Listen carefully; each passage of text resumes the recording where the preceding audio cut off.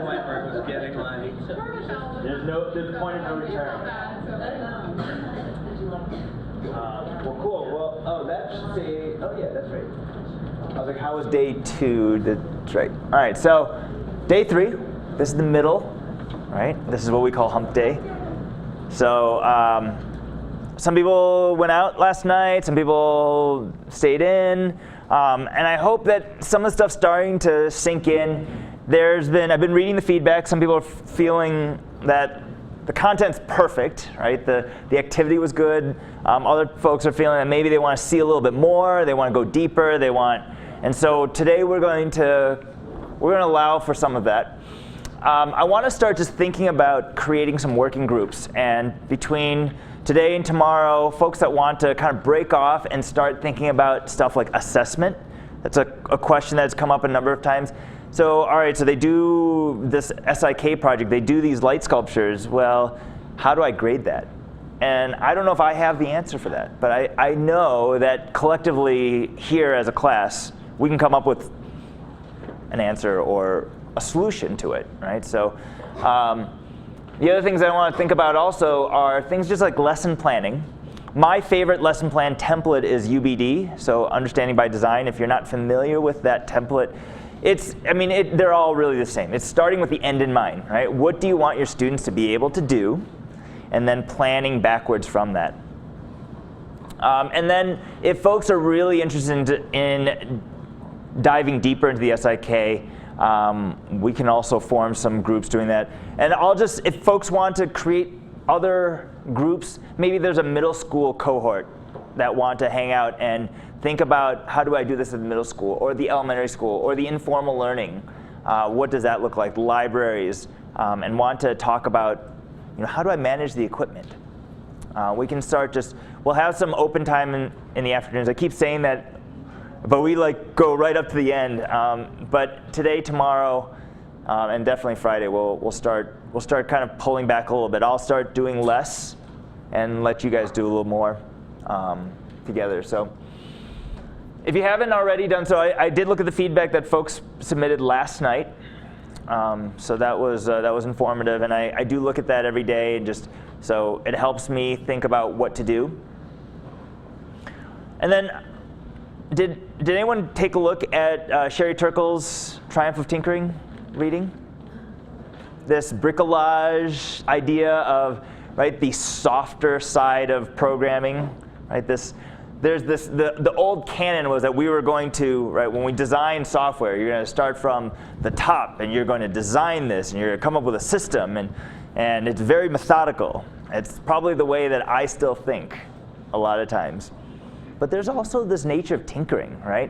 I'm going to show you a couple commands, and that's a lot of what we've been doing so far. Here's a couple commands. You understand the general structure, and then tinker, right? What if I put this in? What if I change the order of this? What if I change the number of this? What if And what we're playing with here is not a space shuttle. It's not a life-critical thing, right? It's okay to tinker. It's okay to mess up. It's okay to break it, right? No one's life is on the line here. We're not building pacemakers. Ideally, the ones that are doing pacemakers, maybe they do a little tinkering, and I think there's this circle, right? There's this tinkering making part, and then there's this engineering discipline part. And so, and I think that was part of that reading from the other night around, making and engineering and tinkering. Where do they all fit together? And so, and then the last thing here, as just kind of a housekeeping note, is that if you guys have or would like CSU credits, if you can fill out that sheet, this thing, and I have more copies of this if folks want it, and just make sure you get this to me sometime today. And if you want to pay by check, just attach a check, credit card, attach a credit card, and I can get you guys the receipts for this. So make sure I get that. Cool. All right, so what we're going to do, I always like to start the morning off with our objectives.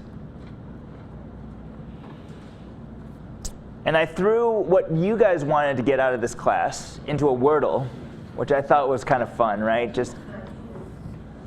Right? And Wordle does its thing, and it takes all of the words and things like, I think the word students was very important, right? And that's great to see that teachers, as teachers, our focus is on our students, right? We want to do something to enable what our students do. And we want to learn about programming. It's probably the next largest. Arduinos, projects, microcontrollers. And I'm hoping that we're meeting what you guys are looking for out of this. Something that I really appreciate on there is that teach is really small compared to learn. A lot of experience as well. Interesting. That is interesting, yeah. And this is a chance for you to do, right? A lot of times as teachers, we're just go, go, go, go, right? And we're not given the time to actually tinker ourselves. So, look at this, we're ahead of schedule. Start. Add something quickly. So this morning, we're going to spend about an hour. Maybe we can go an hour and a half since we're a little ahead of schedule. We're going to dive into E-textiles. And if you actually look at the syllabus, if anyone was looking at the syllabus, it did say we were going to do makey-makeys in the morning. But we're actually going to push that to tomorrow. And it'll just balance things out. But Angela is going to lead a little session here around LilyPad and E-textiles in the morning. We'll then go into the SIK. I know the RGB circuit may have been a little much. There's just everyone's brains were a little soft at that point. And so we'll go back to that, and we'll give you the option of either using the digital sandbox or wiring the circuit up on the breadboard. You may have noticed that on the digital sandbox, the pins are the same, 9, 10, and 11, as the ones that we use in the SIK. And that was done intentionally, right? We'll take a lunch break, and then 1 to 2, we'll dive into the sensor side of Arduino. There'll be some kind of more direct instruction on this is how you do sensing, this is how you hook up a voltage divider. We're going to do some stuff with the multimeters, and then look at how it looks on the Arduino side. And then kind of the 2 to 3, 2 to 5 time is going to be the time for us to break into groups and think about these working groups, right, where you get to work on the projects. Myself, Jeff, and Mike will be in the room to help out as you guys are, I want to dive into, maybe someone wants to do IoT or wireless, and someone wants to do, more LilyPad, E-textiles stuff. So you'll have options to do that this afternoon. So, and the reading, there's a reading for tonight. I'd like you guys to take a look at chapter 4 of Invent to Learn, which is the how to design a good project. I didn't put this on here. As you start thinking, if folks are interested and thinking about being a part of the hackathon tomorrow night, the theme of the hackathon will be to hack a process or a thing that you use in your classroom. To hack a process or a thing that is in your classroom. And can anyone else help me? How would I define the word hack? Change, innovate, modify, bend. Right? There's actually this word that oftentimes people call it circuit bending, where you take a thing, you open it up, and you take the wires and you plug them in different places, right? And so kind of what we did with the light sculpture project with the recycled materials. Hopefully it's starting to change your perspective as you're walking around it. When I walk through grocery stores now, I don't look at things as just what they are. I start looking at those like, what if I put a motor in there? And what if I put a light in there? Or what could I make with that thing? And so you'll see me rummaging through people's recycling all the time. That's terrible. I only do it at night. No one sees me. So other questions? Cool. All right. Do you want? Actually wait. I think I had through a look. I have just a couple slides to talk about this. Do you want me to talk? I can talk. Wait for the copy. All right. All right, so LilyPad, there is a LilyPad board in your kits. We're actually going to give you guys, because you only have one LilyPad kit, we have some extra stuffs that we've used at a variety of events to show you how to do some of the sewing. How many folks here have sewn before? Oh, good, that's great. There's a few folks that have not. It's okay, because look around, there are people around you who have sewn, and they will be your friends and allies. LilyPad is the same as an Arduino. And you'll notice that this LilyPad board, it's round. The middle, this chip right here, should look familiar. That's the same chip that's on the Arduino, on the Breadboard. We have a couple versions. These are the big versions of the LilyPad. And then there is what we call the Tiny, which is, I don't even know if this is by scale, but it's about the size of your thumb. It's round so that when you sew it into your clothes and you move around, there's no corners to get caught on. And you sew it in using conductive thread. The thread itself has steel fibers woven into it, which enable it to be like a wire, but yet supple. So,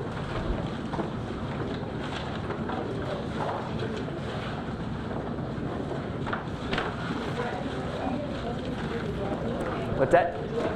Oh, yeah, of course. What question? Yeah, absolutely. So these are all washable. Obviously, you want to take the battery out before you wash it. And depending on how tightly you tie your knots, right, you want to make sure that everything's tight. Yep. So you're not soldering. You're not soldering anything together. In order to make an electrical contact, this is similar to like the squishy circuits. You're actually basically tying a knot, right? You're looping the fibers around the pads. So, and so what we're going to start with is this little simple art. It's an art pin project. And Angela's going to hand out a few things. I can, yep. Sure. Oh, the big needle?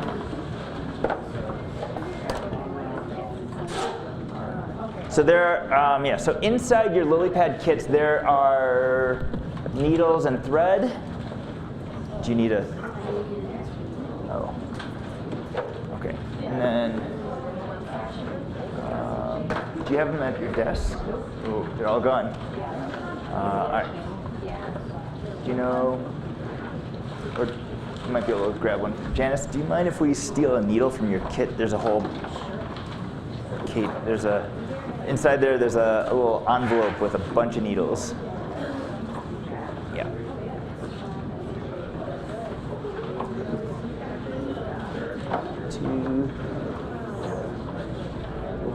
Oops, one too many. Those are, yep. You blend right in.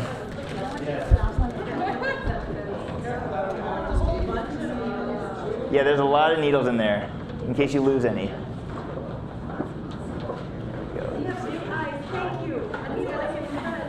They're neat.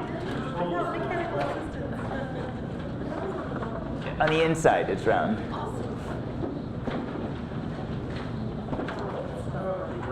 Yeah, yeah, it's a. You're welcome. While Brian's handing that out, still talk a little bit about this activity. This is one that we found works really well as an introductory activity because the amount of stitching you have to do is very minimal. This group has a lot of folks who are experienced with sewing, but we don't always get that when we do events, and especially with student events. We've done one that had about 7,000 young women throughout the day, and we did this activity, not realizing the age range that we have, which was anywhere from kindergarten to 6th grade.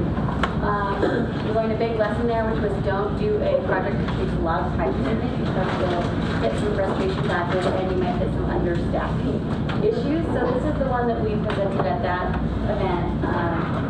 There are also some placemats that we put out, and that you're welcome to download as well if you're running more self-guided activities. Just to give some guidance guidance to students, especially with sewing. Everyone starts off at their own pace, and then you'll hit some snags and you get everyone working at their own pace. And having a visual reference really helps us, so we can have neighbors help out each other. We can kind of pinpoint where things are going wrong and show a visual example. So we use these little placemats quite a bit. It also helps protect our people. So what we've done with this project is we actually pre-glued on the LilyPad pieces, so they're not going to roll away on you while you're doing. What we're doing is just focusing on using the conductive thread as a connection. So there are two sides to that placement that is going around. Finding a little firefly on it. The other side is actually a paper circuit on a few of them. Some are single sided. There's a mixture. So we had a couple events where we were doing a back-to-back activity, so we would just flip things like that. What's on the back side? Some of them have a paper circuit. So what I've got in front of me is a teaching tool that I use quite a bit because it is so difficult to see these little stitching points. So I'm going to kind of mime it along with you with my big giant yarn and conductive thread circuit. Looks exactly like the one that you have in front of you on the felt. We often recommend using felt when you're starting to work with LilyPad because the fibers actually don't pull apart or unravel while you're working on it. It's really forgivable and really easy to cut. If you have access to a laser cutter in your school, then you can also cut out a lot of these templates as well. So take a look on the felt. There are two LilyPad pieces there. All LilyPad pieces have these sew tabs, which are those silver holes on them. So on the back of the felt is a larger piece that's a battery holder where we can put a battery in later on. It's got 4 connection points, so it's pretty flexible where you're attaching the thread to. There are 2 negative and 2 positive on that. And you can see a little bit better on that slide if you take a look at my cardboard cutout here. So we're going to connect one of the positive and negative to the LED on the other side of the felt. And if you flip it over to the other side, you can see that LED. The labeling is very small, so you might need to get close up to it. That also has positive and negative signs printed on it. And then the LEDs in the middle, and then it's broken up to those 2 sew tabs on the side. These ones I think are all white, but you can get different colors and experiment with that. One of the biggest challenges we've seen with this activity in particular is the spatial routine to go from the front to the back of the project. So that's why we pre-glued them on so that we know that the orientation is going to be correct when we start out. That's one of the biggest troubleshooting issues we have is that if you're not quite paying attention to the orientation of this, it looks kind of the same from both sides if you get it flipped up backwards. So that's one of the things that we always check before we stitch when we go through workshops, because if you get to the end and the student has invested all that time stitching something together, especially the larger projects, that can be a big challenge to correct that stitching. It is possible, but it just takes a lot more time. So having that checkpoint system where we all look at our circuit, make sure everything's going to correctly before we start sewing it together. And especially with folks who know how to sew already, they will take shortcuts and they'll just jump ahead thinking they know how to do it. But you have to emphasize that we're not just sewing, we're making an electrical connection as well, and that involves a different technique than what you would think just sewing a piece of fabric together. So inside your box, there's a bobbin and thread. I've got my giant thread here. We're not going to need a ton of thread for this, probably about a foot or so. And take one of the needles from your packet. I prefer to use the larger ones. They're just a little bit easier to thread. And thread the needle, make sure you tie a knot in the end.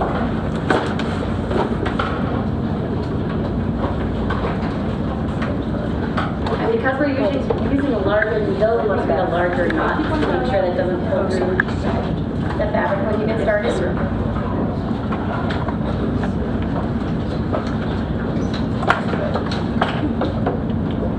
And if you take a look at my large demo, I've actually drawn lines for where I want to stitch. This is also something very helpful. Oh, you could even take that step. Could you even do that if you're working with younger kids, you know, draw those Yeah, lines. you can redraw it. Yeah, and I've done that on a few projects where you just want to give a template to follow, and you're not concerned about actually having them design their own quite yet. Then you can draw those.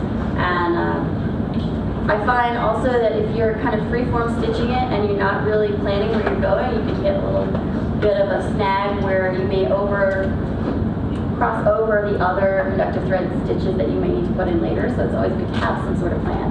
This one, the plan is just go straight up and down the fabric, but for larger projects or for ones that are actually wearable, you may need to take some consideration into where that stitching may need to go eventually.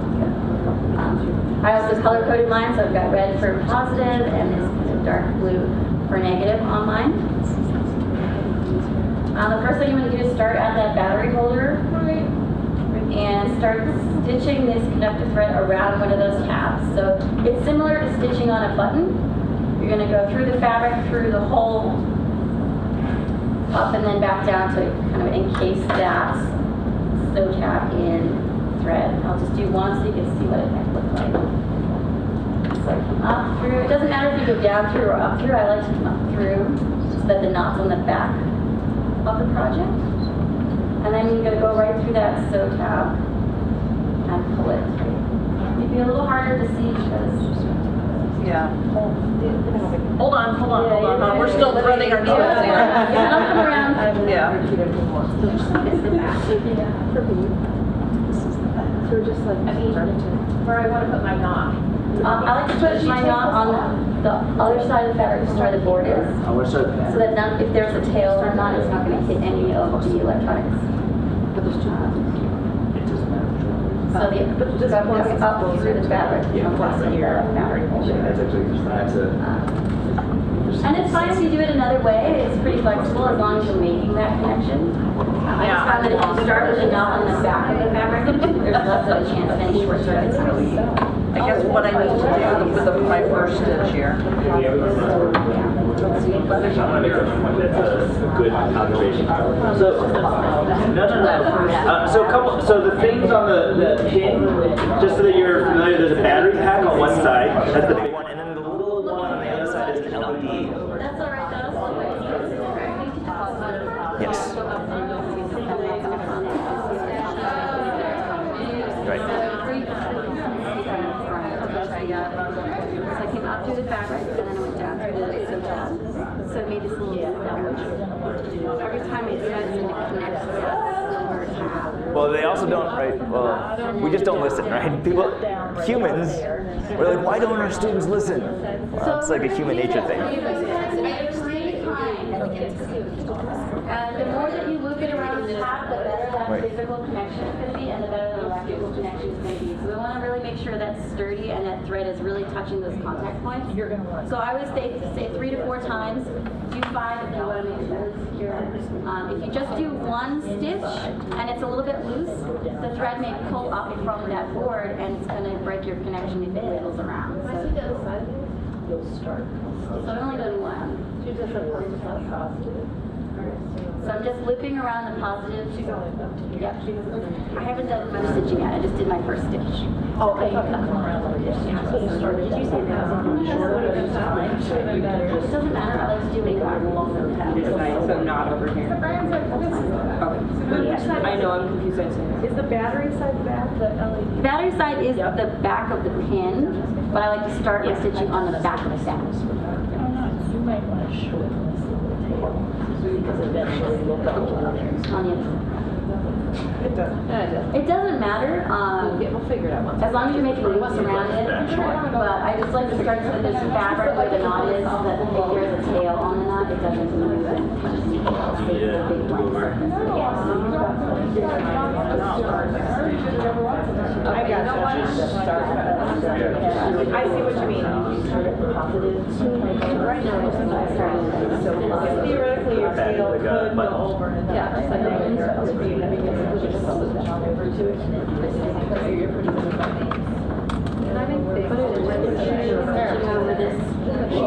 After you loop it around, loop it around the line, and then you take the pad around. on the other side. Is it just like this? Oh, I see. There's a snap line. Oh, that's all right. You'll assume that yes, the connector way over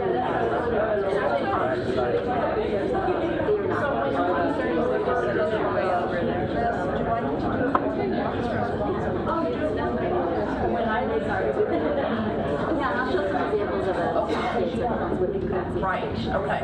So it's not a bad thing to do it, 3 or 4 times, okay. And once you've got 3, then you can Okay, start okay. All right, great. Are these little, I'm trying to remember, are these 1.5 or 6? No, what happens when I get to the positive? I have to do the same thing. Yep. Am I going to silly question? Should we just travel with these?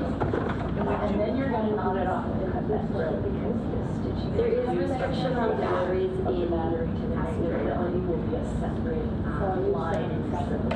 Yes. It's a little bit So more I want to do each positive to each positive. rechargeable. Nope, just one of the And one of the negatives. Yeah, you have Okay, to look up. that's There's good. a limit to how many you can have on here. Finish up. There's total energy, right? Because the fact that the coin cells have so little energy, it's not that big a deal, but the laptop battery is the program thing. Yes. The negative, however, then you're going to cut it off, and then you're going to start fresh and go from the negative side to the negative side. Yeah, and you don't want that to change over time because you'll short Just here, circuit. breathe around this one, because otherwise it's not touching, right? It's just barely touching. You want to make it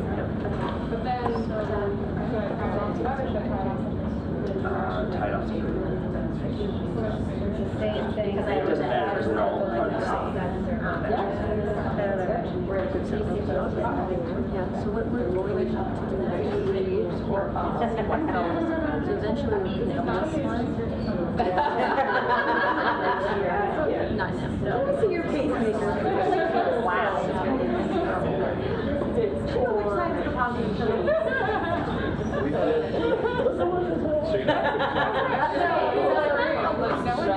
you're like the tags people put on their One thing I'd like to point out.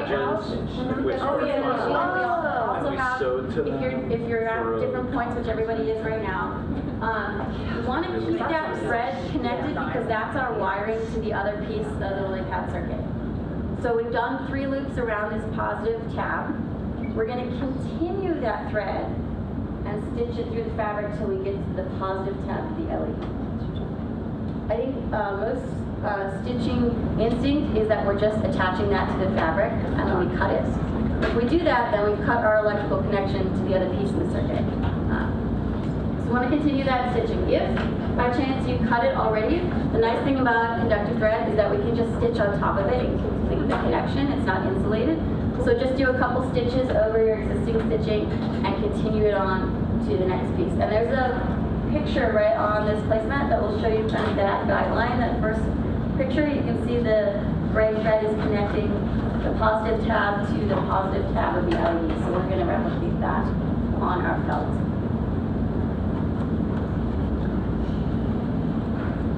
And it looks like you could do just one big stitch between the two, but I like to do at least 2 or 3 so that the conductive thread is actually flat against the fabric.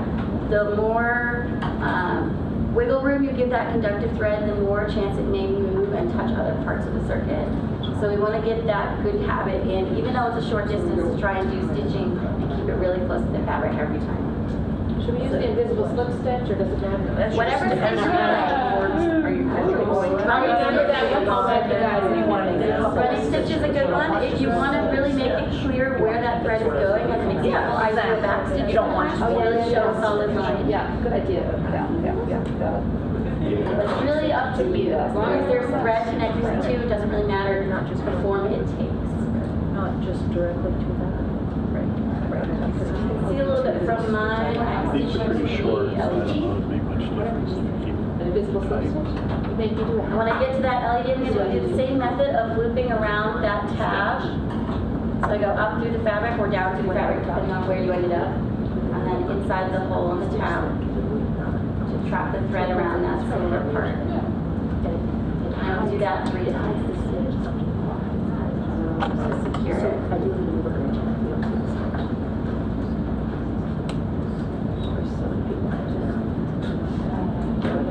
Even I don't, that's what I said, yeah.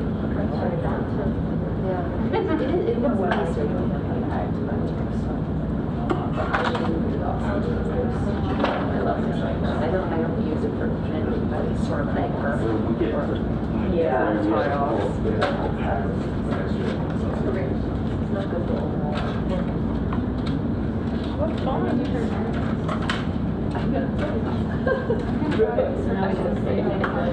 That's a great idea.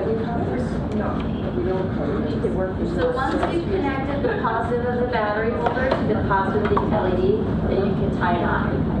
So that's one connection. That's equivalent to like a jumper wire that we did yesterday, right? That's a jumper from one connection to one side to the other.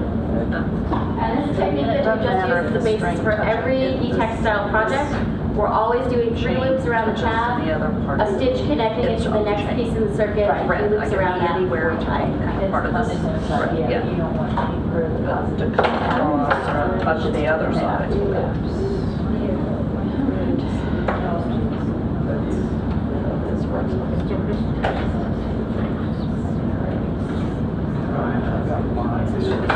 One thing you may encounter as you're stitching is that this thread likes to tangle, so I've got a big tangle that happened on mine.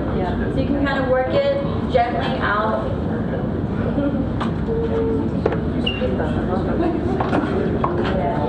Neat idea. Just for visual, right, not only the poster, but So there are multiple so that you can jump on it if it's not really otherwise you can. All right. You only need two.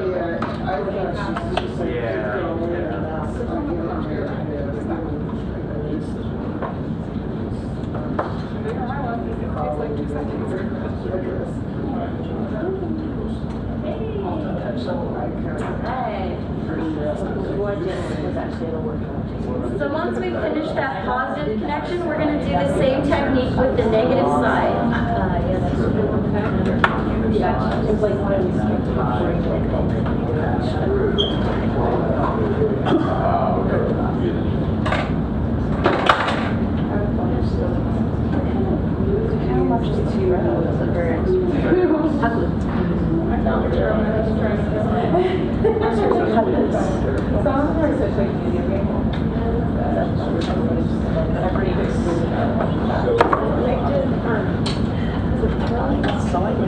something with the wow, you could really. Oh, we made this. Well, we didn't really make it that. I was like, yeah, middle school. That's what it is. We did something like that. We did like electronic shooting. And I was like, well, why not? So, that's super good. Yeah, I know. Okay.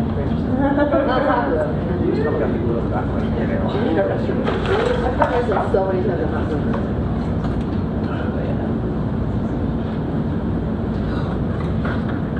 But it's so fun. It's really tired on. I like to do something.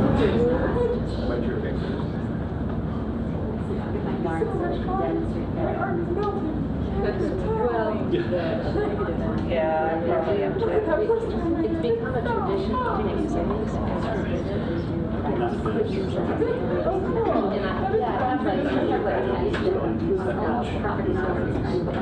And so people say,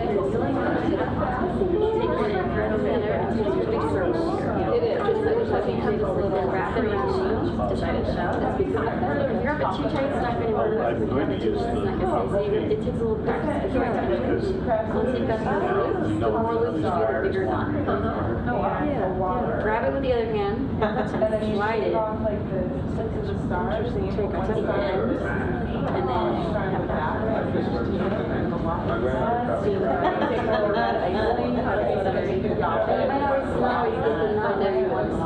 This one is pretty consistent. Once you've gotten it, it's really push I would suggest that maybe the person who is trying best at it, stitching. Oh, we know that it's gonna get the size. So he said it doesn't matter at all. Our challenge is showing kind of this looked out. Oh, I just, we just do our graphics designers actually working on it. Oh, cool. Yeah, I go about it $500. It's not as if we're But it's fun. That's what starter. little lights For the to make a flower. But you can do that. You do.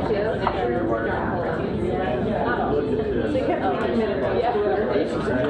My brother's out. There are 4 lights here. Yeah. We got it. So we do have. So you break them all apart.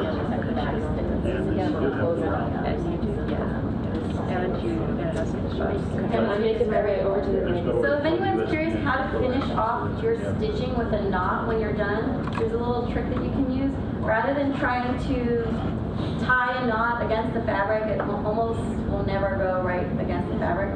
You can do this little finishing knot move where, say, I just came up through my fabric. I'm going to take the needle and slide it under the stitches that I just did. So it doesn't have to be under all of them, just a couple of them. Just slide it under there. As you can see, there's a loop. Before that loop closes, I'm sticking my needle back through that loop. And as I pull it tight, you can see it kind of catches the thread in that loop and pulls it right against the fabric. If you do that 2 or 3 times, you'll have a knot right on the fabric. There won't be any loose parts, and you can trim it right against there. That's a really good technique, and that helps you avoid any of those tails that might wiggle around on the thread and touch other parts of the circuit.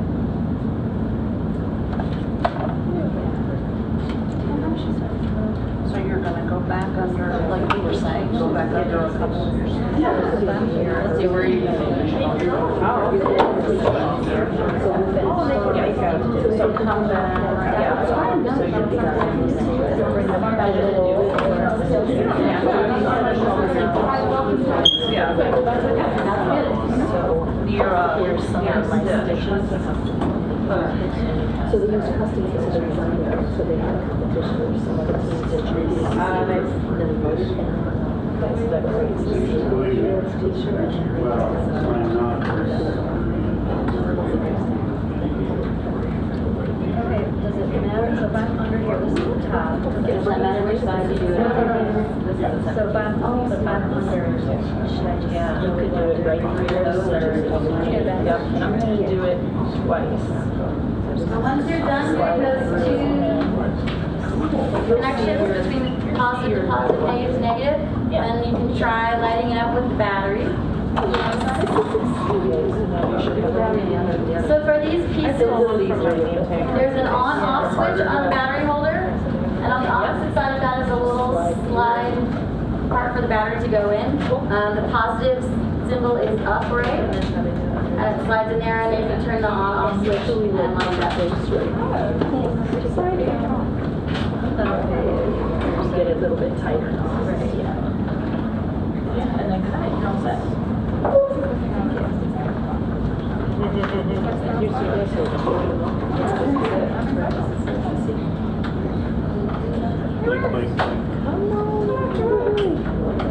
Are you switching it on and off? Yeah. Or is yours blinking? No, this one blinks.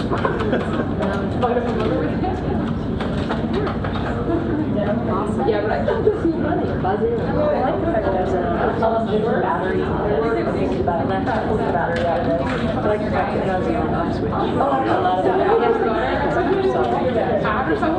Right here. So you're wearing it? Tassels on the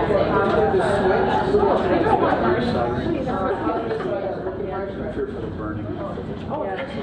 I have them for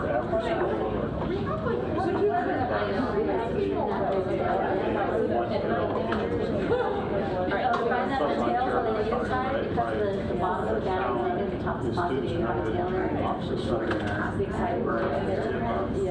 Keeping track of those.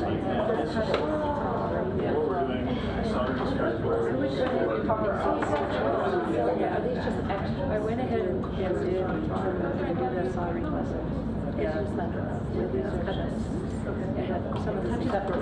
you get separated. over here. And we do have little firefly printed fabric if you want to make it extra fancy. Add so much here.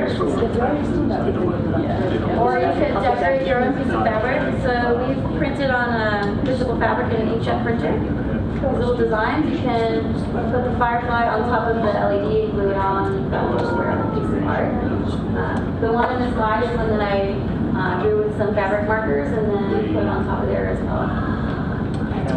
So I'll leave these up here by the batteries when you're ready. Can I ask you, right, what's just to sew the other two sides down? Yeah, it seems like it's moving around. Right. And what kind of glue do you use to? Hot glue. Okay. Oh, of course. Hot glue. So I use hot glue to tack all of these down. You can also use fabric glue, but hot glue is quicker. You just have to be aware that try not to cover up those sew tabs, especially with the LEDs. They are so small. It's easy to really fill those up with glue, especially having kids do it. So I always kind of pre-glue them. You are wise. Or use a toothpick and kind of put some glue on there and then stick it down. It doesn't need a ton of glue. It's just so that it doesn't roll away from you as you're sewing.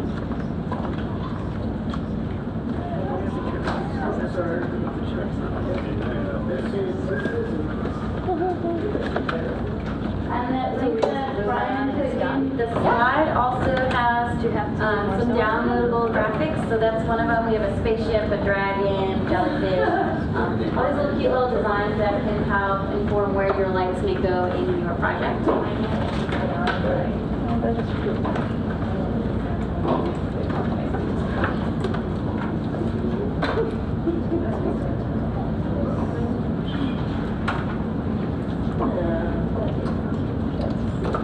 think my daughter's getting one of these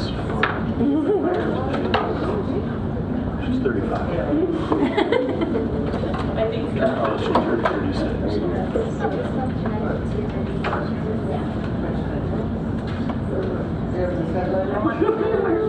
Like that. I know it. Like that. We've had tons of fireflies this year.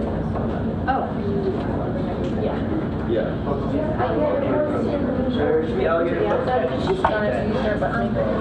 saw me use our button maker? No, I haven't. I can see where it's going.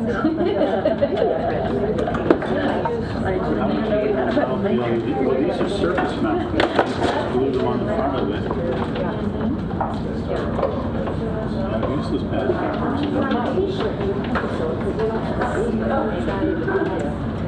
Well, mine. Yeah, mine make it. Not desirable. Yeah, there's my dryer says I have a dominator glove. That's sweet. I have thread. I have a bobbin with orange thread in my bag. Does everyone have that thread? Let's make a deal. Let's make a deal. I love that. You're really. In your bag, I'll give you $500.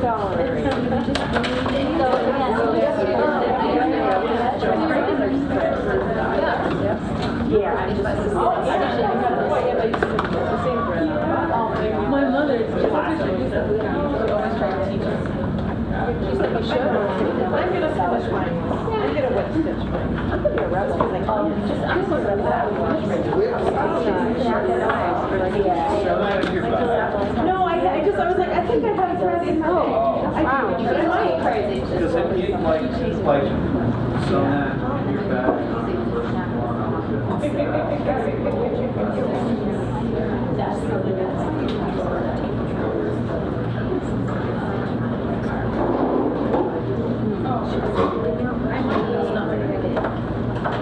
I can get that where we can test it. It is light of your.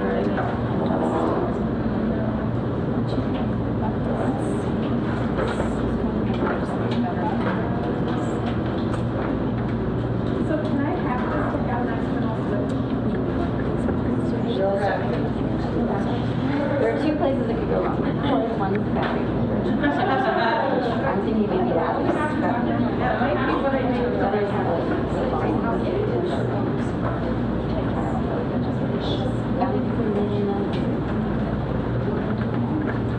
yeah, the LEDs are right there. Next.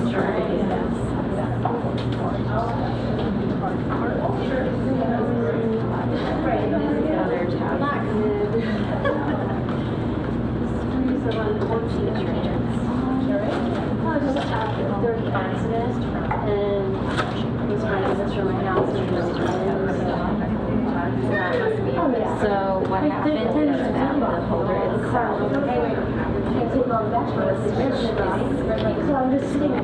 okay. And that way it's just been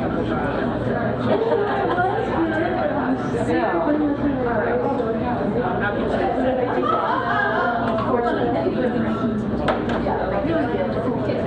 well, I know the LED are just we're having a switch failures on this. So each kid, So let's test this one before we start.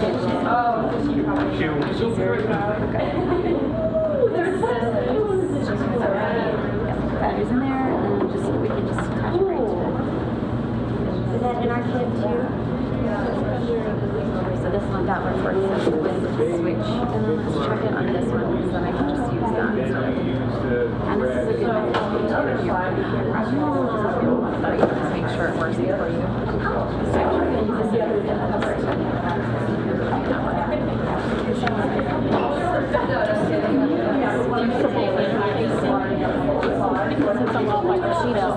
Yes, so interfacing works great. You can, as long as you're not ironing over the board itself. So I use one of those little craft irons that gives you a little bit more precision. And we've actually done iron-on transfers as well. So you can actually print out your template and then do it and stitch right onto it. So that works too. Then before I start the next project. So I'm going to go around with an example.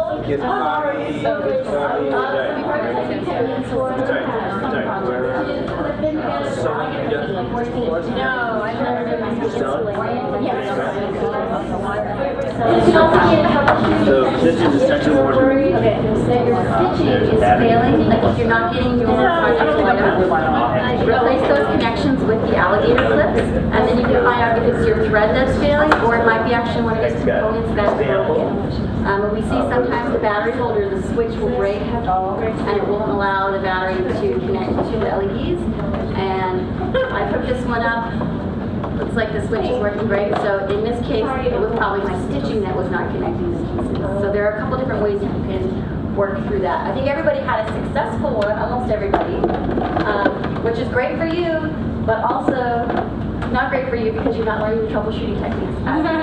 So if we work on another project, the Lily Twinkle that's in your kit, the next probably half hour, you'll see a lot more of these places where troubleshooting will pop out. So just want to point this out to you. You can always clip your pieces together to test your circuit, similar to how you do the jumper wires with the breadboard.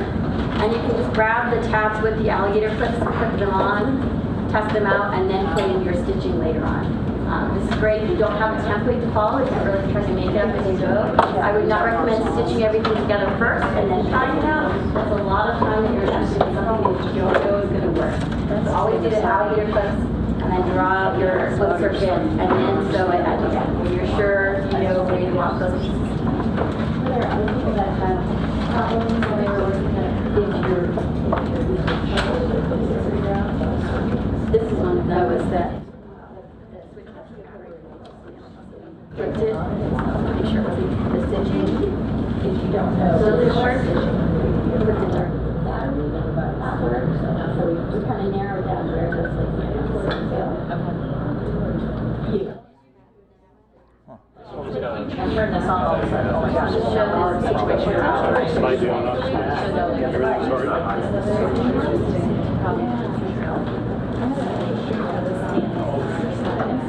Yes, not if you base it on that, because the way you yeah, like it's because I was thinking of the battery.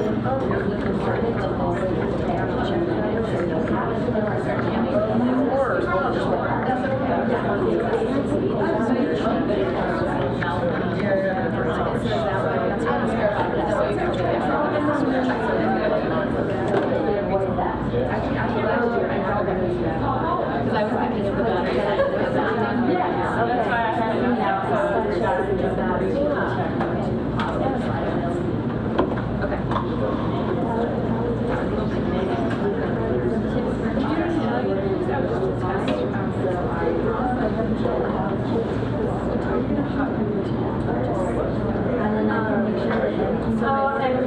Just make it.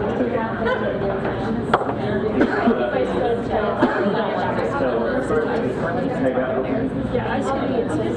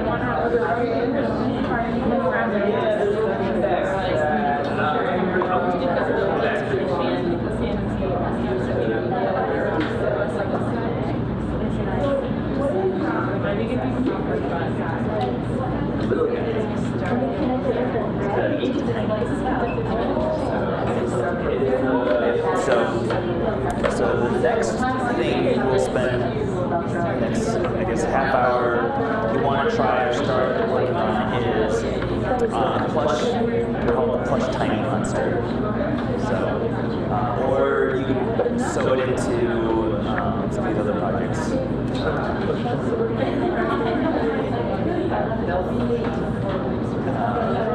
Unlikely, but it is anything's possible. We can get more needles. So, okay. How'd you guys do? Good? Oh. Careful. I think I have thread. That's awesome. We also have thread here too. We have regular I thread. figured there was. We have thousands of these.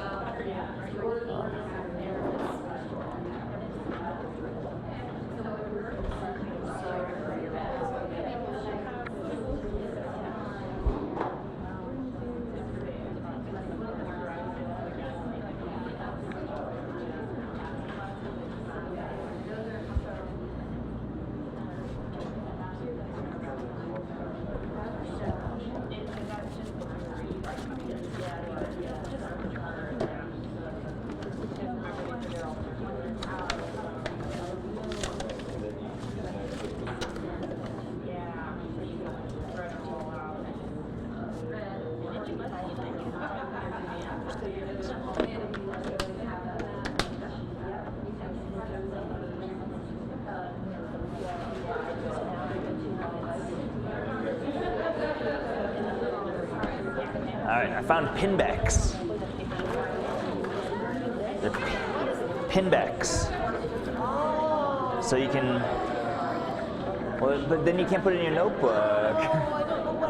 I know, oh, the choices, yes. Oh, there's two of them there, so they may have glued together. Yeah, do you want a pinback? Yeah, all right. Would you guys like a pinback? Yes. There you go. Yeah. Yeah. There's actually a little pressure adhesive. Just peel away. Peel and stick. Oh yeah, of course. Yes. Yeah. Do you just want a pinback for your? This little pinback.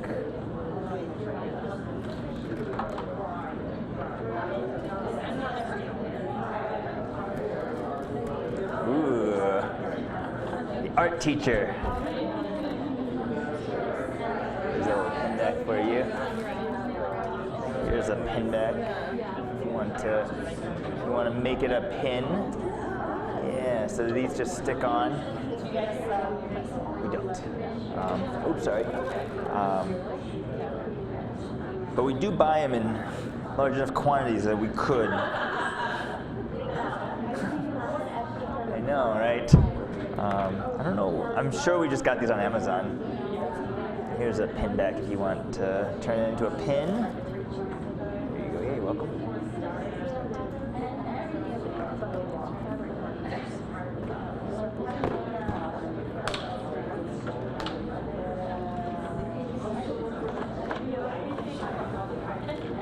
Oh, there's a bag of pin decks.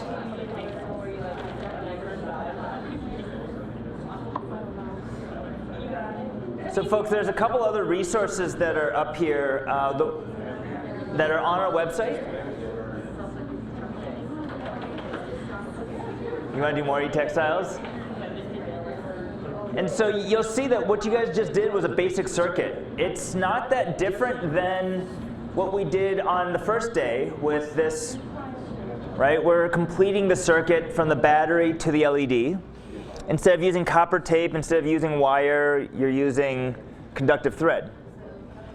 And so you can see kind of the next progression. You guys did one LED, a very simple circuit.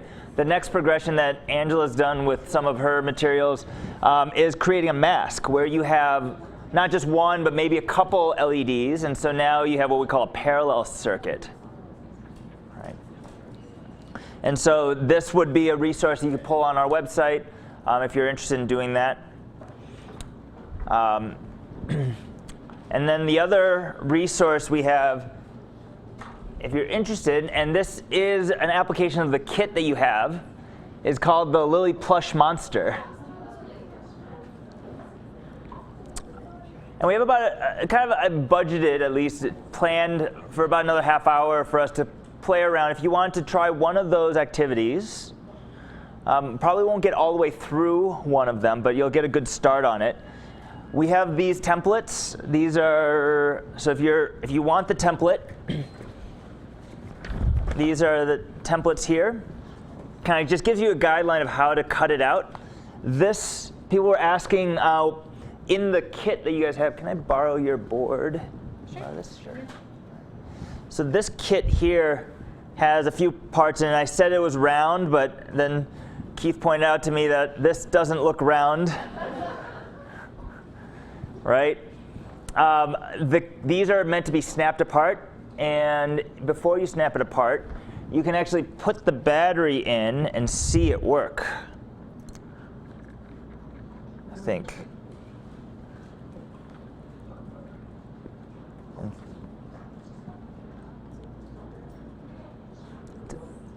So it's programmed to just a random twinkle. This was designed actually with a different code. So if you want to reprogram this, I have a programming station, and we can reprogram this chip to have what they call the tiny code. The tiny code, what is it? One has a heartbeat, breathing, blink, and then a random, right? Twinkle. And so I can reprogram your chip if you want to have that kind of not random, but all of the different ones. Right now, it is all random on all the pins, right? So it kind of gives that twinkle effect. Is that something you could reprogram at home? Well, you would need yes, with some wires and a clip. So, but yeah, I would encourage you to take a look at one of these tutorials. You can find them on Learn. And I hear people like, I want to do more E-textiles. There's plenty of felt back on that station over there for you guys to dig into. Again, remember this craft table is yours to play with and use. So. Do you have a template? Yeah, absolutely. Sure. Yeah.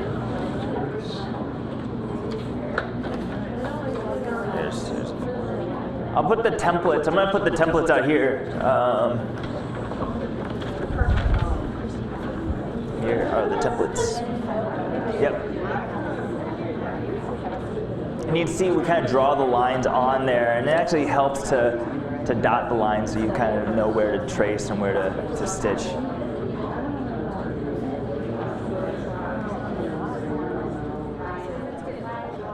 Yep, the felt. Yep, felt is back on the shelf.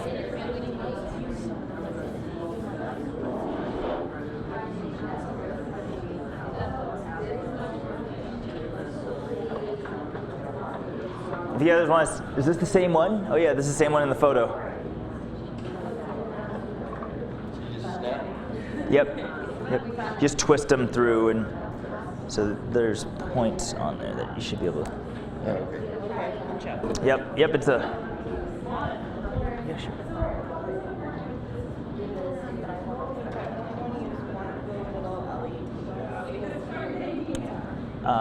No, so what it does right now is, so you can watch it. So it's like a slow, it's kind of slow, right? So it's actually, wow, it's really slow. Really slow, right? So it's just kind of, and so the other code it's a little bit more repetitive. Because right now, if you put this on the eyes, it'll blink once, and you're like, and then you might have a few seconds, right? There's like this delay that's. So, like in the there's two little things that's going to the bottom right. It's actually this one. So if I hold this starts in that orientation. It's actually that. So I'm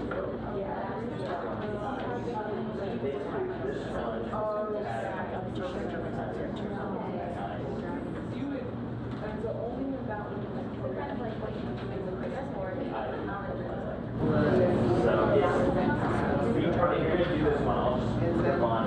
I need to make sure.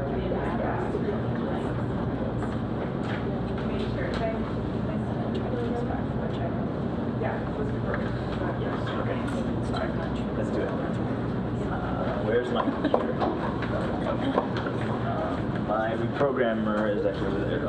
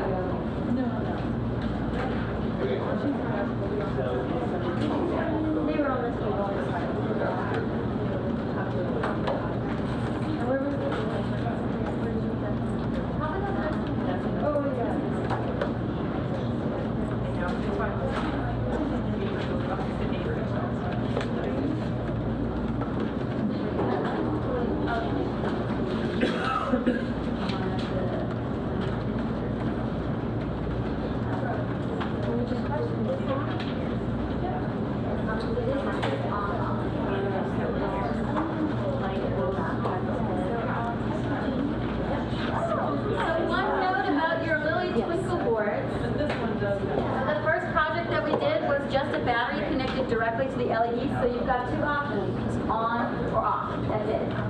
Now with the twinkle, it's actually microcontroller in there, so you have the ability to have behaviors with the LEDs, effects, and Brian's got a little reprogramming station up set up, so if you want to change those effects. The difference between that and our first circuit is that we're connecting the battery to the Lily Tiny, or the Lily Twinkle in this case. And then that powers that board, and then from that board we're connecting our LEDs to those numbered tabs. And those numbered tabs are what create behavior. So similar to your Breadboard, when you connect your LEDs up and then programmed it to pin 13, pin 1, whichever one you chose for your light sculpture. Now we're doing that with the conductive thread and that little round Lily Twinkle. So 0, 1, 2, 3, I think, are the tabs that you have available. So whichever LEDs you connect to those, you'll get different behaviors depending on what code is on that board. And that's also a big jump for your students too, going from the single battery with a single LED. So what we typically do is we structure a few activities between those two. So you're just jumping right ahead to probably like lesson 3 or 4. We do a math with multiple LEDs, then we do a little experiment with switches and buttons, and then we get to the microcontroller. So there are a bunch of those activities up on the website, and we're working on a kit right now that will actually walk through each of those activities individually. You can kind of see how that flow is. If you just jump right into this, you can lose a lot of students with trying to hook up too many things, too much thread. So that's why we start with a really small project and build up those successes over the course of 3 or 4 months.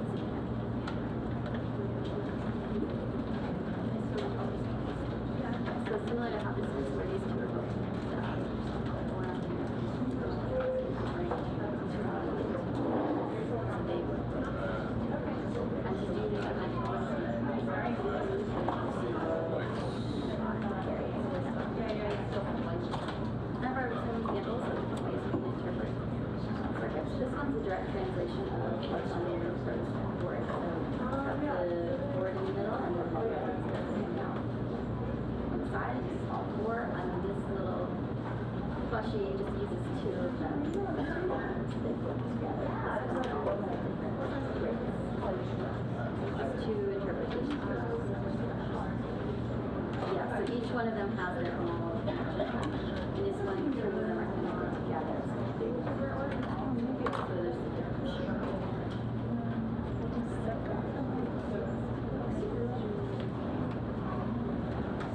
This is the negative now. That's similar to what's on the cellular sector. You have the board to it, you can see that big circle outside. So this is exactly that. Light, and then this is kind of going more creative. I just want to use 2 of them at the same time, so I'm trying to both at one tab and having them work together on that.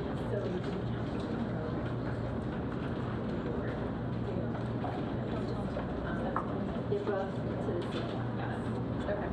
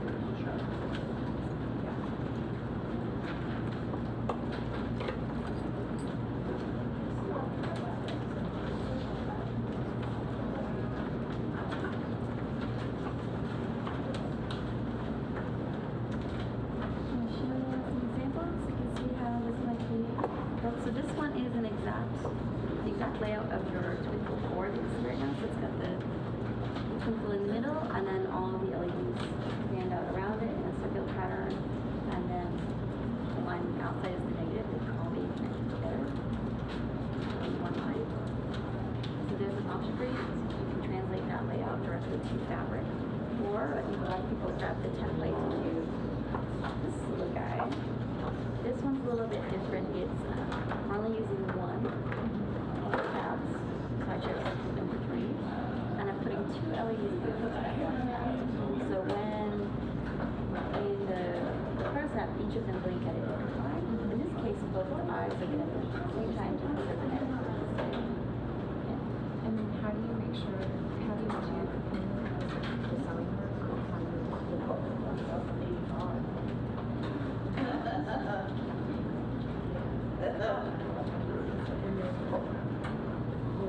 Snap 3 has 2 different threads going. It has one thread.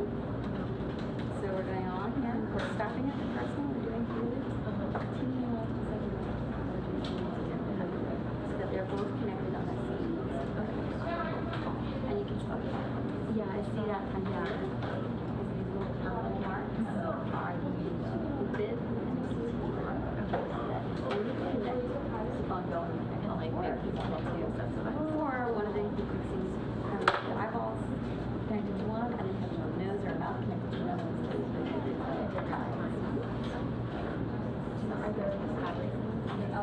This one is broken. I think we had an issue where a couple of years after a few years the switch breaks. Yeah. But we can try to jump to it. Right onto here. See if maybe if that battery will work. White. Is there yarn or threads on your side?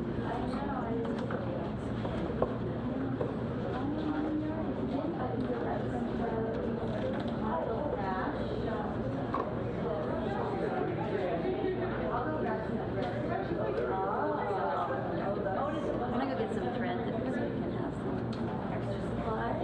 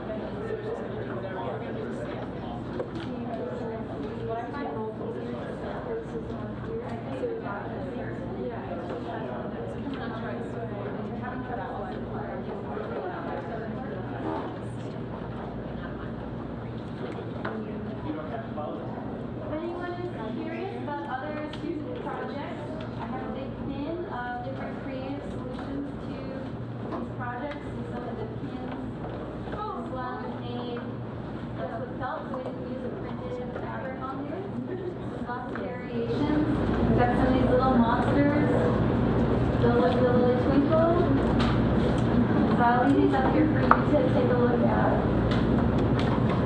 Oh, wow. There's some elaborate ones in it. You can really go pretty creative.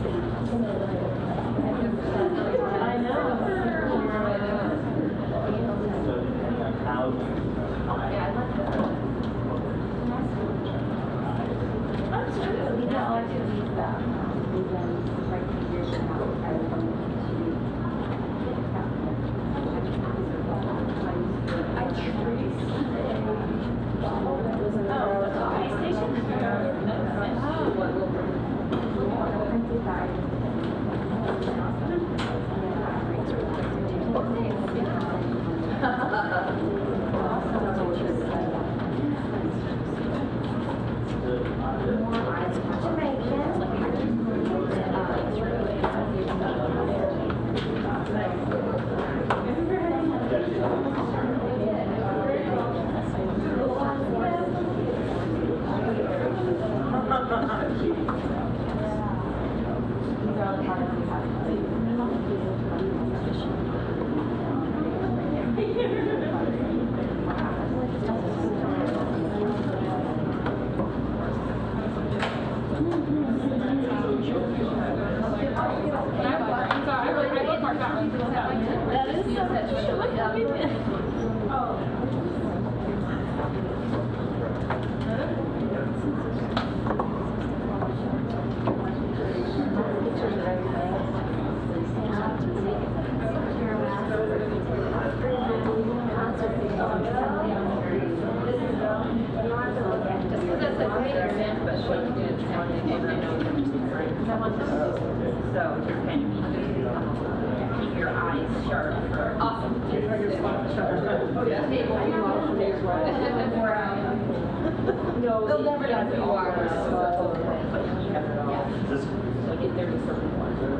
I just love the math idea. I was sitting just the design challenge that we have. Flip in the wire. Flip in a wire cable that you need to. Yeah, I mentioned that to a few people.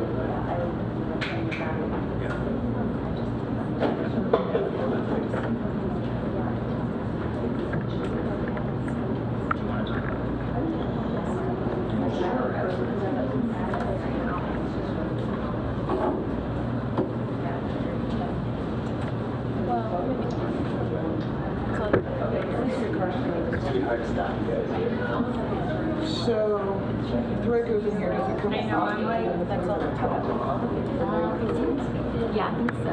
So I stitched the right up and stop there. I didn't put the caps on it after, so it just kind of, it's a roll and felt, and then I stitched right up. And then stuck those on. You're on your own. I need to repair it. It's a little broken. Do something similar, but we're gonna have fireflies. And those ping pong balls work great too. Using those lights. If you wanted a little bit of structure. All of them.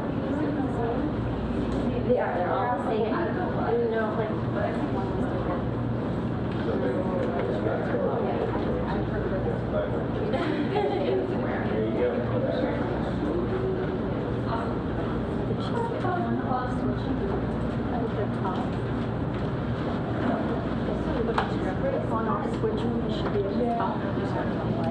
It doesn't matter. If you're making your own design, we did it on the top of the Firefly just so that it was oriented closely to the lead. It's really up to you, as long as it's accessible for you to turn in the project. yeah.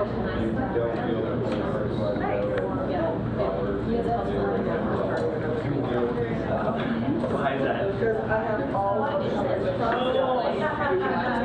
So, alright folks, we have about 10 minutes left in the official schedule. However, this is your class. And I want this to be beneficial for all of you. So right, we don't have to follow, right, I'm not a militant, right, dictator, right, this is I'm a benevolent,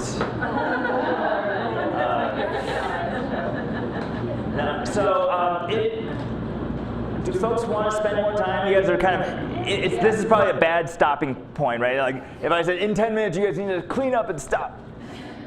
So I think if we give you guys another half hour, that should give you guys enough time to get to at least a good stopping point. So we'll go up to 11, just so that you guys are all, right, we can all kind of keep track of where we're at. And so you get some good progress here. And while we have your attention, do you want to talk about the new LilyPad? So right now we're working on a new LilyPad kit that will include some of these activities and a brand new piece of hardware, which is similar to that Lily Twinkle kit, but easier to reprogram. So for any of you who went over to Brian's little reprogramming station there, that's not a great intuitive way for kids to reprogram them. It's tiny pieces, it's hard to get the connection quite right. We really need to get that working. So we took that into consideration. We've got a lot of kids love the really tiny Lily Twinkle, but that's not a good solution for their classroom. So we're developing a new piece of hardware called the Lily Mini. So it's a step up. It's a little bit larger than the Lily Tiny, but it's USB reprogrammable. So we're hoping to launch that sometime before the end of the year. And we are looking for folks to do some user testing on both the board itself and the kit and the activities in the kit. So you've seen a couple of examples up here in this bin, the mask, the little plush monster, the pin. Those are all going to be part of this kit and structured in a way that has a printed guide with illustrations in it. Right now we're working very hard on the guide and the illustrations to make sure that they're easy to understand. And we'd love to send a few of you home with some hardware and then forward you that PDF so you can review it and let us know, okay, these graphics make sense, the instructions make sense. How's the pacing of the project? We want to make sure we get the timing right so that we can say to the classroom, this is a 2-hour project, you're going to need to break it over this many class periods. So we love that feedback. We're a great group to participate in it since we will be using these kind of projects hopefully in the future. And we've got to experience some here today, so I'm trying to take down some names to set up for that. Yeah, let me know if you're interested in, I'm trying to think what the best way is. Is everybody interested? Is anyone not interested? All right, so I think that's probably a consensus. I don't know. So right now we have the first 3 projects that are ready for review. Those are so it's the pin, which you've already built, a mask project, which you've seen a couple examples of, and then a different version of the plush that up here. It actually uses a button and a switch, so it's a little more interactive than just having the lights on. So those are the 3 projects that we're testing at the moment, and then we'll eventually be testing the brand new board, so we'll put another group together for that later on. Is there a particular age group that you're most interested in? So for us, we've seen the best adoption from middle school range. Anything younger than that, the stitching can actually be barriers getting the projects done. So then we go towards something like being Mickey or Scratch. That's a little bit easier, more clipping action than stitching. And up into high school, depending on the focus of the project. So this kit, I think, is we're targeting that more middle school market.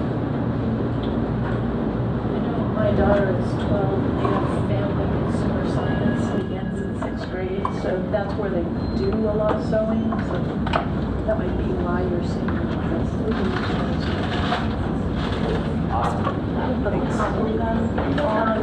Oh, okay. Yeah, we'll reuse them. Yeah, unless you want to take them. No. Yeah. Yep, thanks. We have just a... There is an MP3.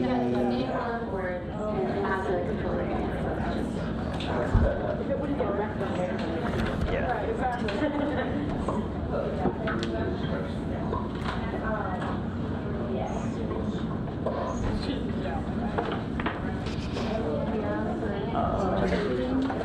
I mean, it's up to you. I think it's probably just them working and playing.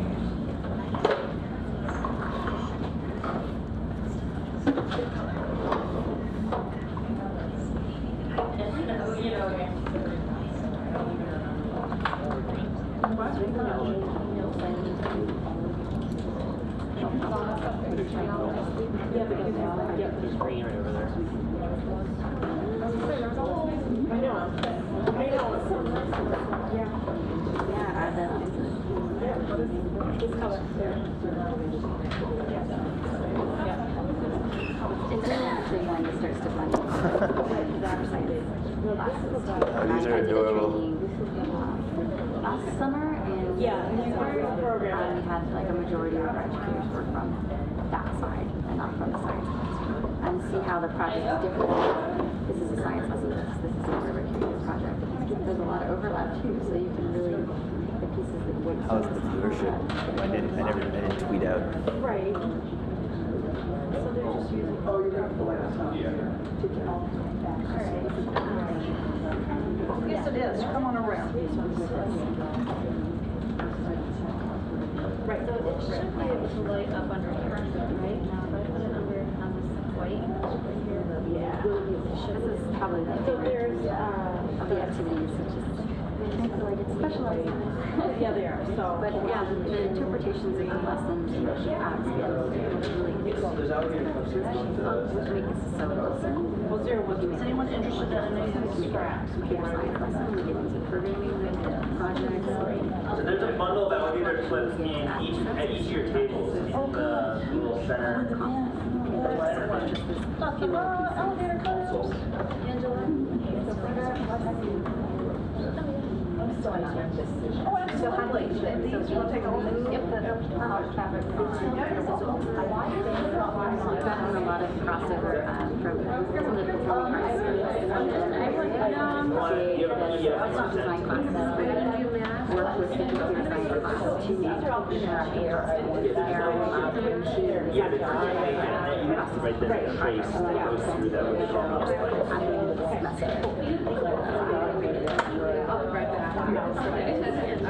they call all up like So here's your alligator notes for you guys to share. This is where my eyes were. When I'm gonna do the white that shows through. I guess now I'm just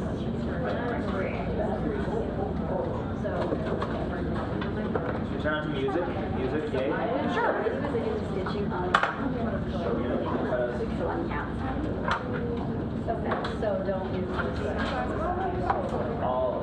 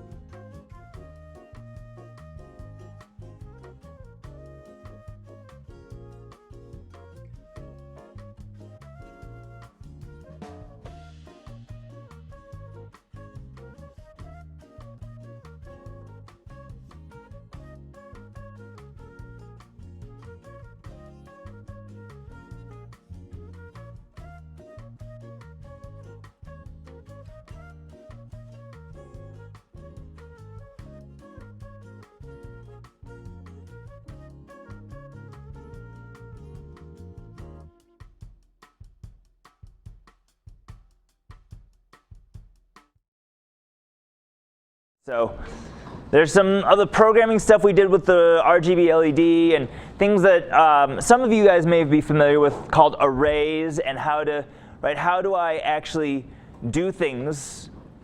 If I want, so for example, if I have 8 LEDs, how do I sequence all those without having to go 13, then 12, then 11, then 10? Is there an easier way of doing this? And so we'll talk about some of these structures that'll label. So I'll give you guys about 5 minutes to try to clean up your area. There's a few people that are still working on projects, and I want to make sure that everyone is with us while we do this. So now is when we should ask you some really detailed questions and keep you busy for 20 minutes. we could just break for lunch now.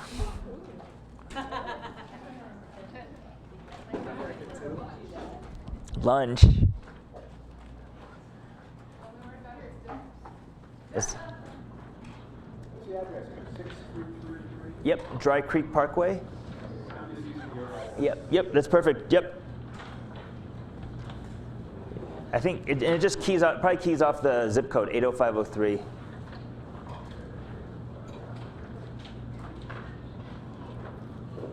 And if you want to get out and it's your choice, either your SIK or your digital sandbox, because either of them will work for some of the programming concepts that we're going to talk about. If you want to wire in the circuit, if you want the practice of putting it into the breadboards and wiring it, I encourage you to use the SIK. If that's something that you want to just jump into the programming and get it to work, that's where the digital sandbox is a nice option. A few people asked about the beta testing group. I'm just basically going to put all of you people in Angela's email list. So you should expect to get an email from her about pilot testing, and she might kit up some stuff for you guys to take home with you. So.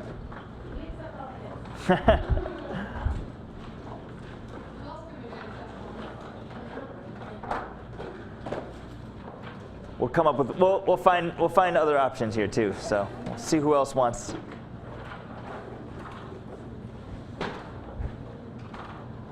Does this still work?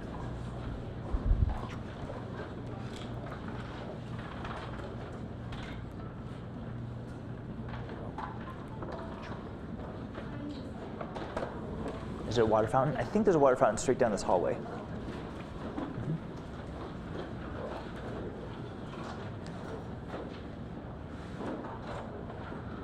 So some other fun projects you can think about. You probably, if you just Google and look online of other things you can do with LilyPad, there's things like costume hacking hoodies, or the early one so Leah Beakley got her PhD at CU Boulder, and as part of her PhD work was this LilyPad product. And one of her early projects that she did was a bike light on her jacket. So she put buttons on the sleeves of the jacket, so when you tap the sleeve, the left sleeve, it would blink on the left. The right sleeve, it would blink on the right. If you press them both at the same time, it just flashed both on the same side. And so you can find a lot of cool demos and example code for these things.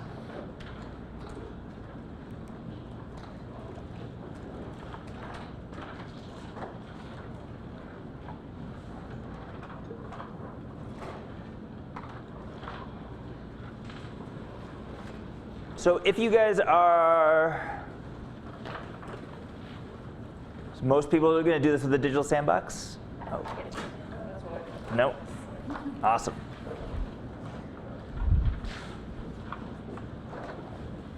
If you're going to do it with the Arduino board, this is what the circuit looks like. You'll notice that the top side is the same RGB circuit that you guys did yesterday, that we finished the day with. And then the bottom is we're adding a button. A single button. On the left, you can see the schematic. Right? This is what the scary engineers draw because they can't draw pictures.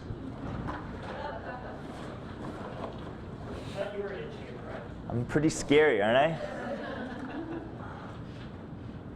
Oh, why is that resistor smaller? Will you remind me of the name of the site where we can see my directory window? Oh, join me. Join.me. It's up here on the. Yep, it's okay.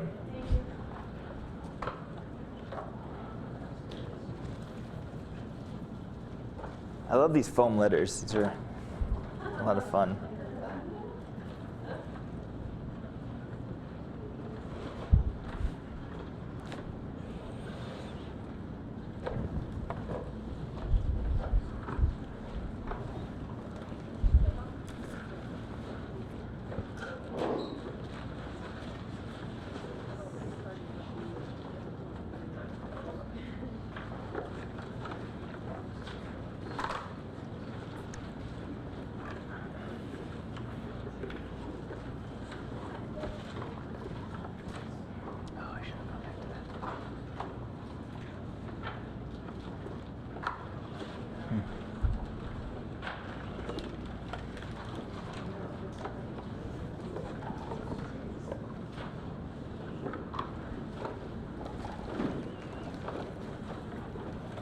So if you folks that are doing it in the digital sandbox can just go straight to the code.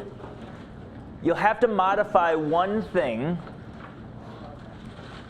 in the code because the button on the digital sandbox is not on pin 2. The button, what's the button connected to on the digital sandbox? 12. So you have to find where in the code to modify that. Yes, yeah. But if you replace the 2 with a 2, does that work? Yeah, I think that'll work. Unless there's other 2s in the code somewhere.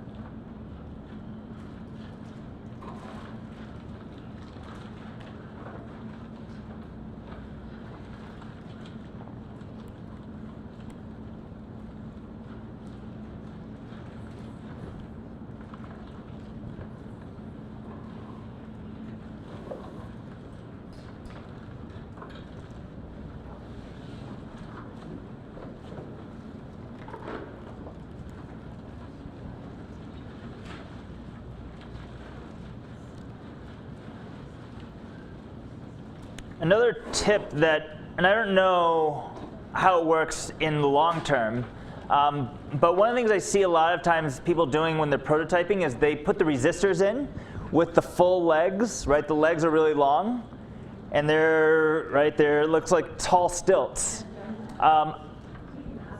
You can cut them. You own them.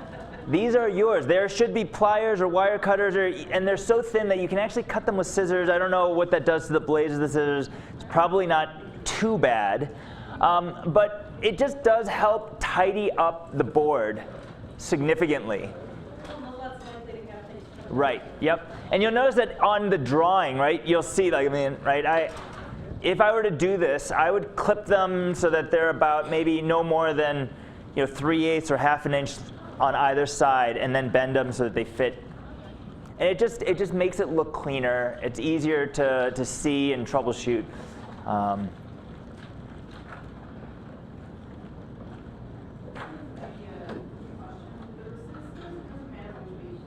Correct. Yep. No, that's a great question.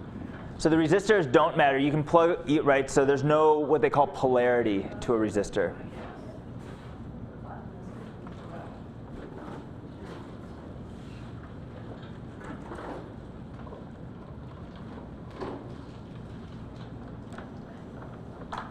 It's kind of hard to tell on the drawing here, but there's 2 different types of resistors used on this circuit. The button uses a bigger one. Mm-hmm.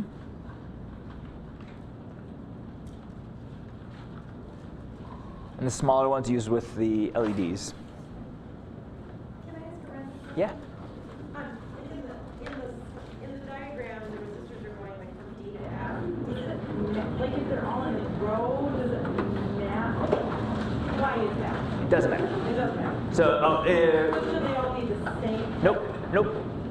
You're asking, you're talking about the column, Yeah. D to F? Yeah, it could be, so long as it's on the left side of the left side of the ditch and the right side of the ditch.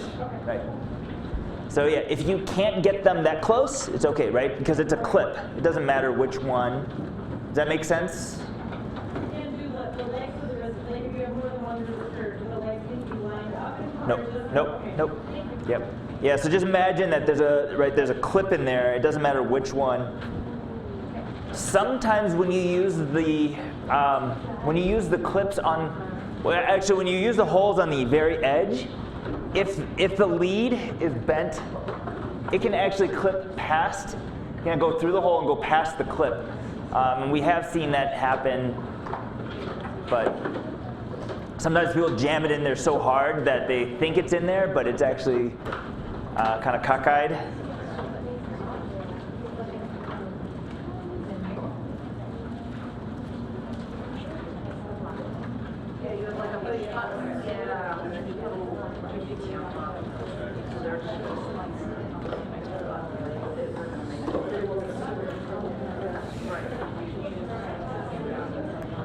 How many people are going to put the green cap on theirs? Yeah. Yeah, it's all right. So does this one come with like the thing to reprogram? Yeah. Well, that's to reprogram the big one. Yeah.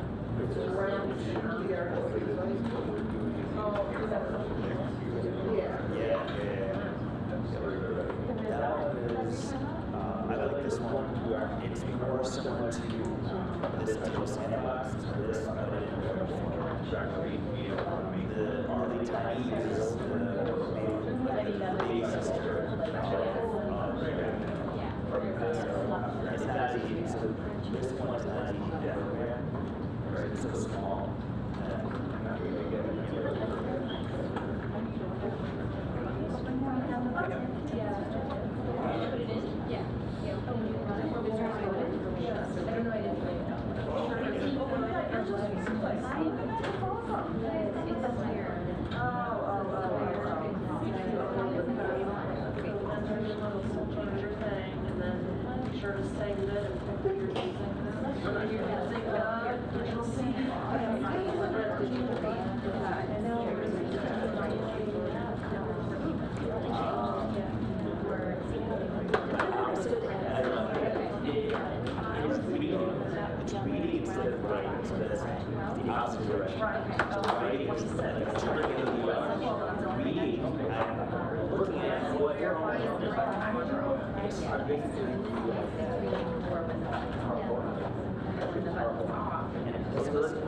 Off is not really the right term.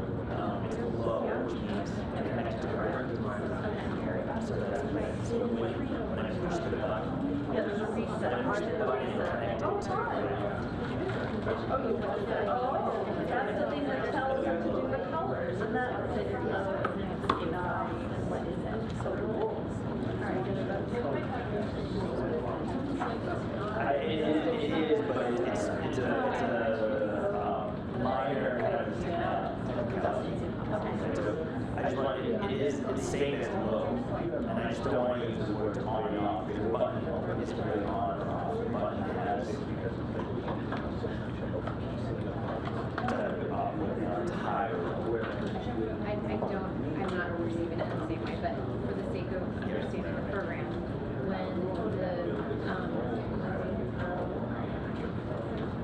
when the delivery is noticing the button is low, right? Then it will move through the various programs. Okay.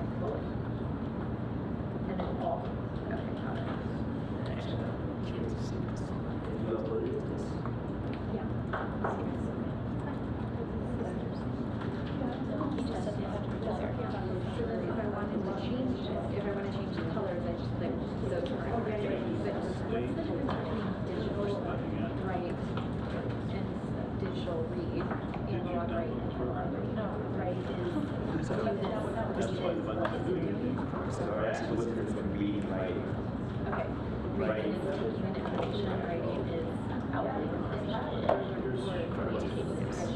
Okay, cool. Does that make sense? Yeah. A lot of the questions do in class. The questions you have are, well, I'm going to go through the code, we'll do a code review together. That's a big part of this. First of all, you guys should see what it does, maybe interpret what you think it's doing, and then we'll talk about how the code works. So, yeah, Karen.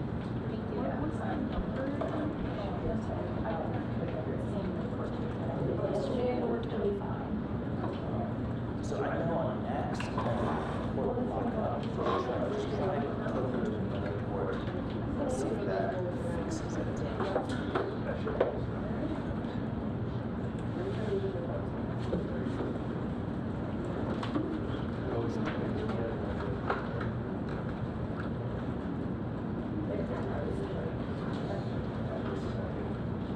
And I don't know why this is funny thing with Macs.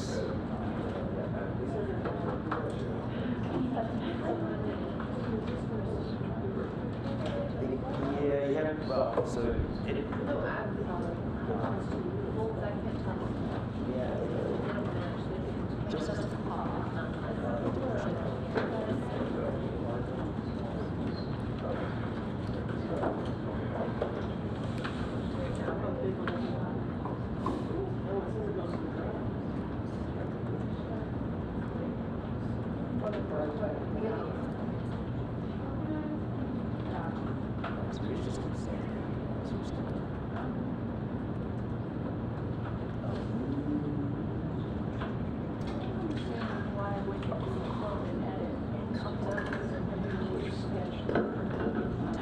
Because that's your sketch number. So it's original. Right. So, I mean, you just made a copy, and now you're not modifying it on its own. I had a mistake in drawing. Able to say. And you shouldn't have to do any changes on it since you just wired it and put it in pin 12. So just Oh, nuts. How I do it? The people have their drawing. I had a mistake in my drawing. Yeah, look at that. It's a test. It was a test. It was intentional. Wow, look at that. So, all right. So, folks that are doing the SIK part, I just want to talk about, and actually everyone should just look at. I'm going to interpret this schematic here, and I'm going to look at this drawing to see if it makes sense. Right? And some people are shaking their heads. Something's confusing. All right, so it says 5 volts is connected to a resistor that's connected to the push button. I'm just going to go straight down, right? 5 volts, resistor, push button, ground. So I have 5 volts that's right here, right? So the red goes to here. Resistor, push button, and then through the push button I go back to 2. I should actually, the other side of this should actually go to, the other side of the button should go to ground. So there should be a wire here to ground. Where should the yellow wire go then? Up on the same row as the button. Right.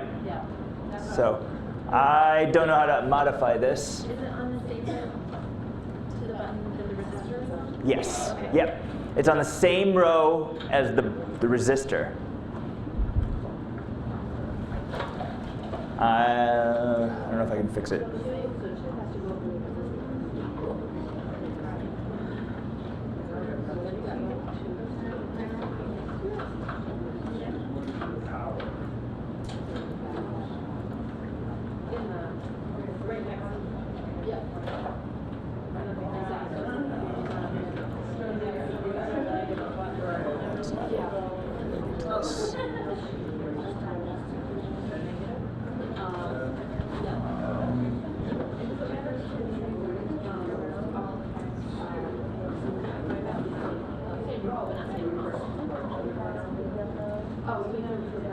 Oh, I know where it is.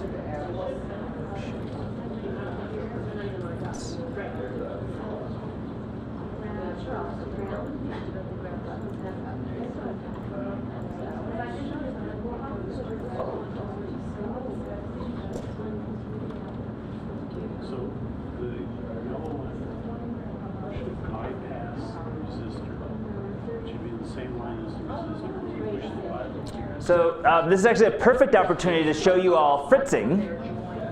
So Fritzing is the program that we use to draw these. This is what the program looks like.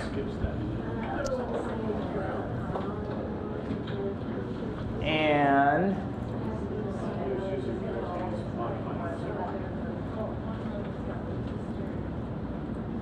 so I'm just going to drag this. I'm going to go to here.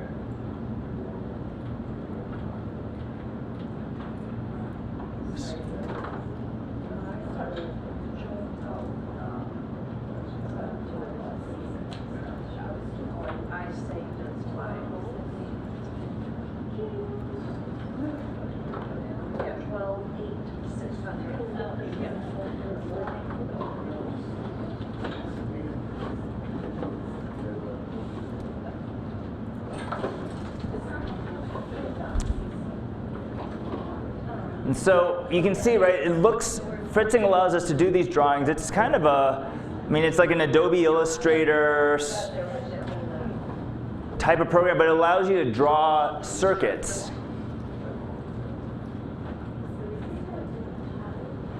Yep, so the resistor connects the positive side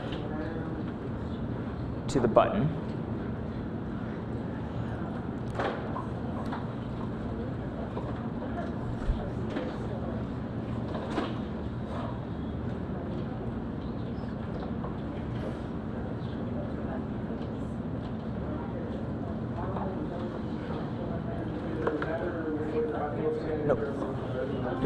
Nope.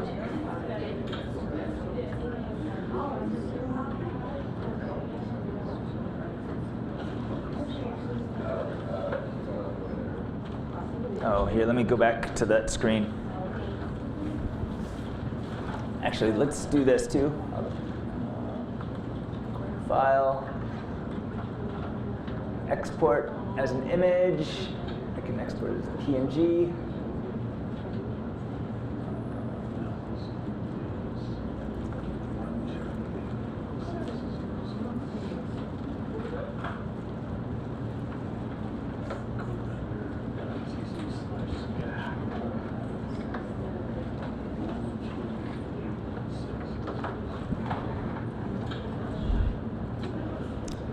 So what kind of phenomenon, what did you guys see when you push the button? Not yet, not yet, not yet. Yes.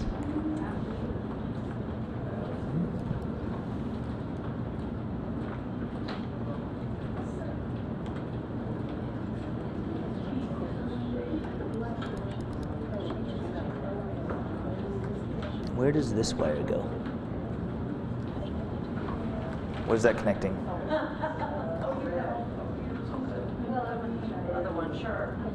It's connecting the leg of the LED to what?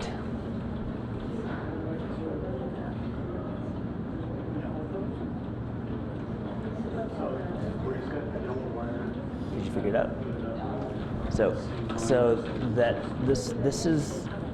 This is red, right? Then I'm going to skip this one. This is green and this is blue, right? Does that make, right? That's what you have connected there through the resistors. This one is connected to the long leg of that LED, which is negative. Where should it go? Yeah? It's which one's negative? Yep. That's one thing.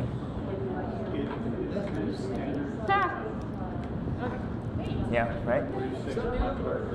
What's that? This is the old drawing. Sorry, I didn't.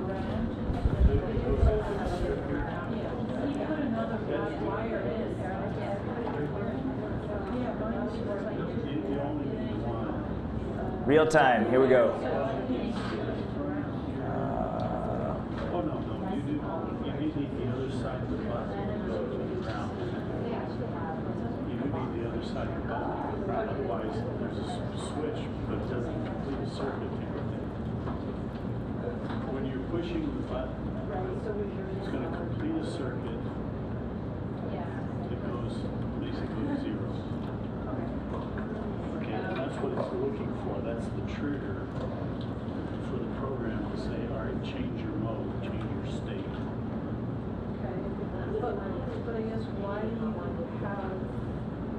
Otherwise, you don't have anything with the other side of the button. Look at that. Real time. Fixed. Oh shoot, it's below, there's Then you don't need your other black wire. cutting off the arrow. What's that? Should I fix it? Is that bothering you? That's a good question. So fritzing is a thing that is quick, right? It's designed to allow you to change these things quickly. Okay, I understand your question now. Yeah, it is confusing, but you put some wire there just to stand, so that you're all. Yep, Fritzing. It's in the lower right corner of the image. Kind of standard, and you can always know that's where ground is instead of trying to look which pins ground.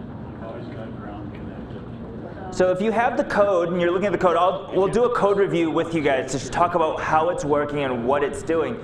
But right now, when you push the button, you see that it increments. It goes through what I call states. It has some finite number of states. It's a very simple state machine. I push it once, it goes into a mode where it displays red.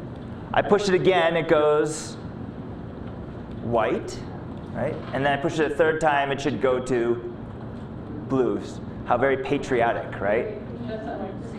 And then you push it a fourth time and it goes off. So see if you can figure out how to change the colors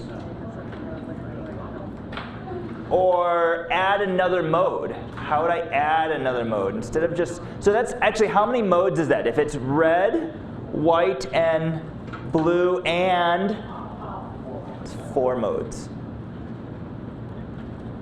So poke around there for a little bit. I just want to make sure everyone's got the circuit running here, and then we'll talk about what's going on.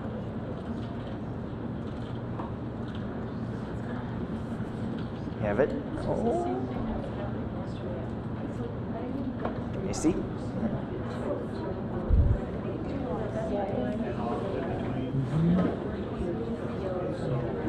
Oh.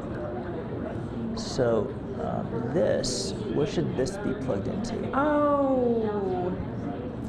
Yes.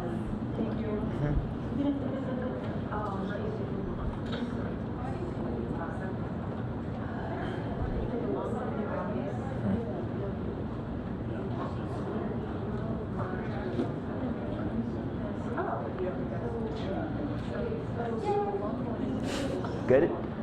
Marge, how are you doing? Oh.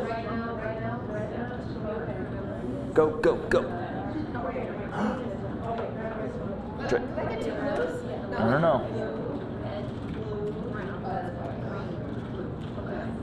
Cool, good, good.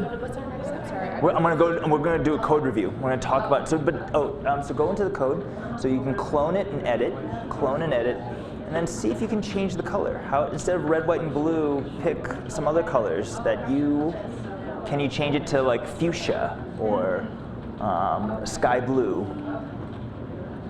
And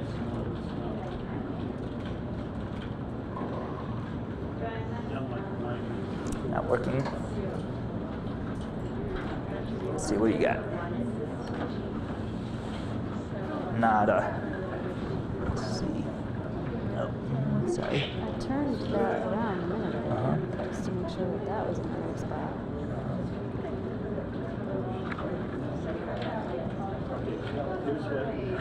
So the button, so if you look at the button, you see the leg is in row number, I don't know if you can see, 18. Yep. Where's the yellow? In 19. But that picture looks like it is above. It's so, right. It's above. The edge of it is above. Oh, I see. But the pin is in the middle of it, right? So the edge is above, but where the legs are, right? So make sure that the legs are in the same row, right? Because the leg has to connect to this wire. Okay. So that's the first thing.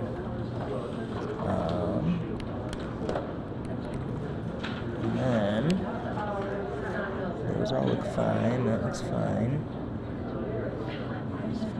I'm just gonna pull this out and just check to see what's going on. So when we were looking at this, right? When we were looking at this last time, the long leg of this. Goes in the third row. Because it's with the brown, right? Which one? With the white. The white. So is that row 3, right? So so it should actually go this way. But it was probably this thing that was a mistake. So 2, 3, and 4, right? 2, 3, 4, and 5. 2, 3, 4, and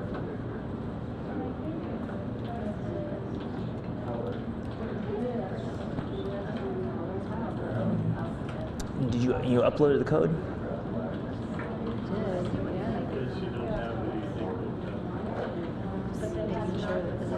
This is my own one that I cloned, but isn't it this the code? Yep. And then you had to change that one to 12. No. Okay, that was for the sandbox. Right. Also, but let's before we just change things randomly here. So the button, what is the button connected to? Oh, 2. Right. These numbers don't matter. Oh, okay. Right. Right. So these right. So it's connected to pin 2. Right. And then the other thing I'm seeing is that the red pin should be 9. Oh yeah, it's 9. It looks like it was 8. Green's 10.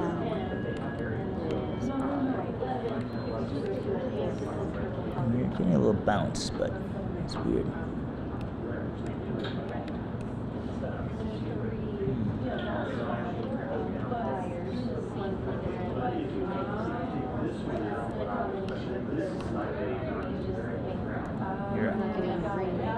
No.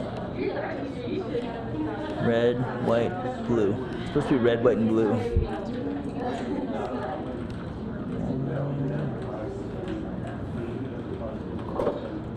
Oh, I see why. If we go back to the drawing, the diagram.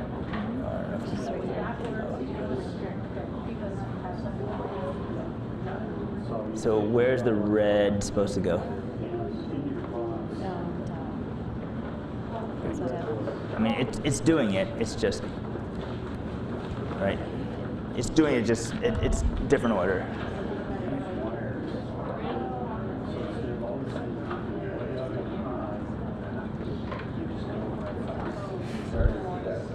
All right.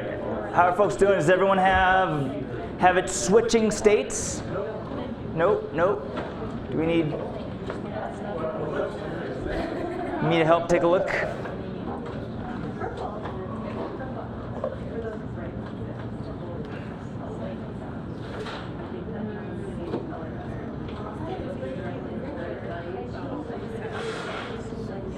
So now instead, right?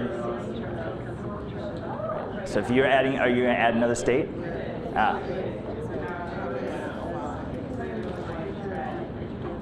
Cool.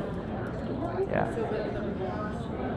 So then the idea is that you want the prog state to cycle, right? It goes 0 through 4 and then back to 0, right? So that's the cycle, but then if prog state, then it still evaluates this part, right? Yeah. So when it goes back to 0, it actually goes back to red. So it Yeah. doesn't restart here. It actually No. So that's 0. Yeah. So that's 0. That's 1. Is it 1? One should be white. Interesting. Huh. I can put a digital right in there and just double check that, right? Well, those are, that's no, I mean that, what you can do is serial, you get serial.print. ln, or do print ln, just, and then put progs or state. And I would actually do that outside the if, because it'll only, well, that's fine. Yep. Okay, that's fine. It'll only print it when when it's 0. Oh, So, I see what you're so- saying. No. Just outside. Yep, just outside. Yeah. I mean, that's probably a good place to put it too, but. So it's like this makes it a lot easier for their wiring. All right, make sure you put a semicolon at the end of that. And then you need a serial.begin in your setup for that to work. Serial.begin 9600. This would be good in practice for Yeah. Right, right, yep. And so it's good practice for reading code. Mm-hmm. Yeah. I mean, I don't know how to. Right, right. But even this, yeah, right, yep. Were those wires in the digital box, or they're just in the box? These are just in a bag. And there are some small circuit boards in that. And All right, so I want to do a code review with you guys because this is the biggest part of, you can, like I said yesterday, we can take code, I can take example code and I can upload it to the board. And voila, I'm done, right? But if I don't take a moment to kind of dig through the lines of code and try to figure out what's going on, well, there's not a lot of learning going on. So I want to make sure that we're making sense of how this is cool. I push the button, it goes red. I push it again, it goes white. Push it a third time, it goes blue. Right? That's cool. And I can probably manipulate it. There's that kind of tinkering mentality. But I also want to understand a little bit more. So on the left is this block diagram of what is going on in the code. And they're just blocks, right? We would call it pseudocode. We would call it just a system diagram. So in the loop, we know the loop's just going to happen over and over and over again. It happens repeatedly. It's going to read the button, right? So did you push the button? It's then going to check if the button got pressed. It's going to advance this thing called a state variable. If the button's not pressed, you're not going to do anything. You're only going to do something if the button gets pressed. And then it's going to check the state variable, and it's going to do something. Does that kind of make sense as a process? Yeah. And maybe it's on a list somewhere, but how do you know what command to use at button state? Like, where is that on that list? Yes. Okay, that's fine. That's a great question. So the left side is the process. And before we get into the nuances, the details of why did I call it button state, why did I call it this? That's a great question. But I just want to make sure that if this doesn't make sense, then the syntax doesn't matter, right? We want to make sure that we understand this loop. The loop, we read the button, we check. This is an if statement. If the button's pressed, we're going to do something to the state variable. And then we're going to check the state variable. This is going to be another if statement. So if the state is 0, do this. If the state is 1, do this. If the state is 2, do this. Right? This is another if. And in flowcharts, this kind of a diamond is usually used as a if. Right? It's a decision. If it yes, you go to the left. If not, you go straight down. Or maybe I have it reversed, but it doesn't matter, right? It's a decision, right? You have a fork in the road.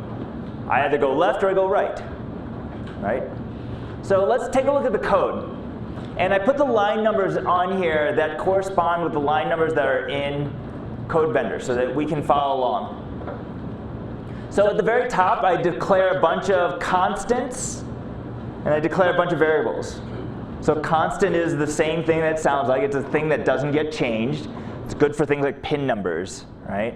And so people who did this on the digital sandbox had to change, which button do I push? The button pin from 2 to 12. Only if you had this on the digital sandbox. If you did this on the wiring one, well, you'd have to then, you change it to 12, then this yellow wire doesn't go to 2, it goes to 12, right? All right, so then the setup seems pretty straightforward, right? Pin modes. And then in the loop, this first line 47, what am I doing at line 47? I'm reading the button state. And so now I want to answer that question. The word button state is a variable. I made up that name. I could have called this Jerry if I wanted to. And I declared that up on line 31. Right? I declared a variable called button state. I just want to know, is the button pushed or is it not pushed? And I tell students, you can name your variables whatever you want. And as you get tired, sleepy, the names start getting funnier and funnier and less appropriate. But as a good programmer, it's really important to use variables that make sense, right? Use the names that make sense. Could you call button pushed or not pushed?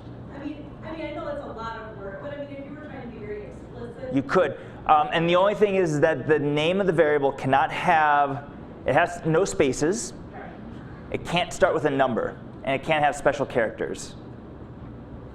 It's not that many rules, but right, it can't start with, it can't have a question mark, can't have a hashtag, you can use underscores. That's the only special character that I think I know of you can use. Yeah, and you can't use any keywords. You can't, I can't name a variable pin mode, right? That's really confusing. Two things. Number one, I could name it like pin mode for me, which then isn't the variable. I could do that, yeah? Correct. Why I want to, I don't know. Secondly, does the state, like I noticed button state and voice, does the state have to be capitalized? No, that's a good point. Yeah, so, and this is a technique that a lot of programmers use. It's mimicked after an animal that has a hump on its back. So they call it camel case. So they name this camel case. And it's just a way of, like, when I concatenate two words together, if I don't capitalize the second word, sometimes it's harder to see. So you'll notice that a lot of times. So, and it's just I do it a lot. Button pin, red pin, green pin, blue pin, button state, prog state, right? Just it's a habit that I use, and I try to show. It's good coding practice. So does that help answer what, right? So, but the command that I did use, this is a known command, is I use to read the state of the button. I do a thing called digital read. Digital read is going to look, is the button up or is it down? Is the button, and digital, remember when we were doing digital write? Digital write is either high or it is low. Is it high or is it low? And so here then, line 50, I'm checking. Line 50 is the same as this part right here, right? I'm checking if the button is pressed. Now, when I push the button, the button itself is physically down, right? But why is it low? Why is it low? So I'm going to go back to the slide before this. Actually, I'm going to go one slide before. So when I push this button, I'm connecting pin 2 to what? To ground. When I push the button, I close the button, I close the switch, I am connecting that thing to ground. When it's up, when it's open, the default state of the button, what is it normally connected to? 5 volts. So it's normally high or on, right? And I'm careful with the word on and off because the button doesn't really, it's not on or off, but it's either seeing a high or it's seeing a low signal. And this resistor, we call this a pull-up resistor. You'll hear that word used around the things in the vocabulary. It's called a pull-up resistor because it's pulling the state.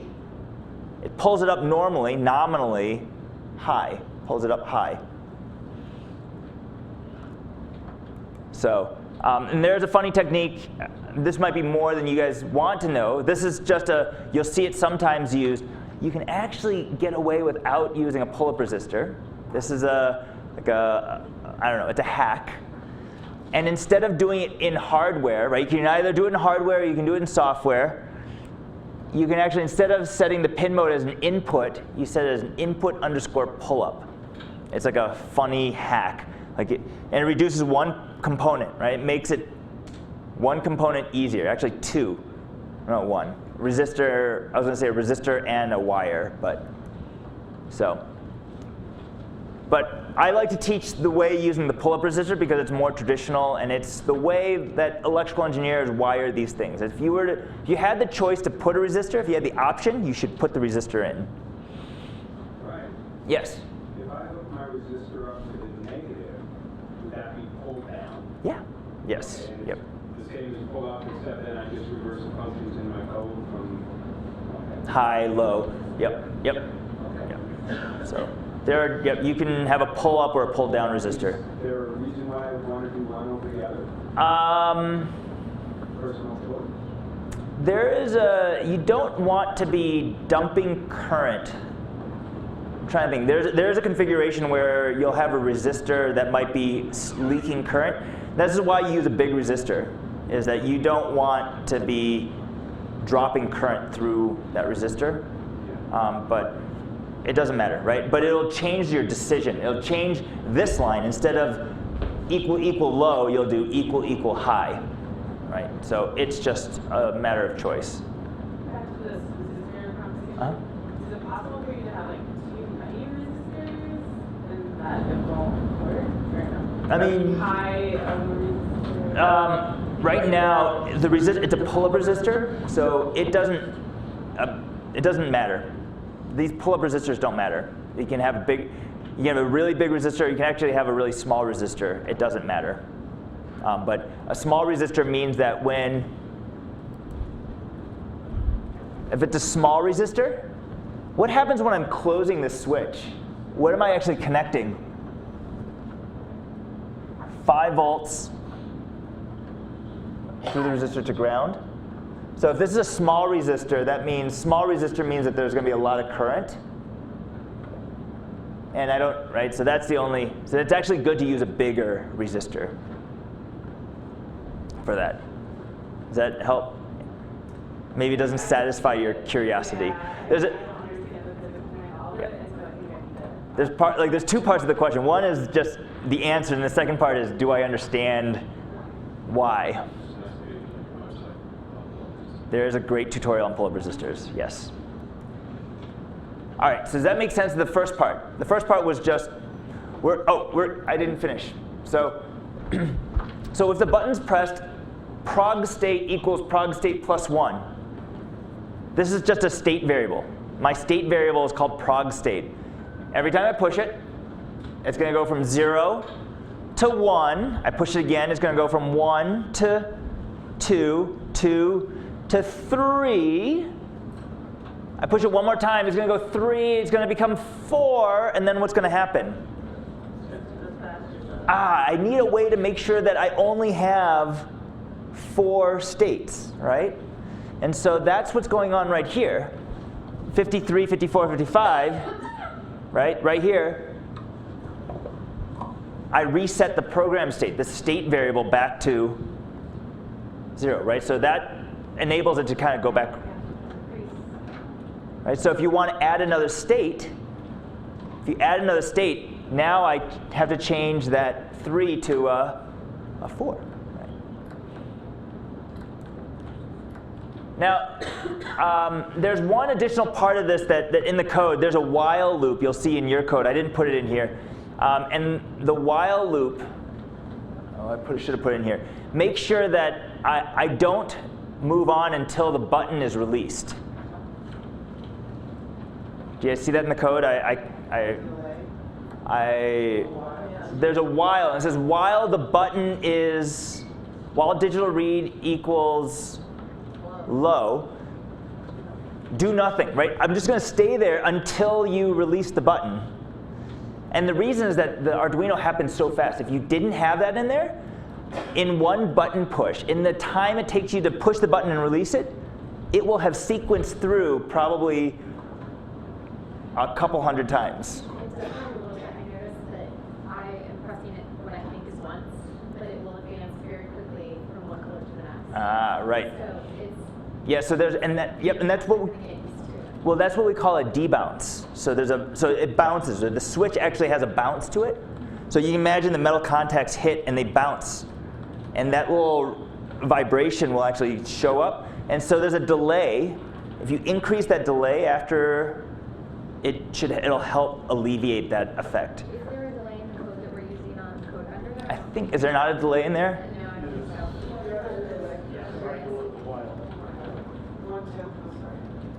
Oh, okay. So, and maybe we increase that to, I don't know, 0.2. Right? So these are all infinitesimal amounts of time that to us don't, right? Are imperceivable, but it makes a difference to the microcontroller. When I took the delay out just to play with it, Yeah. the only thing that went missing is the off state because it's Oh. too fast. You don't see the off state. Interesting. Cycle through the 3 colors if you press it quick. Yeah. Interesting, right? And that's kind of a fun thing to play with. I was actually making this comment to someone the other day that the microcontrollers give us as humans superhuman powers, right? It allows us to control things down to the millisecond, right? Boom, boom, boom, right? We're seeing stuff and affecting stuff down to the millisecond.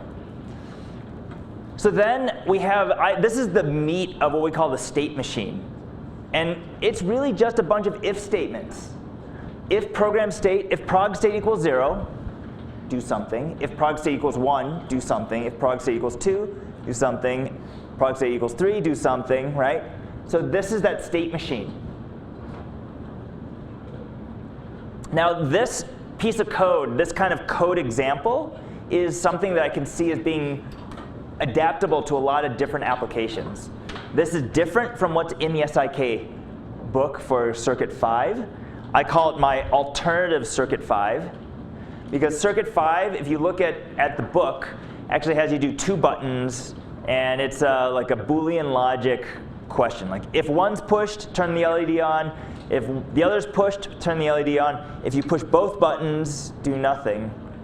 That's kind of neat from an academic standpoint. That's kind of neat. I could talk about some Boolean logic, but from a practical standpoint, I feel like the state machine, something that you could probably see, like maybe think about your light sculptures.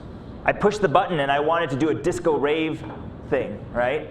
Push it again and I want it to be a nice soothing night light, right? Push it a 3rd time and I don't know, it's like sirens or something, right? But you can now control your night light and you can give it modes. You can give it modes with this same kind of skeleton. Does that help understand what's going on in the code? Cool. All right. It's 12:11. How are folks feeling? Is this a good point to break for lunch? Always.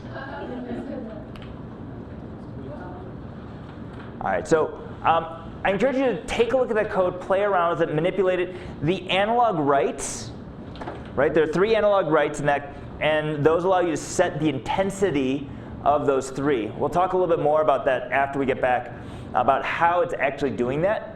And that's kind of an interesting, like going deeper, right? We want to go deeper into what's going on. But I don't want to be in between all y'all and lunch. Always. But let's break for lunch, and we'll start back up at 1:15. We'll just round up, give you guys the extra 4 minutes, 3 minutes.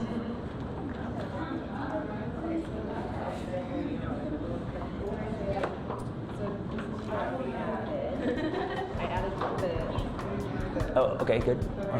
And then.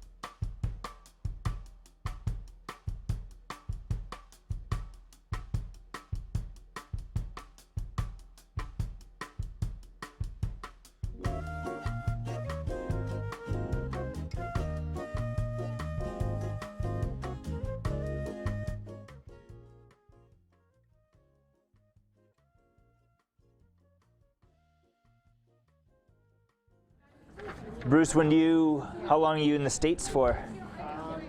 We go back to Canada the 29th. Okay. But we're going to drive our stuff across the border this year.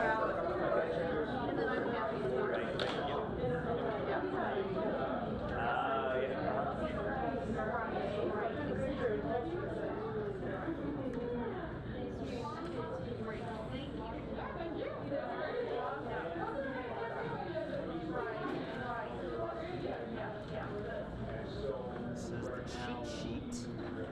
So this is what people are dying to see. How do I know where the commands that I can use in Arduino? Do you want to keep? You can keep them if you want, or yeah, if you'd like to keep. If you don't want them all, I'll file them away. Yes. Oh yeah, it's alright. Yep, of course.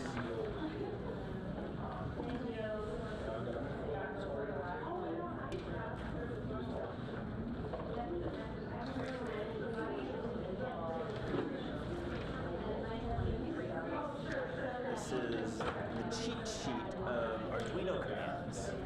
Right, so this, not all of them, just the most common ones that we use.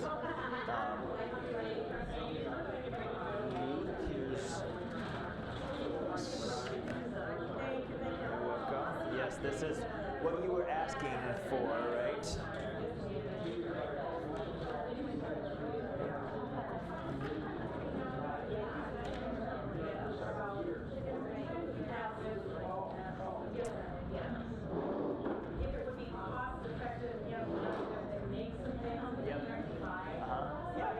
Yeah, it's generally speaking, it's more expensive to make it than it is to buy. This is like, and people are like, oh, I'm going to save a whole lot of money to make it myself. It turns out, unfortunately, because of the economies of scale, right? But you learn. Yeah. It's hard to find. It is. Yeah. Yes. Yeah. I'll put this in the cheat sheet.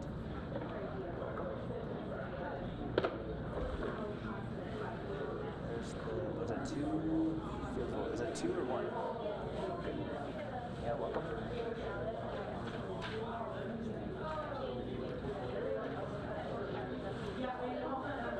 How are the birds? Did you see the pigeon? Did anyone tell you about the pigeon? There's like a pigeon yesterday. Yeah, is it still there? I don't know if it fell or no, it was just.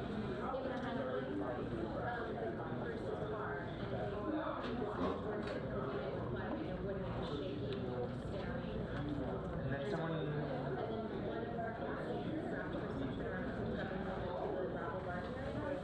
They put a dog hole.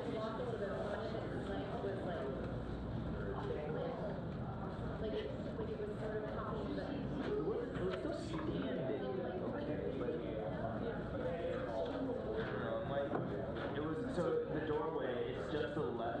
Facing the building, it's just to the left. I guess if you're facing out, it's just to the right. But yeah, they put a water bowl there to, at least it gets water. Like all living things need water. Okay,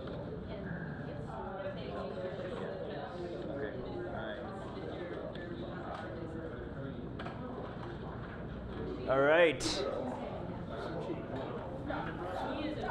Are we all back? Wait, buddy. Don't encourage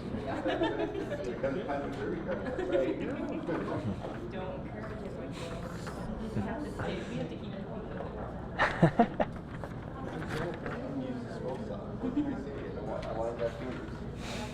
Scroll saw? Dangerous. My like 9-year-old, yeah, he doesn't get to use it. Scroll saws, yes. Yeah. So I handed everyone the Arduino cheat sheet. This actually started first, and then I took this as an example, and I created the processing cheat sheet from this. And it's, there are a lot of commands. There are a lot of things out there.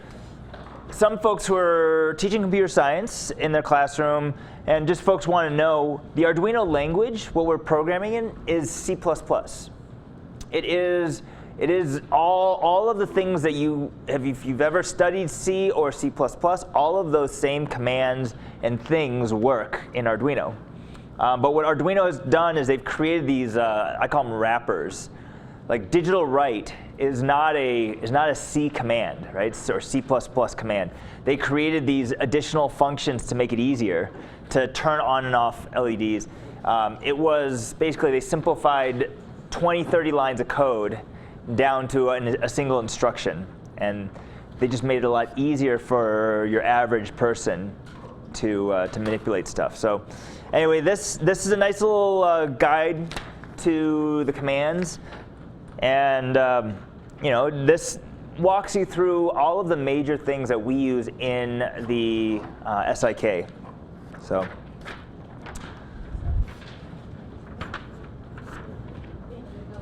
Yes.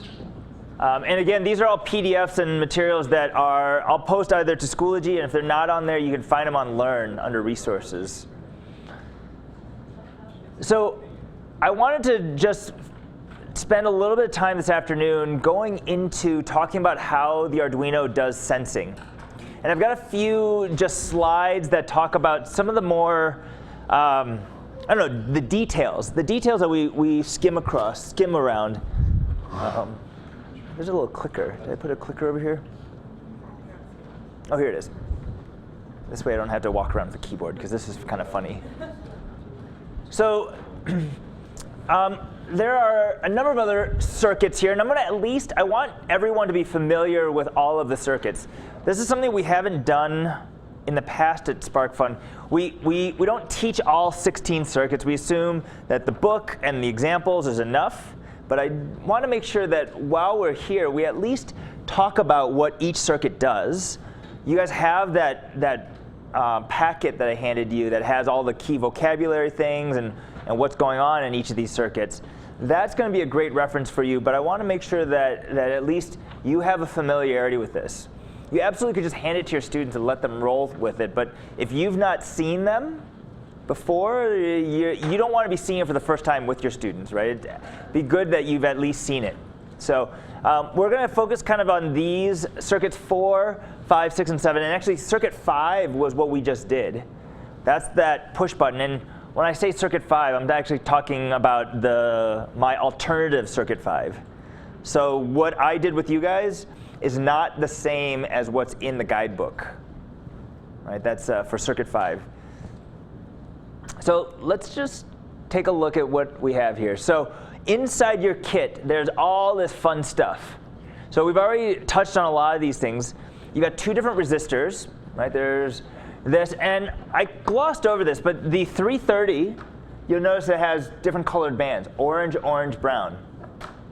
Right? Orange, orange, brown. And then there's a gold band, and the gold means it's a 5%, plus or minus 5% is the accuracy. The 10K has similar colors, but it's brown, black, red. Or is it orange? Brown, black, orange. Red? Red. Brown, black, red. Red. And it's 10K. Right? And the colors do indicate numbers. Brown is 1, black is 0. And then, what's it? Red. It's orange. It is orange, right? 3. Times 10 to the 3rd. And then it's the 2 numbers times 10 to the, so this one is 3 times 10 to the 0, times 10 to the 1.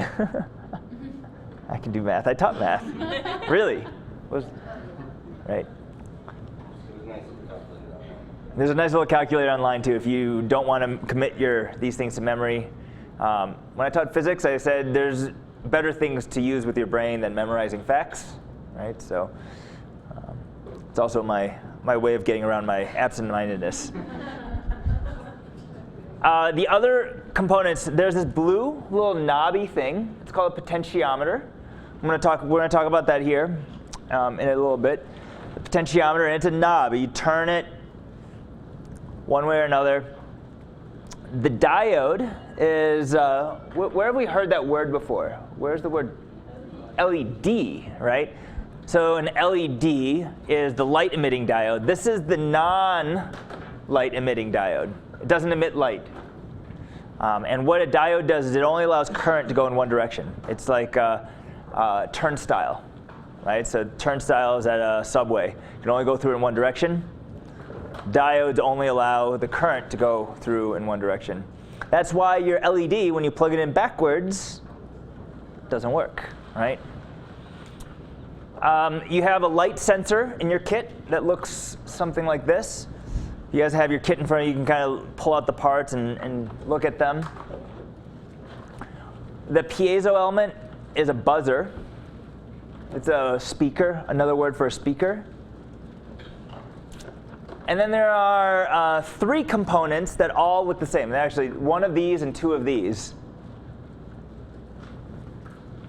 One's a transistor, and then the other one's a temperature sensor. And they look exactly the same, almost exactly, except for if you hold it into the light, you kind of tilt it back and forth, you'll see one of them has the letters TMP on it, and then the other one has a bunch of 2s. Right? I think that's the part number. The part number is 2N2222. I thought it was a joke. The first time I saw it, I was like, that can't be right. But it actually is a 2N2222. So you just, and it's printed on the black. And it's actually not white. It's like black on black, which is really, really hard to see. But if you hold it against the light and tilt it back and forth, you can kind of see which one's which. There's a DC motor, a standard DC motor that we'll talk about how to spin. Probably more about that tomorrow. The push button we've already used, right? And then there's a few other fun things in your kit. There's the flex sensor. And the flex sensor is really a resistor. It's a flexible resistor. So as I flex it, as I bend it, the resistance changes. It actually only works in one direction. So you bend it this way, the resistance changes. You bend it this way, and you break your finger. Right? So it's only designed to bend in one direction. If you guys, actually, does someone have the flex sensor out? Can I? Yep. So this is the flex sensor. Something in the circuit, the kids oftentimes take it and they fold it, right? Tell them this is something that needs to be this is something that we're going to use, and we're going to use again, and other students are going to use this kit. This is not something to bend or crease or fold. Right? It is a sensor, and once you crease it, you've broken it, right? So it's designed to be flexed like this, right? And it can be, the way they test this is actually they wrap it around a pencil. So it can handle pretty tight radius, but you don't want to crease it, right? So, and it bends in this forward direction. And you'll notice I'm also holding it at the base. This is a key thing to emphasize for your students is to hold it at the base when they bend it. Because if you hold it down here, there's these metal tabs, and you could break the metal tabs off, right? And the sensing part, you can guess is it's in the thick part of the sensor, the sensing part of this. So the other one that looks very similar, instead of having 2 prongs, it has 3, is the soft potentiometer. It's like the turn knob, but you slide your finger back and forth on it. There's a servo motor that allows you to move things. It's another type of motor, but it moves from 0 to about 180 degrees. It has this thing called a horn on it. These are used a lot of times in like RC cars and airplanes. You can use it for creating flaps. I use this in a project that we're working on for our Arduino book for building a greenhouse. So you have a greenhouse and you've got a vent on the top, right? When the temperature gets too hot, I open the vent. Another really common experiment or project that I see students do is building a chicken coop. So when it gets dark, you want the chickens to go inside the coop and you want to close the door, right? And then when it gets light out, you open the door so the chickens can come out, right? So kind of a fun little thing. Hopefully the chickens get inside the coop before you close the door. Right. It's remarkable. So I didn't realize that chickens really do this. They go in at night. They know exactly where they're going. It's kind of I was like, they were running around my backyard, and I was like, do I need to shoo them into the coop? Like, it's getting dark. It's starting to set. The sun's starting to set, and I went out, and they're all inside the coop. I was like, that is weird. So weird. Obviously, there's the Arduino, our Breadboard, the SparkFun Breadboard. And then there's a couple other things. This is called a relay.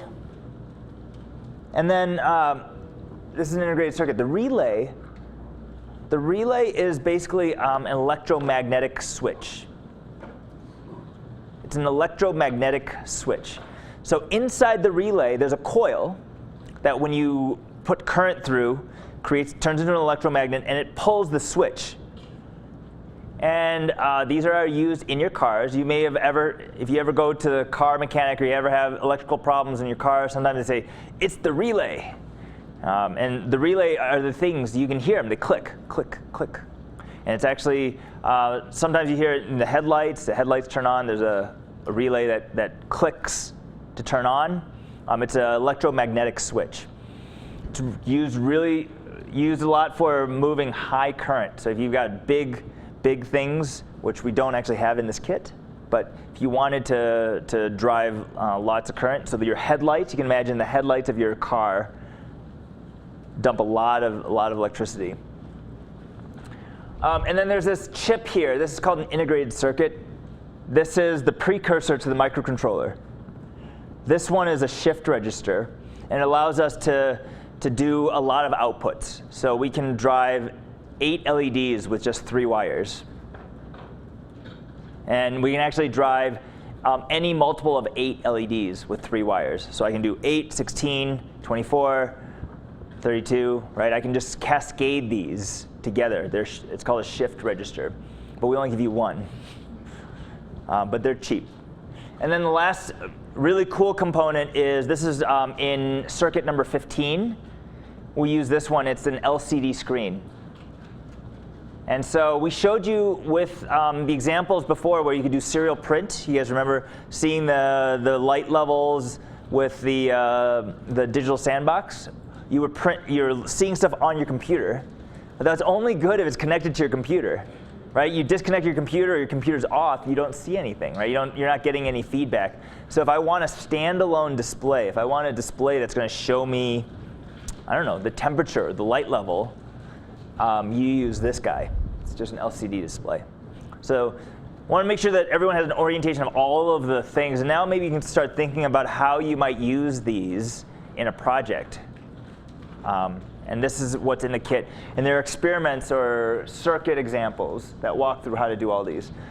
The LCD has 16 pins on this header right here. If I count, right? 1, 2, 3, 4, 5, 6, 7, 8, 9, 10. Trust me, there's 16, right? There are 11 of these 16 that have wires going to them. So of all of the circuits, we purposely, the circuit 15 is probably one of the most complicated in terms of wiring. But it's probably one of the most useful ones to have earlier on. It's kind of a hard balance of where do we introduce this? Do we introduce it earlier because you could use it? Or do we introduce it later because it's complicated and there's a lot of wires? You just have to be very, very methodical. A lot of folks that are seeing like where they're off by 1 row, if you put a wire in 1 row and you put the other wire in the row below it, they're not going to be connected, right? Right. So you have to make sure this is one where you just have to be very, very methodical and check each wire.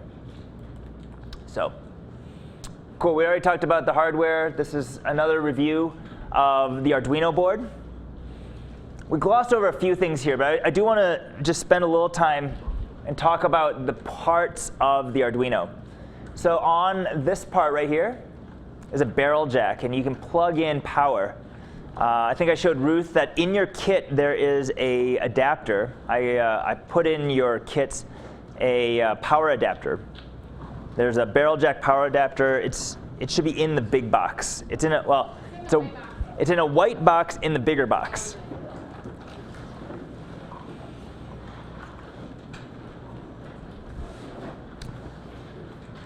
And it's a 9-volt adapter. So it's producing 9 volts. But our whole system is a 5-volt system. So somehow it's got to get from 9 down to 5. And it's this chip. It's this chip right here. I can't reach that high. Right here, next to it, you can actually touch it. It's the voltage regulator. It's what actually will take the 9 volts and drop it down to 5. It does get a little warm because it's obviously dissipating energy. You're taking 9, dropping it to 5. So it does get a little warm, but that's the chip that's doing the job. You obviously can plug in the USB. We've already learned that. Reset button, same as on the digital sandbox. There's a reset button on this one. And then we've started using all of these pins on the right side, right? Pins 0 through 13. And then there's a ground up here. But are there any other grounds on the board? Right? There's actually 2 over here. They're all the same. We just provide options, right? Whichever one is closest is the one you should use. It doesn't matter. What was I going to? Oh, I was going to talk about all these pins can be used, and I think there was at least one person who tried using pins 0 and 1 for their light sculpture. And if you look next to 1 and 0, there's a TX and there's an RX next to it. And when you're programming the board, these 2 LEDs where it says TX and RX, they flash back and forth, right? That's the data that's going. The data going to the chip actually comes on pin 0 and 1. So if you have these connected while you're programming, it won't program. You have to disconnect it. You have to at least disconnect pin 1. Was I right? I don't remember which one it is, but just as a good habit, if I have anything plugged in here, I just unplug them while I'm programming and then plug them in immediately after. It's one of the things that may happen. Can you program it for those pins that you want to? If you had a USB to serial adapter, yes. And so basically, you could, if you were able to, with a button, do 110, 110, 1111 in however fast it has to be through there, you could program it through those pins. Yes. And then on the left side, this is where we're going to spend some time today, this afternoon on. This lower half here is for analog inputs. This is where you can read sensors. If you guys remember on the digital sandbox, there were 4 analog sensors on there. The slider, the sound, the light, the temperature. Right? Those were the 4 analog sensors. Right? There was and then a button and then a switch, but those aren't analog. Those are like binary, right? They're digital sensors. But we use these, right? That's when we were saying analog read A0. That's the A0 pin. A1, A2, A3, A4, right? That's these things here. And then there's some power pins here that are used if you wanted to power another circuit, or if I wanted to use this for a reference voltage. You'll see that there's 5 volts, there's ground, and then there's actually a 3.3 volt on here as well. And so these are different reference voltages. There's some digital logic that uses 3.3 and some uses 5. And what do you think VIN stands for? Vehicle identification number. It's not that. Voltage in, right? So whatever I'm plugging into here, right? So your wall wart, your wall adapter produces 9 volts. So if I want the unadulterated 9 volts into something, maybe to spin my motor or to do something else, I can use this pin right here. So that's kind of an overlay of the whole board. So this voltage or like this port Mm-hmm. you're talking about, so if we were to disconnect it from the computer and plug it into the wall, Mm-hmm. would it still run whatever those preset voltages? Exactly, yeah, right. This actually goes back to that question of the difference between a microcontroller and a microprocessor. This microcontroller can only have one program on it. It does one thing really well.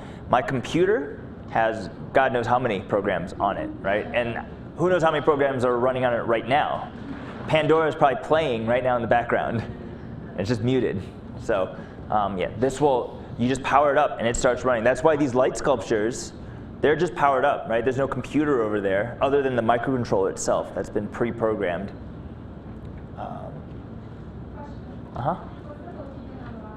The what? Pokey thing. Oh, this thing here. It says ISP. ISP is called an in-system programmer. So there is this is the way that the hardware engineers program the board. So these 6 pins. So Ben, you're David. David, Ben. In like kind of relative positions here. So these are used these are what you would use to program the chip directly. And those are all, there are a bunch of signal lines on there that you would use. So, other questions about what's on the board? It's funny that this is the brain, but this chip right here is actually bigger. And that's the FTDI chip. So you guys have taught, some of you guys I told about the driver that the Arduino uses is made by FTDI, this company called FTDI. That's the chip right there. And it's basically like the printer driver, right? It's the computer USB printer driver that works on there. Cool. Same slide. Great, great, great. We already did this, right? There's only one setup, one loop. The setup runs at the very beginning, just like in processing. The loop happens over and over again. In processing, I said it happens 60 times a second. In Arduino, we're at 16 megahertz, right? So each instruction takes roughly, whatever, right? 62 nanoseconds to operate, right? Superhuman abilities. It takes the loop, so however fast that equates to for the loop. It repeats over and over and over again. I threw these in here just as a reminder. We've been just kind of beating these in, right? We just use them over and over again. That was what we've been doing. It's digital write, right? We can turn things on and off. A good friend of ours said that he ran this workshop with some biology teachers and or field biologists and showed them that I can turn on and off a light in a certain pattern for over and over again. And they were like, wait, I don't have to actually physically go over there and flip on the light and then make observations and then walk away and turn off the light. And they're like, this is like revolutionized the way they do science, right? Just this ability to control stuff. They're like, and they're, field biologists are just, he said that they kick trees, right? They kick sticks and they make observations. And now they can write a program that kicks the stick in a very predicted manner in a perfect frequency, right? Like, and then they can make real observations. They can set up a camera that watches these things. A note about variables. We've been doing stuff with variables, but we've only used one kind of variable. What's the type that we've used so far? Everything we've done is called an int. It's like the medium-sized cup. It's the medium-sized bowl of porridge. It's the best size that fits almost everything. Turns out you can actually use a smaller size cup that's called a byte, which is only 8 bits. Smaller, but it limits. You can only do things that are smaller size numbers. So smaller numbers, byte. Medium-sized numbers, up to 65,535, or plus 32,000 minus 32,000, right? There's a range for 16 bits, and then 32 bits. I don't remember what that equates to. It's something in the lots of zeros, right? And obviously, why would I want to use an int instead of, so the equivalent of an integer is a long. It's still an integer value. It's called a long integer. Why would I use an int instead of a long? Save memory, right? This chip doesn't have a ton of memory on it, right? It's low power, right? And you may, if you have lots of things that you're keeping track of, well, you want to make sure that you're not being wasteful. And the last one here is everything we've been doing is whole numbers, right? This is actually an interesting thing about computers. Computers are really, really bad at doing decimals, right? They can do whole numbers really well. It's just counting. Everything in binary is just counting. And so I can count in whole numbers, but when I had to deal with decimals, it's not as easy. So the decimal type is called a float. It's a floating point. And the floating point variable also requires the most amount of memory, right? So it's slow, and it requires a lot of memory. So we usually try not to use it unless we absolutely need it. This is it. So I don't have to memorize these things, right? And it gives you just a range of values of what size numbers these things can store. So the color, or the value I use when I set the brightness of the LED, which one of these does it fit into? What's that? It's a byte, right? Right, it's a byte, because it's 0 to 255. Okay, so you think as a character going, it seems like that should go, because it's the range. Do you see that? Yeah. And do you see that these are actually the equivalent number of steps? Right? So if you count 0 as an actual step, right? 0 to 127, and then -1 to -128, right? That's the same number of increments. And that's why you'll notice that the negative side is actually one bigger than or one larger. Is that the right way to put it? One larger than the positive direction? No. And look at how big the long, right? 2 million billion? 2,147,000,000. Not really important, right? It's a big number. Decimals, right? So the float. And because floating points actually use this crazy scientific notation thing, it can store all of these digits of significance times 10 to the 38th. Right? So really, really big numbers with really, really large numbers of significant digits. Right? This is also why it's slow.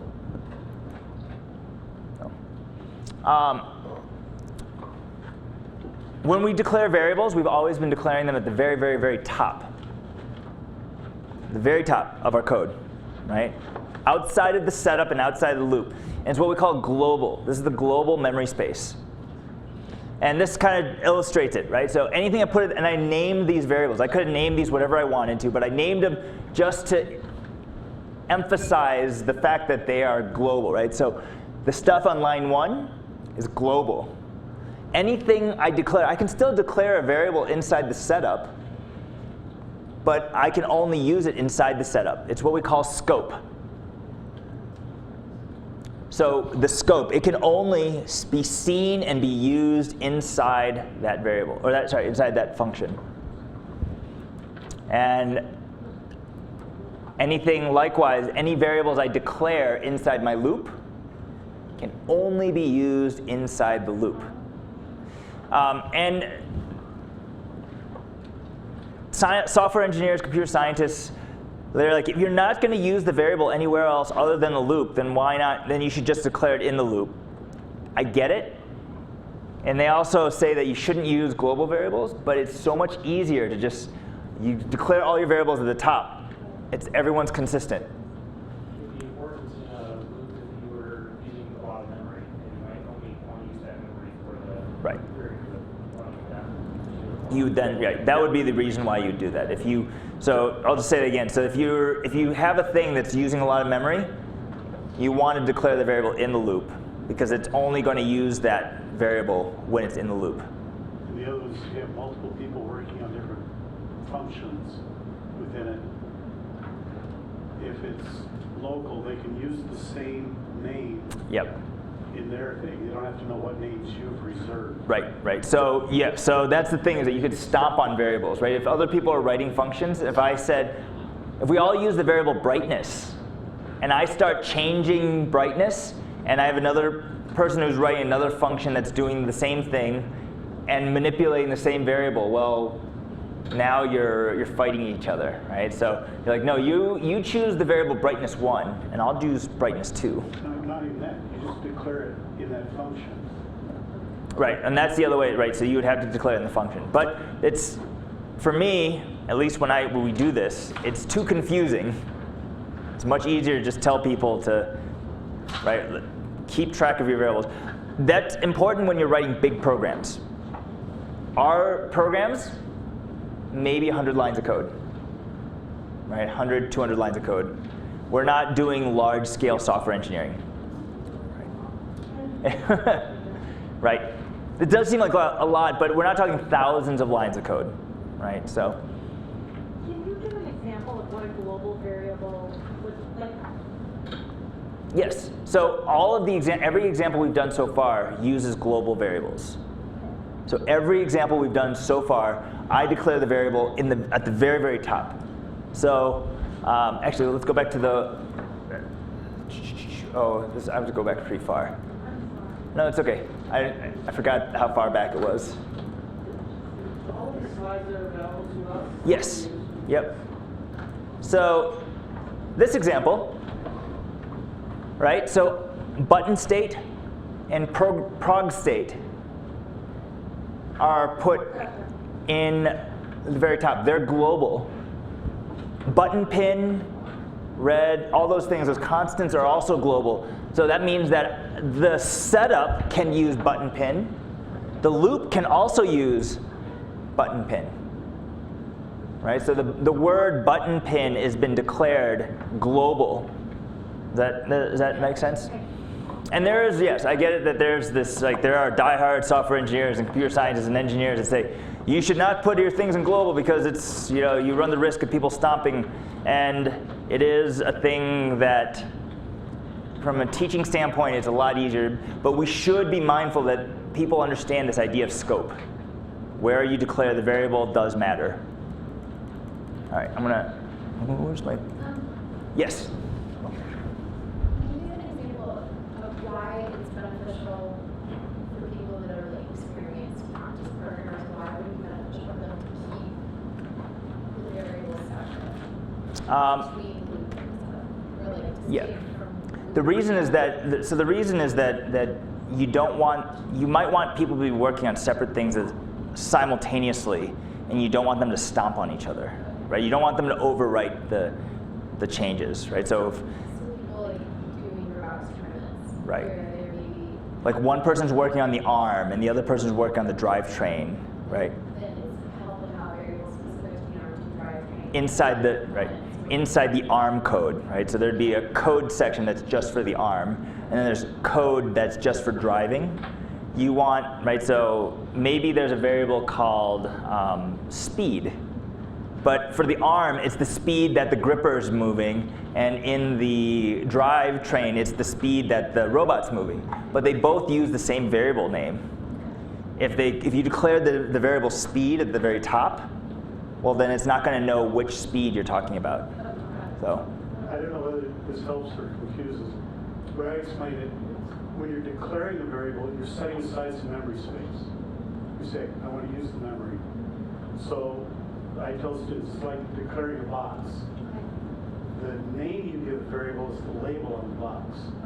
And everything that goes inside the box. And the function looks at one end of the box. There actually is a way to have a different label on the main program sees. But it sees, its own name for that box. Yeah. And when it's through with the function, it releases that memory space until it comes back and uses it again. So I need some memory again. Yeah. So, I go back to where we're talking kilobytes of memory. The Apple II. Before that. Right, 15 years before that. Thank you. Yeah, does that help? Yeah, that's great. Good, awesome, cool. And this is what's interesting is that this Arduino has 10 times the power of things like the Apple II, right? This is, in terms of its pure computing power, it obviously it can't display it. It's not a computer, right? It can't do video, it can't do these, but the speed that it operates in and the number of bits that it can manipulate are 10 times more powerful. Cool. The other thing I wanted to talk about was this, and a few people kept saying, I don't understand this idea of ground. What is ground? Why do we keep having to tie things to ground? And it didn't actually occur to me until I was like thinking about this. We draw circuits this way, right? We say a circuit is a circle, right? Got my battery connected to my LED through a resistor back to the negative part of the battery. Circle? Not really a circle, it's more of a square, but right, circle. And then we say, this is my circuit. It's a circle, right? Not a circle at all. I don't see this in this. But it's the same correlation. So I'm going to just take a look at this drawing here for a moment. Because pin 13, when I set it high, when I do digital write high, is the same thing as connecting it to 5 volts. The LED goes to the LED through the resistor back to ground, and ground is the same thing as low. Ground and low have the same meaning. These are the, right? This is that connection piece of the circuit. How the circuit, when I draw this, it's really this. Does that help for some folks? I wasn't looking at the gesture you just made for that last part. Sure. So this is the circuit, right? So positive goes through the LED, through the resistor, back to the negative side, right, of the battery. Here, pin 13, when I set this high, is the same thing as the positive side of the battery. It's the 5 volts. So now I have 5 volts through this, the LED, through the resistor, to what we're calling ground. And ground is the same thing as low. These are equivalent drawings. Now, if it's just one LED, it's not a big deal. This is actually not that terribly difficult to draw. You can draw this, it's fine, right? But this is cleaner, right? This is simpler. And what we do is when one LED is fine, but what happens when it's not just one? It's 4 LEDs. Imagine I would have to do, right, lots of circles. It gets really, really messy very, very quickly.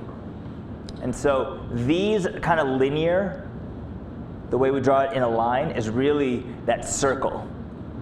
And you'll notice that they all share one thing in common. Right? Every circuit returns back to ground. We sometimes call it the return. What's that? What are the 2 arrows on the right? These here? What do you think that indicates? What does this device do? It's an output. It's an LED. Those are the photons. Yep. Actually, someone in the comments, we're streaming this live right now. Someone in the comments mentioned, I think one of the drawings I had didn't have these on there. And if you don't have these on there, it's just a diode. Right? This indicates it's a light emitting diode. Alright, so now I understand what you were frustrated with when I was insistent on conceptualizing high, low, like on and off. Mm-hmm. So the high and low are really just, it's 5 volts and ground are really this idea. And that's, right, does that help? Yeah, it does. Thank you. Yes. So there's a lot of different ways, and it's like the kind of the physics person in me is that want to make sure that the conceptual, we're getting at that. So we have a great solderless breadboard tutorial that is a fantastic reference, and I shortened the tutorial. So we have a shortener that allows you to just type in sfe.io/T and the name of the tutorial, or the number of the tutorial. So T47. Right, we did a lot of stuff there, and I feel like the students, at least I've worked with in the past, they can look at the drawings, and it's like a monkey see, monkey do, and zeros going through their head, right? But until you spend some time going beyond the SIK, right? So I'm going to build my own circuit. I'm like, well, I don't have any more room on my circuit to put another LED. Well, you're going to have to move stuff. You have to move all those things closer. Well, like, I don't know. I don't know what's going on.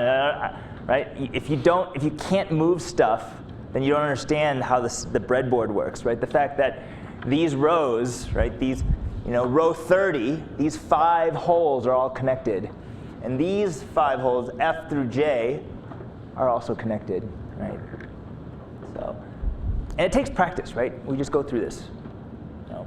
Can I ask an assumption? Yeah. I should just watch the breadboard video probably, but should things move sequentially as they do? Like, if you're,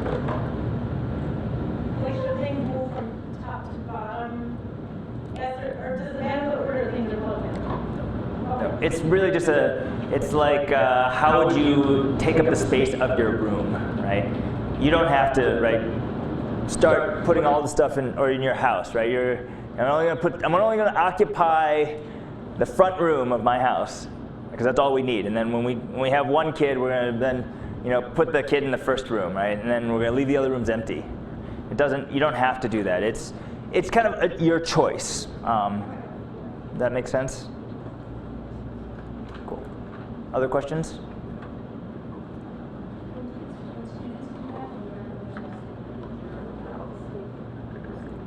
That's a great idea.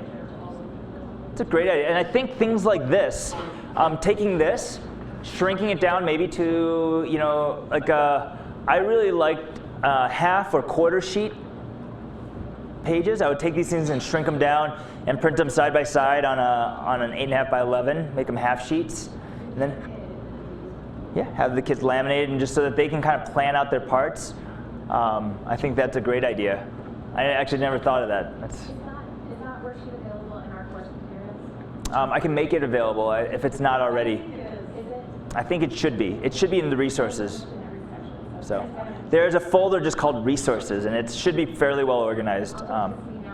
Okay, let me know, and then we can add it. Otherwise, these are all on Learn. And what I've done is we have so many resources on Learn that this is like I'm trying to just give you guys. We're curating all these resources for you guys. As a quick review, and this is a nice visual, right? What we call the binary and the anti-binary, right? So digital was on and off. It's like this light switch, on, off. But it's really not on and off. It's high and it's low. High, low. Analog write, we use this in the RGB activity. And instead of high and low, it's a number from 0 to 255. Any number, any integer number, right? So 0, 1, 2, 3. It can't be 2.5. Doesn't work. Any value from 0 to 255. But this is a curiosity to me. I said that this Arduino is a digital device. It can really only do things that are either on or off. Well, how does it do something that's halfway? How does it do something halfway? So this is like the big picture of how it works. It does this thing called PWM. It's a pulse width modulation. And it's basically pulsing the signal. It'll pulse the signal, and it'll give you the belief that it's like not fully bright. It's not fully on. So we would say digital is either 0, it can only have 2 states, 0 or 5 volts. Analog is like a ramp. It can be any voltage, right? That's the anti-binary. I like that word. I even put it in here. So PWM looks like this. The words pulse width modulation. So I'm going to vary the width of the pulse. It's a better term to actually say that I'm going to vary the duty cycle. So in this case, the duty cycle would be considered it's on for half the time, right? We call it 50% duty cycle. If I were to take a time average of the voltage, it would look like it's 2.5 volts. It's not really 2.5 volts, but time average, the amount of energy that you're pushing through, looks like 2.5 volts. So if I connect this to an LED, it's going to look half as bright, right? if I turn it on for just 10 seconds, or sorry, 10% of the time, 10% of the time, it's going to be 1/10 of the voltage. And it's going to look like it's only on for really dim. And it turns out that the Arduino, 62.5 nanoseconds, right? It can do this really, really fast. So fast that faster than 60 cycles per second, so fast that there's not even a flicker, right? It's doing this, and so it's looking like it's dimmer. And then as I near, right, so then the other extreme is 90% or 100%, right? 100% is just always on. 90%, it's going to look like it's almost fully bright, right? So this is the tricks. These are the tricks that are going on inside the Arduino that are faking it. And this only works on certain pins on the Arduino. You can only do analog write on pins 3, 5, 6, 9, 10, and 11. I'll say it again. You guys maybe tell me how you can tell 3, 5, 6, 9, 10, and 11. There's a little squiggly, right? They all have a little tilde, a little squiggly. 3, 5, 6, 9, 10, 11. You can do this thing called PWM on. And so you'll notice we picked selectively. Why did we connect the RGB to 9, 10, and 11? If we had plugged them into any other pins, if we had plugged them into 13, 12, and 11, well, 11 we could have controlled, but 12 and 13 are only either on or off, right? Does this help to kind of like cement some of the stuff we've seen so far? Yeah. When I say on and off, it's high and low. Yes. Mm-hmm. Yeah. So, all right. Too much talking. All right. We're gonna do a little multimeter practice. We're gonna take out that blue knob. We're gonna plug it in, and there's a little trick that I discovered that makes it really easy, a lot easier to use the multimeter. The multimeter has little probe tips on it, but it's not really easy to stick into the breadboard. Actually, in fact, I can't stick it in the breadboard. You'll probably break it if you try. We sell these alligator to male pin. They come in sets of 4, and I'm going to give you guys each a set of 4. You only need 2. And I can take this end, the clippy end, and I can clip this to my multimeter. I can take the pointy end, and I can stick this into the breadboard. So here's the activity. I want you guys to play around with this potentiometer. And I want you to answer some of these questions and see what other things you can play around with. Oops, sorry, there's.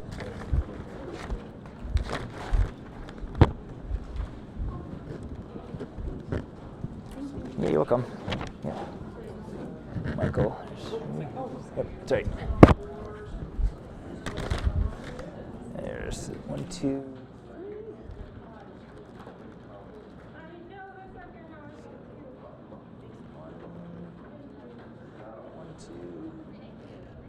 Yeah, you're welcome. Welcome. Yeah.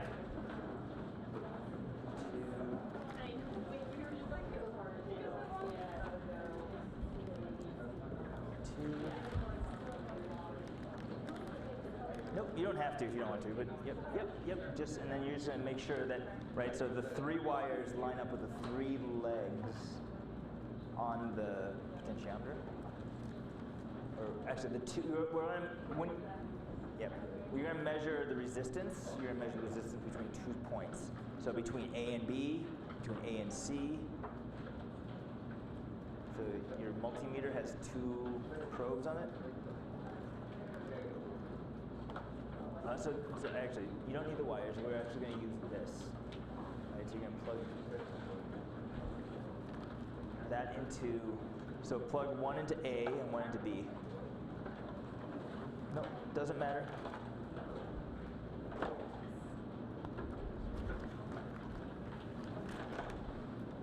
just enough. You're welcome. What's that? Well, in order to measure the resistance between so for A and C, this is A and C, right? So then if you want to do A and B, right? Oh, then I can just do that. Yeah. Okay, so we don't need the 3 wires. Yes. No. Yeah. Yeah. You only need 2 of those alligator clips. Where do you want us to start? You choose. Just follow. Yep. A and C, A and B. This would have been maybe a handout activity if I had more time. This is more of something that I dreamed up of last night as I was driving home. I was like, this would be a really fun thing to do. Resistance is omega. Yes.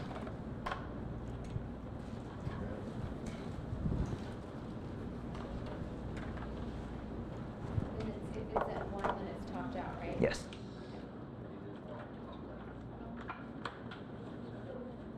I actually don't know what we're going to see. Well, we'll all learn something. Right? What is the resistance of We'll probably get different numbers. I mean, that's actually a good thing to get different numbers.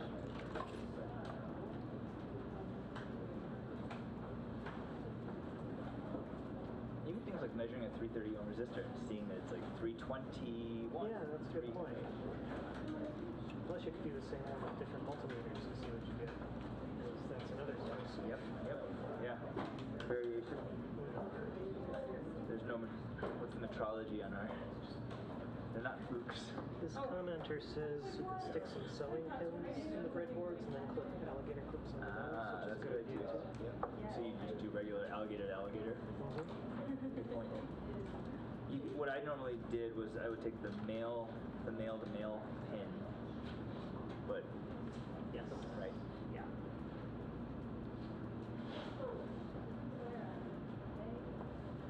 That requires 2 parts. This is 1 part.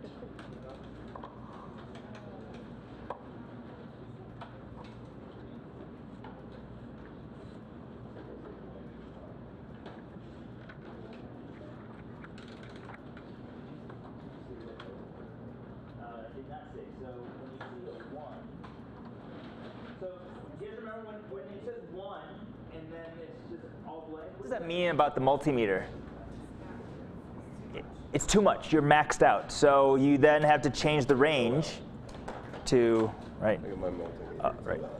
Overload. It's overload. It's yeah. So nice. Yeah.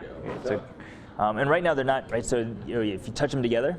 Right, then you can Yep. You'll get 0. Right. It should get down to 0. Wow. Usually they don't connect good enough to. There you go. Yeah. Yeah, now I get it. Yeah. Yep. So, but which one? I don't know. You're gonna have to figure it out. That. Okay.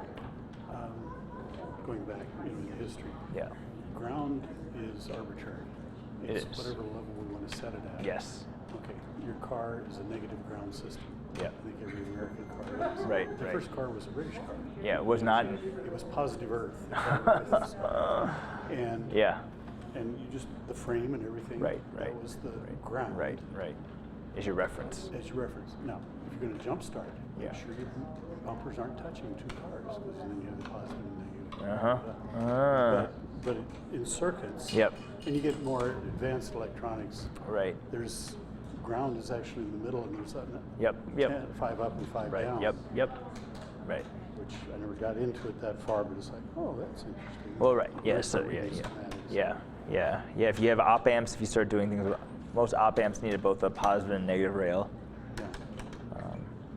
But it just so much is arbitrary. Yep. Do it that way. Yep.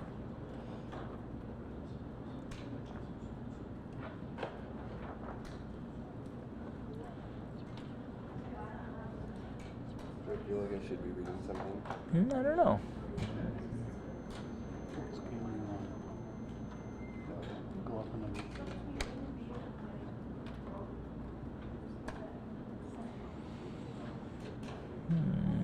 Should. 10K. Yeah, it should be from A to C. If you're in the right row.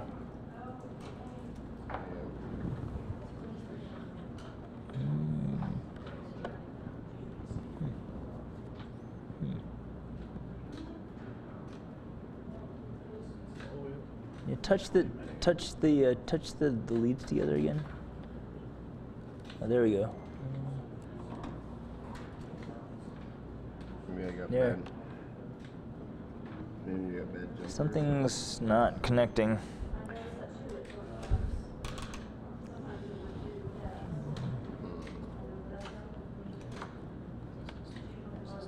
That's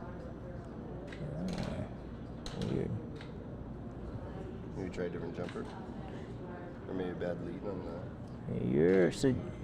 Or is it me over here? Yeah, I don't know. You're well. So when you change it there. Would have to give me more than that. Well, my first car was an MG. Oh, right, okay. And it was a positive road resistance. I feel like it's when I'm moving this. Maybe I should try They different still ones. use positive road. Yeah, that's weird. Maybe we should You know, go like down the the frame, the metal, everything goes from, used to go from the positive side of the battery to the frame. And then, I'm just looking into my hood now. And there's those three. and then Yeah. my brother had an MGB that had two 6-volt batteries. This is kinda weird. Series. Yeah, that is weird. And it's all 2-seater, so the batteries are actually behind the seats. Are you seeing? Positive. You're No seeing. idea if I'm doing it right. Yeah, but you got it. Yeah. Are you getting a consistent number at least? So, Let me switch out this jumper. yeah, that's weird. Should it be from either point on either side? So we'll talk about what you should see. But so from A to C, it should be a fixed resistance. Okay. From A to C, it should be a fixed resistance. Yep. Does anyone have a resistance from A to C? What are they seeing? 10 what? What are the units? 10 kiloohms. 10 point something kiloohms. And does it change when you turn the knob? Doesn't change, right? A to C is the same regardless of how you twist that knob. Yeah, right. Right. So there's probably right. That's in your sig fig. That's your right plus or minus, and that's why that last digit is your least significant digit, right? We always. It's a good kind of teachable like. Why do we care about sig figs? Well, you know, if we actually look at instruments, that last number varies. What's that? Yes. Yeah. Yeah. Uh-huh.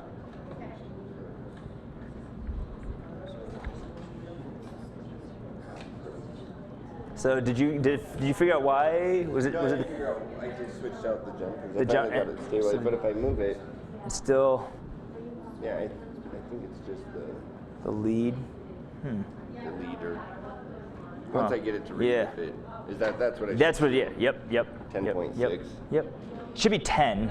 So, but all right. So, Now it's flashing on and off. huh? Like, I think it's just if I move them. Try going in. In closer, maybe.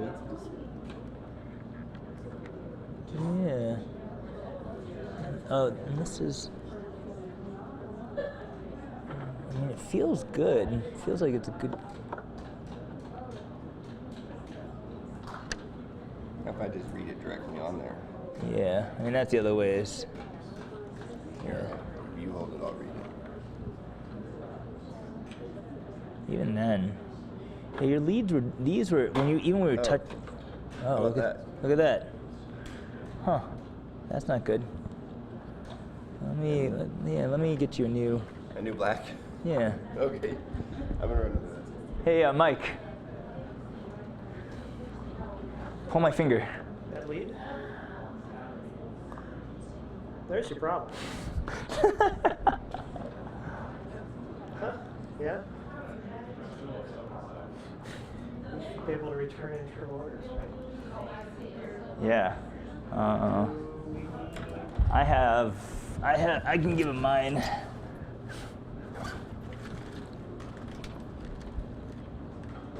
Mine's used.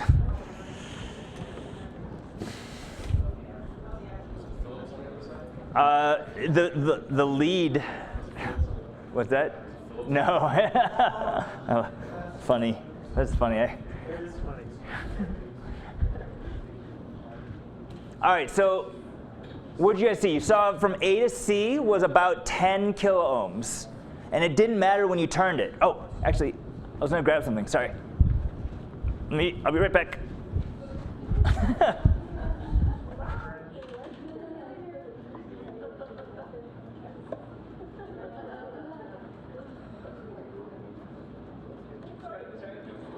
So,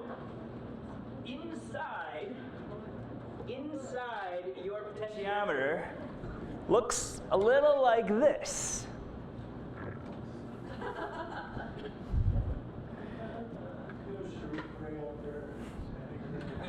I know. So you've got the 3 terminals, and basically, as I rotate this, right? So right now I do this, and the distance between this one and this one is, right? So the middle arm, we call it the wiper. It's also called a wiper because it looks like, right? It's wiping across this thing. So right now, the distance between here and here is very, very short, right? So the resistance, we would say, is very, very. When I move this all the way over to here, now to get from here to here, it's got to go here, and then there's this, right? Right? So the distance is very long. Right? So one of the experiments that you guys are doing with the squishy circuits, does the distance of the material make a difference in resistance? Well, it should, right? And this is actually how these things work. So as you're turning the knob in one direction or the other, you're seeing that resistance change. But the distance or the resistance from one side to the other side is always the same. Right? And on yours, it's what we call a 10K potentiometer. I didn't tell you that because then it takes the fun out of finding it for yourself. And then there's also just this art of like, I'm going to click, right? Going through the action of using the multimeter, right? This thing's actually really heavy. But it's pretty cool, isn't it? I think it's neat. Did you get that out of a dumpster, Brian? What's that? Did you get that out of a dumpster? I rescued this from Colorado School of Mines before they were going to demolish their old physics building, and also this with it. They had a whole lab of these things that they had bought probably back in the, who knows when, 60s. And they were going to have students investigate things with these potentiometers. And there's a whole wall of boxes of these. And I grabbed one, and then I was going to go back the next day and grab more. And they got thrown out before I got back. So, but I have one. So in that example, which terminal would be A, B, and C? A, B, and C. Okay. And there's always going to be about the same resistance between A and C. Mm-hmm. Why? Because it's a fixed distance. So it doesn't change no matter where the potentiometer correct. is situated, Yeah. but then the change that I noticed between B and C and A and B, that's related to the movement of the potentiometer, Yep. the setting Yep. of it. Yep. So what you guys probably saw was when it's all the way clockwise, A to C was really small, and then C to B was really big. When I do it the other way around, I think someone else was saying that it flips. This is really big, and then this is really small. I don't know what I'm touching, but right. And that's just kind of like, I could say it. I think I could say it, but having you guys kind of take the data and you're like, huh. And then we get the show. And so then when we show the diagram, this is, when I draw the diagram of potentiometer, this is actually the diagram. And now maybe the diagram kind of helps. It actually makes a little more sense. The potentiometer has 3 legs. 3 legs. From the top to the bottom is just a resistor. This thing is what we call the wiper. As I move it up, move it down, right? I'm changing that resistance between this middle and the bottom, or the top, right? And what we're applying here is this thing called a voltage divider. So I skimmed over this thing called Ohm's law. But Ohm's law, actually I should go back. I shouldn't skim over it. So Ohm's law is simple equation, voltage equals current times resistance. We use the letter I for current because it means the intensity, I don't know, there's a reason why it's I. But V equals IR, and then the two others are just the algebraic manipulations, right? I have students who like commit them to memory. I'm going to memorize all three forms, and I'm like, it's one equation. It's also like density, the equation for density, and my students want to memorize every single variation of the formula for density. It's one equation, V equals I times R. And a few folks were asking, how do the units work? The units all work out. You just keep, right?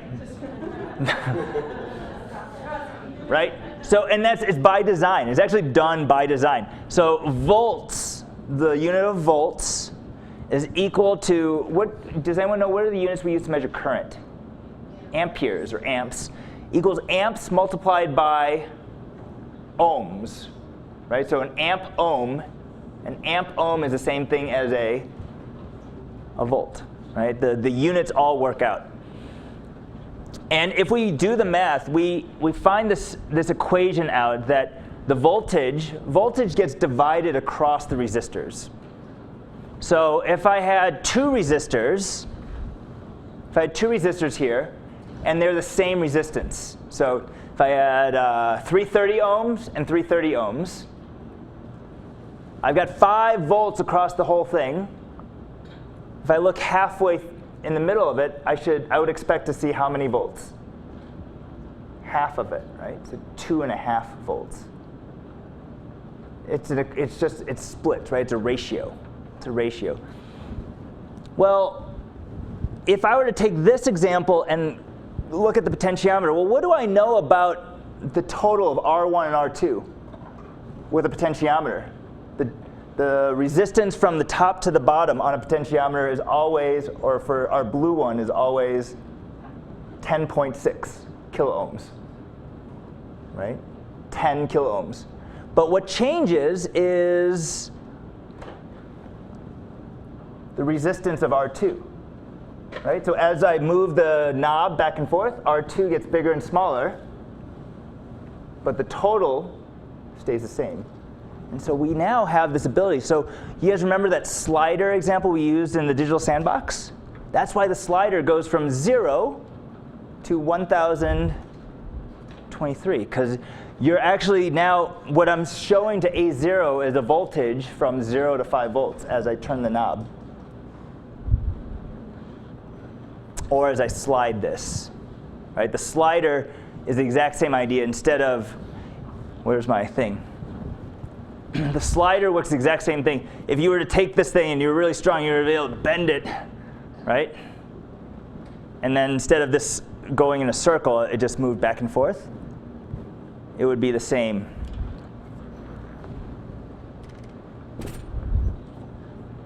All right, so we're going to use this example, this voltage divider example,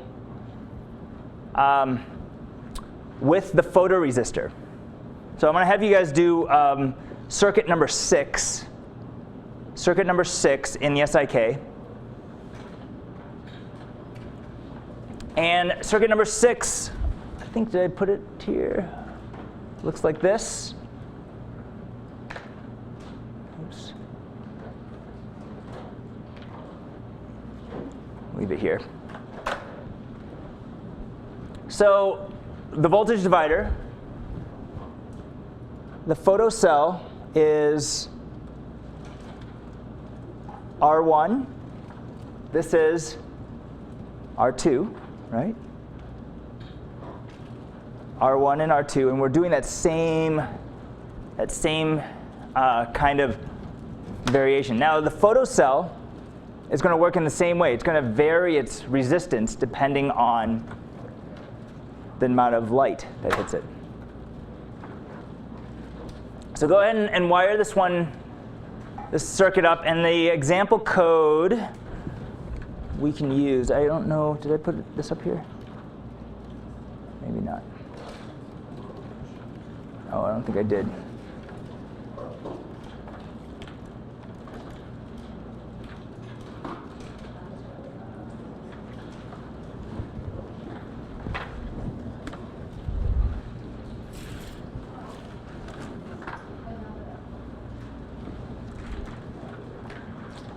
And the example code, if you guys go back to the SIK thing that I gave you, the handout, there's a code bender example that we'll work off of. You should have a code bender. Yep. Yep. Yeah. Does this help? Does this help kind of understand what's going on? Yes. The circuit, this. So it'll look like this. It's got a little squiggly on the front. It is a cadmium sulfide detector. I don't know what any of that means, except for that there are 2 elements. Oh, so it's the big handout? The big handout, yep. And if someone at your table has the number, you can just get it from them, and you can just type it in.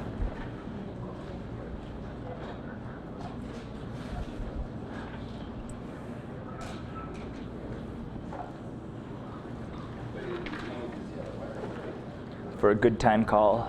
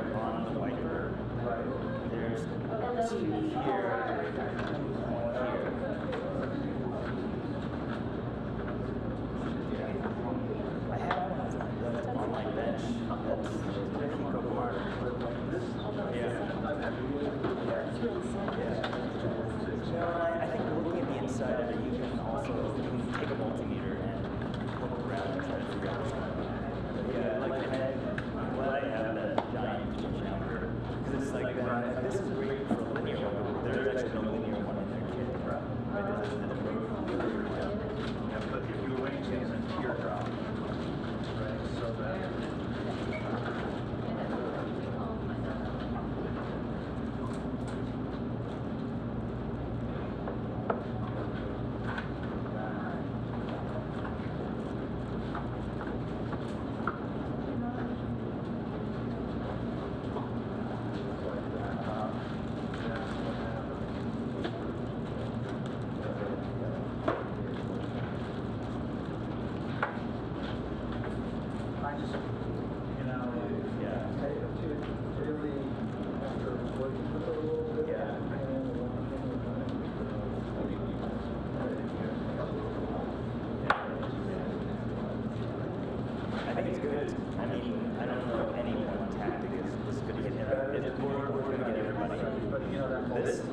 this to me is like, this doesn't make sense. I mean, it does, but it requires like several other steps. I know how it works, and I'm trying to fit into this, as opposed to like, oh, I see this. I think if we open one up and we show this, well, because right now we're drawing it.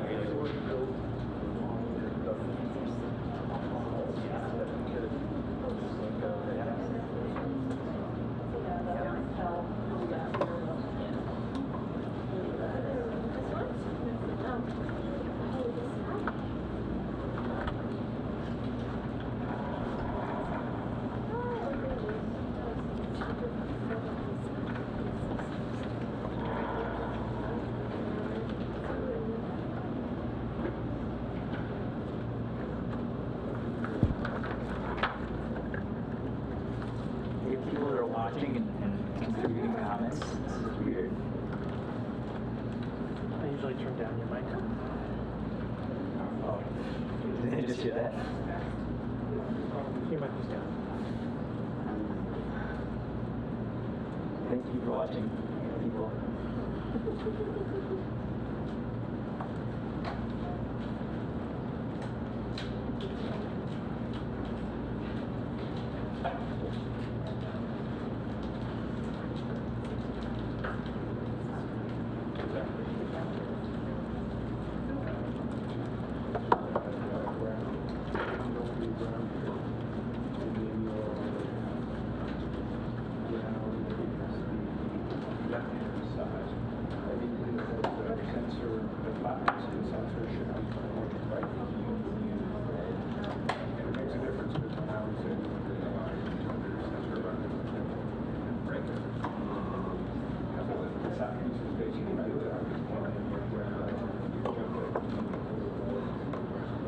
Does it matter which color LED we use? Okay.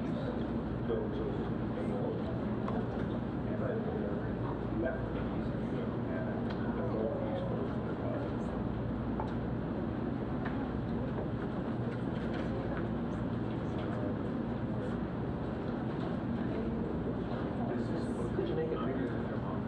What's that? Did you make it bigger? It looks good.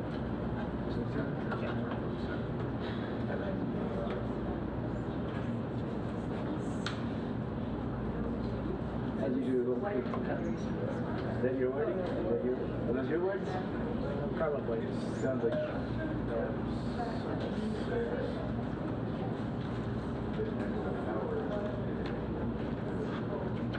I don't know if we were. So the other thing I was, I scrubbed everything just to make sure that we were using constants for things like LED.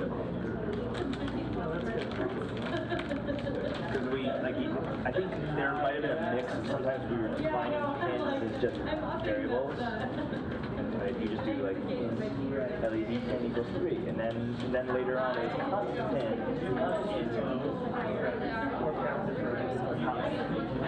Or pounded by it's totally other. Yes. I will do that. Here it's more like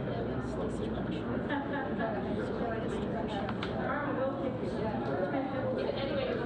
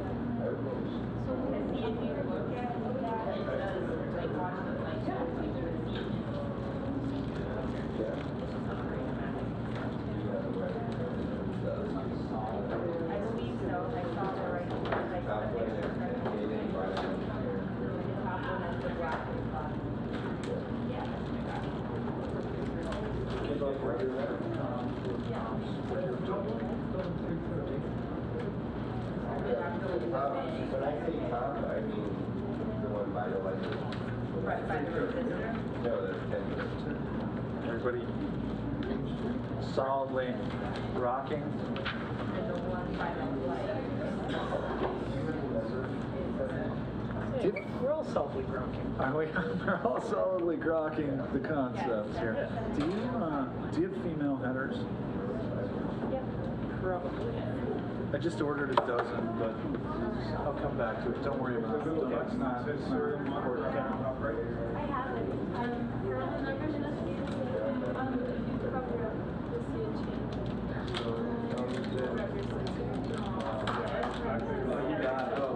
What I did is I put my finger in the sensor just to track if everything actually works. And we just skyrocket. But it's not just like changing the number.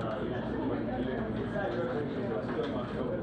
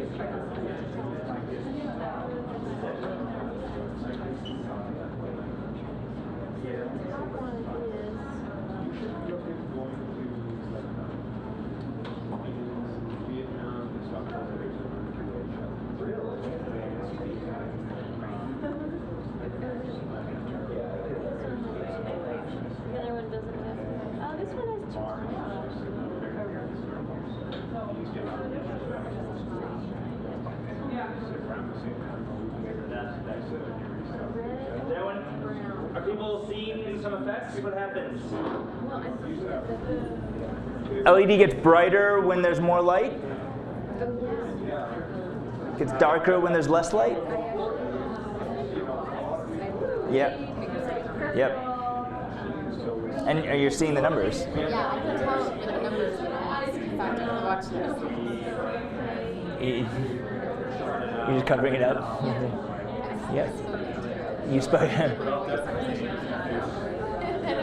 Someone else did the same thing. That's okay. Yeah.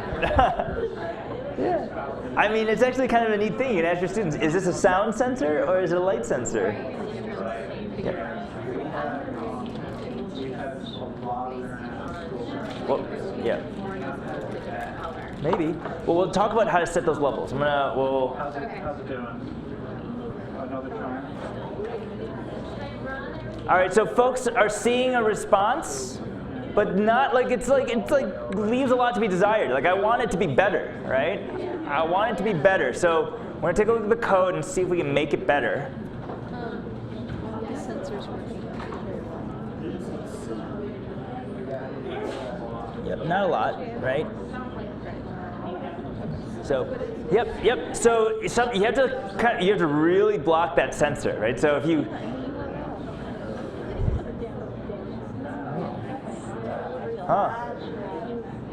Oh, interesting. Did you change your code? Huh. Why is yours? That's what we're kind of And you also have there's like a latency. Why? There's like a latency in your. That's something else. Something else is going on. That's. Oh wait, I don't know if you uploaded your code. It said select a valid COM port.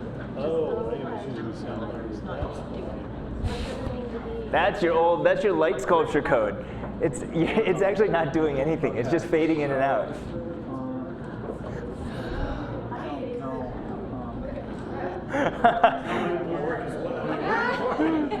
It's actually kind of funny, like right? It's just and we're as humans we want to believe that like we're affecting the change. Right. You just but somehow you were like in sync with it. Yeah. All right.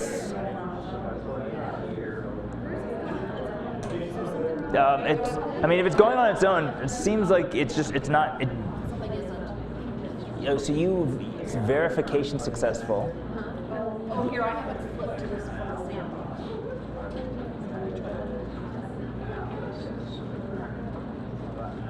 Yep. So Arduino Uno or SparkFun Breadboard, either of those will work.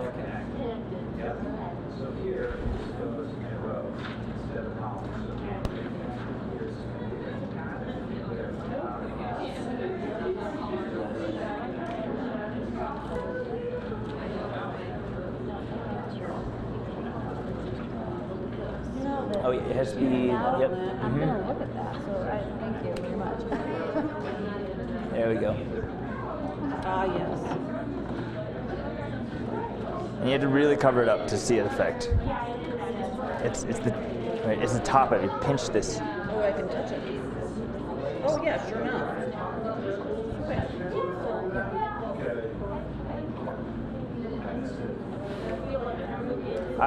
All right, so let's talk about what's going on here. So when you cover it, and you have to kind of really cover it, the LED gets a little dimmer, right? But not a ton.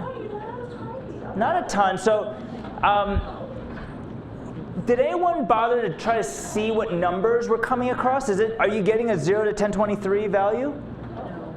So let's take a look at the code and see if something in the code might be printing out some information here. So I'm going to take a look at the code.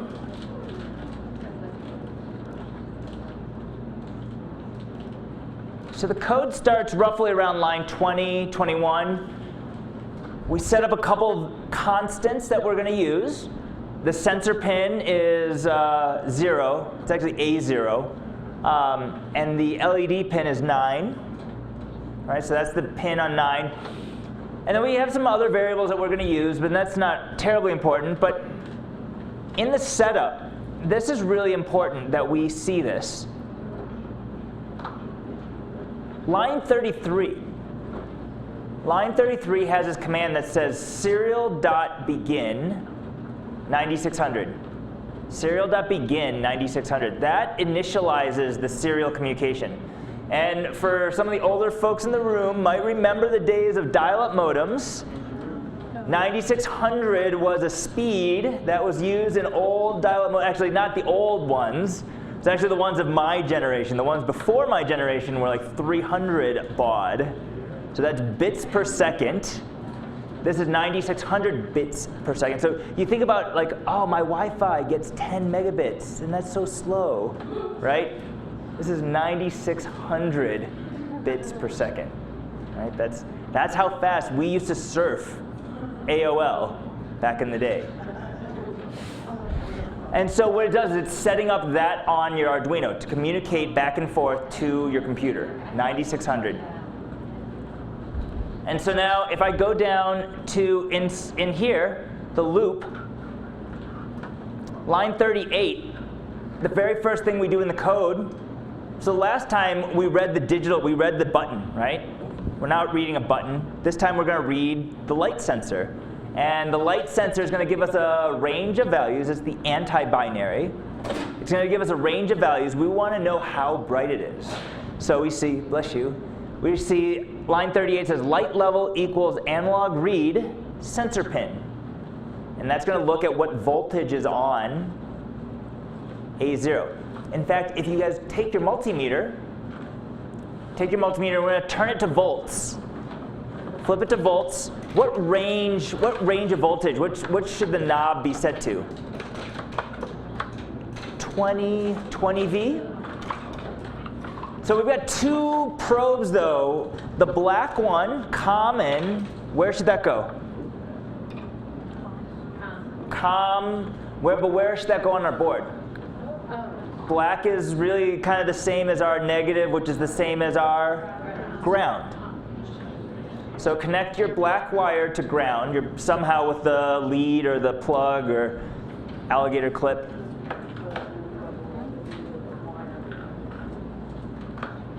And then you're going to plug the other one in whatever the same row that your sensor pin is.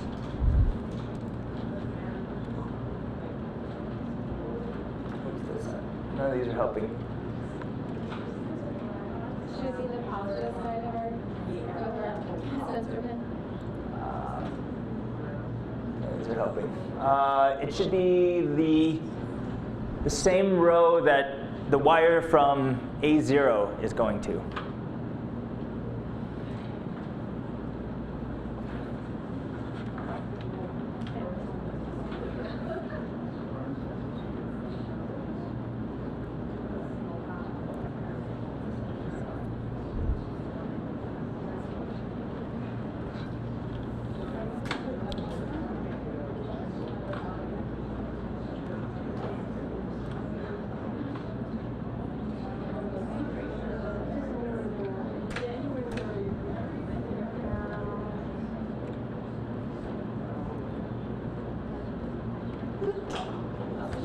None of these things help me.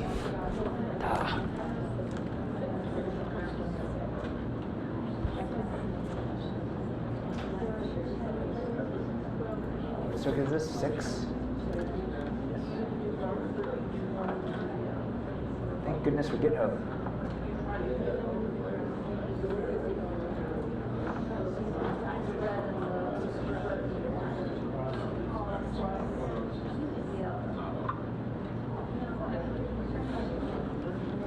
Is this different?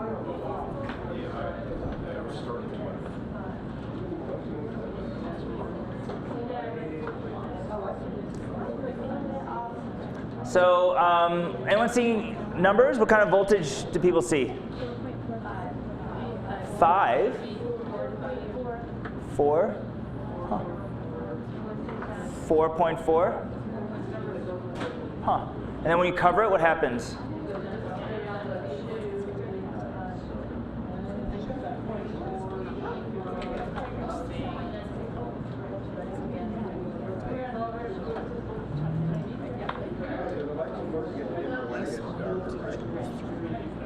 You're tied to this green. You're in the same one that is going from A0. So this white one is A0. That's the one you want to measure. You want to measure A0. You want to see what the Arduino sees.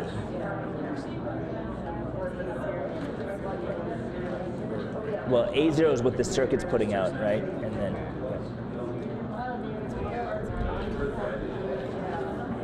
all right, so you're seeing a range of values somewhere in the 4s though, right? 2 to 4 volts. All right, now let's open up the serial monitor. I actually can't do this because I don't have it hooked up on my computer, but open up the serial monitor. So in CodeBender,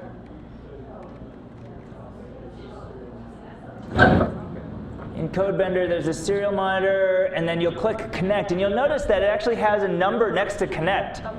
That's 9600. You can actually change that speed to different speeds depending on what you wanted to do. 9600 is like that medium, right? It's that medium speed that is fast enough for most things, not too fast, not too slow, just right. And so what are some average values you're seeing without covering it up? 880? 906? 882? All right, so here's a question. Check your values. So we're going to do a little math together. 0 correlates to 0 volts. 1023 is, so what number are you seeing? 880, 88. How would I convert that number to a voltage? If I know that 0 is 0 volts and 1023 is 5 volts, it's a ratio. It's a ratio. So this times 5 volts over 1023, right? These are these funny unitless things that the Arduino reads. Those cancel, and I should end up with a voltage. And someone help me out. What do you get? Calculator? I'm not a human calculator. I'm really bad at this. 4.4. What is it? 4.34. And what are you seeing on your multimeter?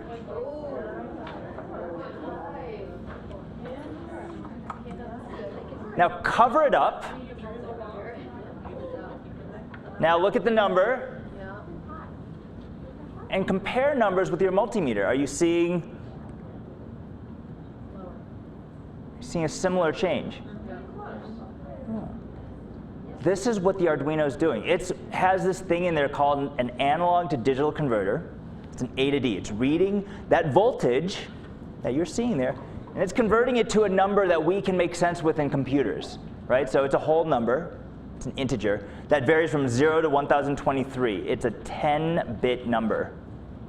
That's why it's 1023. It's a 10-bit number. And right, we can very quickly see some of these things with this multimeter, right? The fact that we don't teach folks how to use the multimeter means that we lose out on some of this, right? So you can kind of investigate how this works. Now, well, that's great, but I still want to, I want more, right? I wanted to do more with. So what's the range of values? When you covered it up, what was the value you saw? It's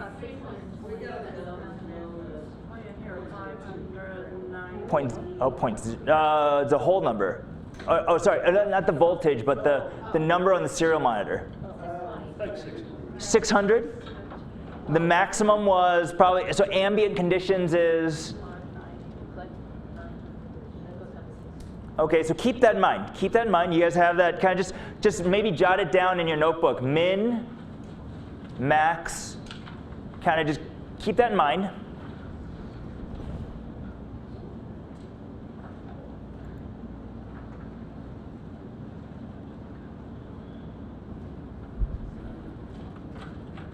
Now the code has a couple things that are commented out.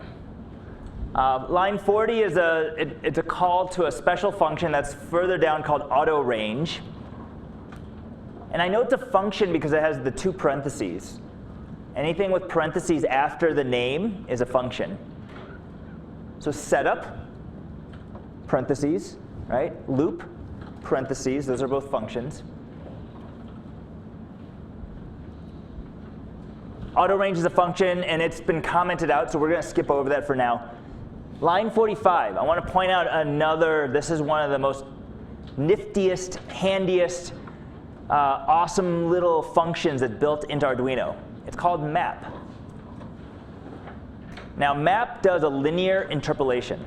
Map does a linear interpolation. This is, for the modeling teachers in the room, it does y equals mx plus b, and it scales and offsets your range. It scales and offsets your range. It takes your number. Right now, it's mapping light level. It assumes your light level is going to range from 0 to 1023. That's the full range. And it's going to scale that to a new range of 0 to 255. But your min and max aren't 0 and 1023. Put in your min and your max in here. And upload that again and see what happens.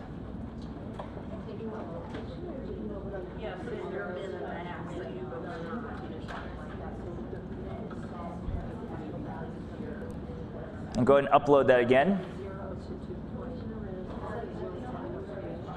Mm-hmm.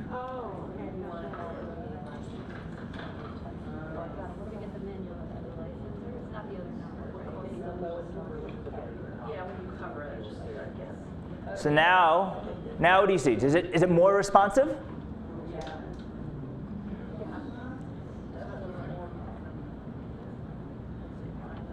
Now, it's working in only one direction, right? It's only working in one direction, right? So I cover it, it gets darker. But what is a possible application for this sensor, for this kind of a thing? A nightlight. But is this working like a nightlight, or is it working like an anti-nightlight? Right? It's only getting brighter when it's brighter out. Like, that seems ridiculous. So I had this idea that if map is really a linear interpolation, it's truly linear, I should just be able to flip my two values. So instead of putting your min and your max, put your max and your min. Flip them. This is kind of like a mind twist. But just flip them.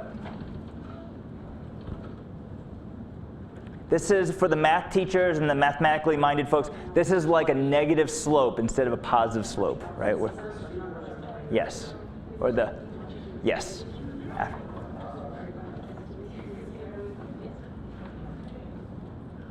Huh. Yeah? Nope, so 0 to 255 is the range for your analog write. That's what you want the light to do, right?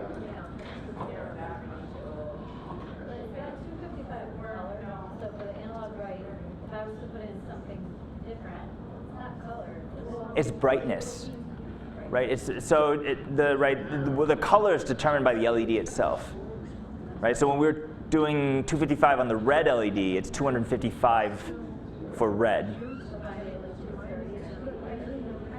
It won't be as bright. Now, which way is the light for you? you would do like 200 to 255. Yeah. Yes. Now, there's one thing to note about map. Map is a linear interpolation. It will push beyond the range that you give it. Even if you say 0, so we replace this with 600 and 800.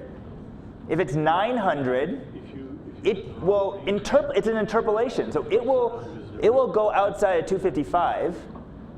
It will give you a number beyond 255. And so for some of you, you may see it what we call like a wraparound. It'll get bright, bright, bright. Did you see that? And it get dark again. So there's another command called constrain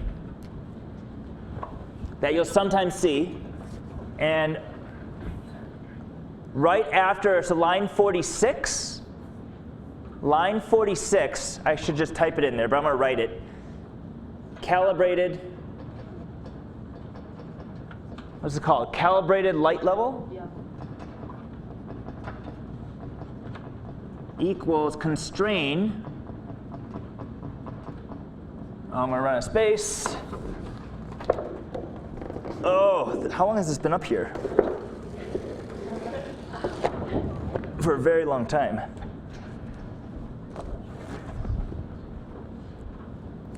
Constrain, calibrated light level,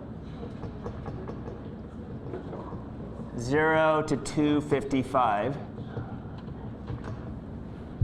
If I add this line of code, the function is called constrain.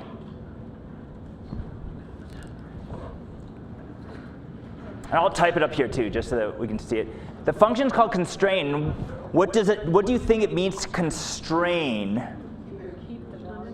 Right, so if it's bigger than 255, it's going to cap it at 255. If it happens to be less than 0, it will cap it at 0. It's called constrain. And you'll see this in some examples. And so I would just do this. I would say calibrate. Oops, that's not. Oops.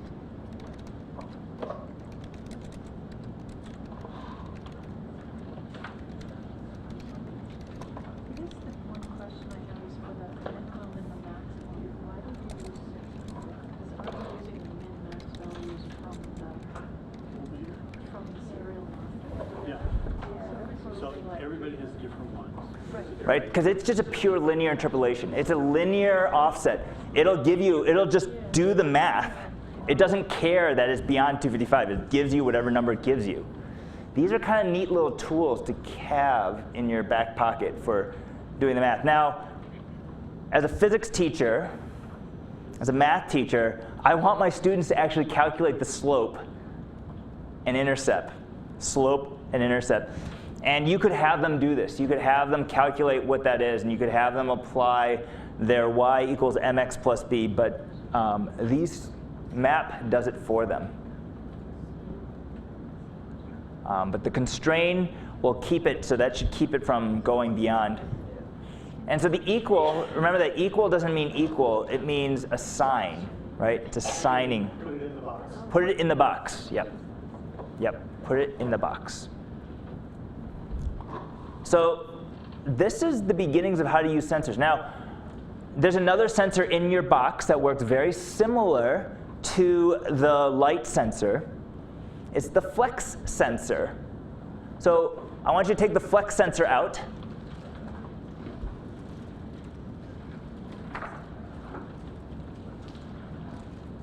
And I want you to put the flex sensor, pull out the photocell, the photoresistor, and put the flex sensor where it was.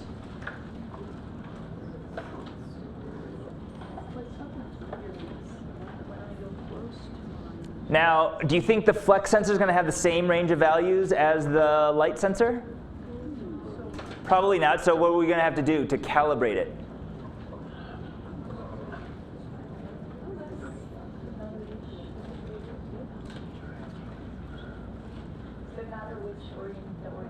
Nope, doesn't matter.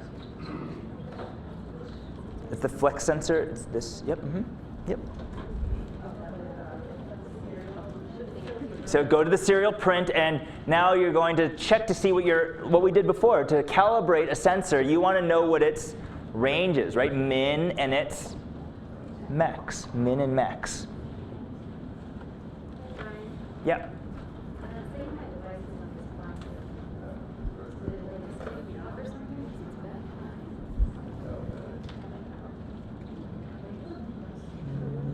Just try it again. The same spot.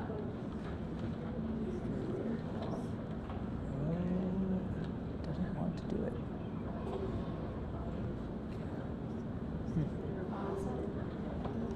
Yeah, look at that. Let's try this. Try closing the serial monitor. See if that makes a difference.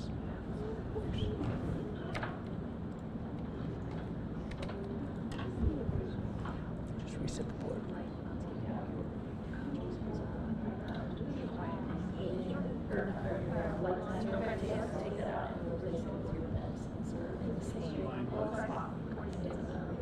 I don't know why it's not. It was blank. Huh. It was blank before they moved for time. Yeah, it shouldn't. 45 is calibrated light, there's no mapping. Use the map, parentheses, light, capital L-E-V-E-L. And then your maximum minimum. It does work well with Chrome. It should. Whatever your new numbers are. Yeah. It does work better with Firefox.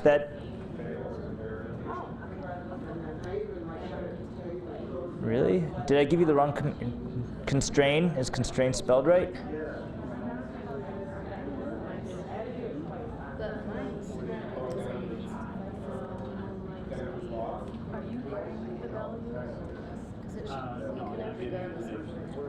Yeah.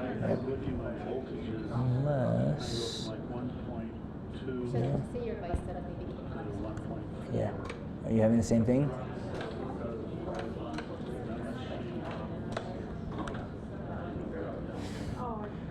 Unplug your power. Just unplug these two things.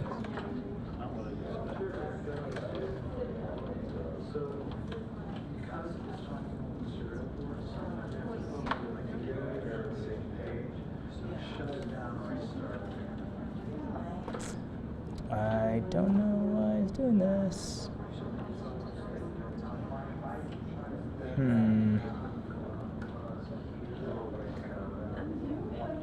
I would, so you save this? Well, I'm actually just about done this. I would close down Chrome, restart Chrome. Yeah.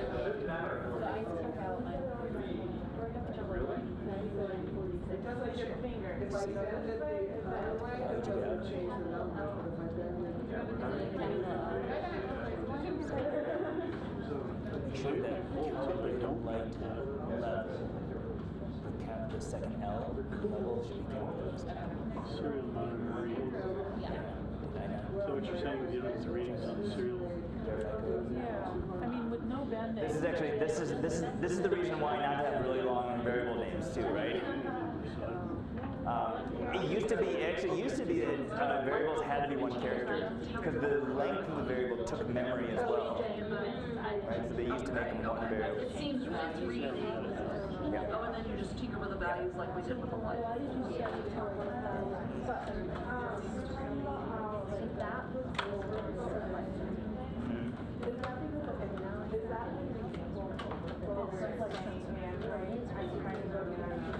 Which I'm getting just. Well, no. So but if you think about it, so what I like to use the example of like decimal numbers. Or regular 10. Base 10 numbers, we understand, right? So if I count from 0 to 100, 1, 2, 3, 4, all the way up to 99, if I look at just the first two digits, No, that's the other one. Okay. 0 to 99, when I go to 100, the first two digits becomes 0, 0 again. Right, the first two digits. First, the lowest two, right? So, and then it goes 101, 102, 103, 104, right? So in base 2 binary is the same thing. So 255 is the maximum. 256 looks like 0, 0. That's that overflow. That sort of, yeah, you're making sure that that doesn't happen. You're preventing that from happening.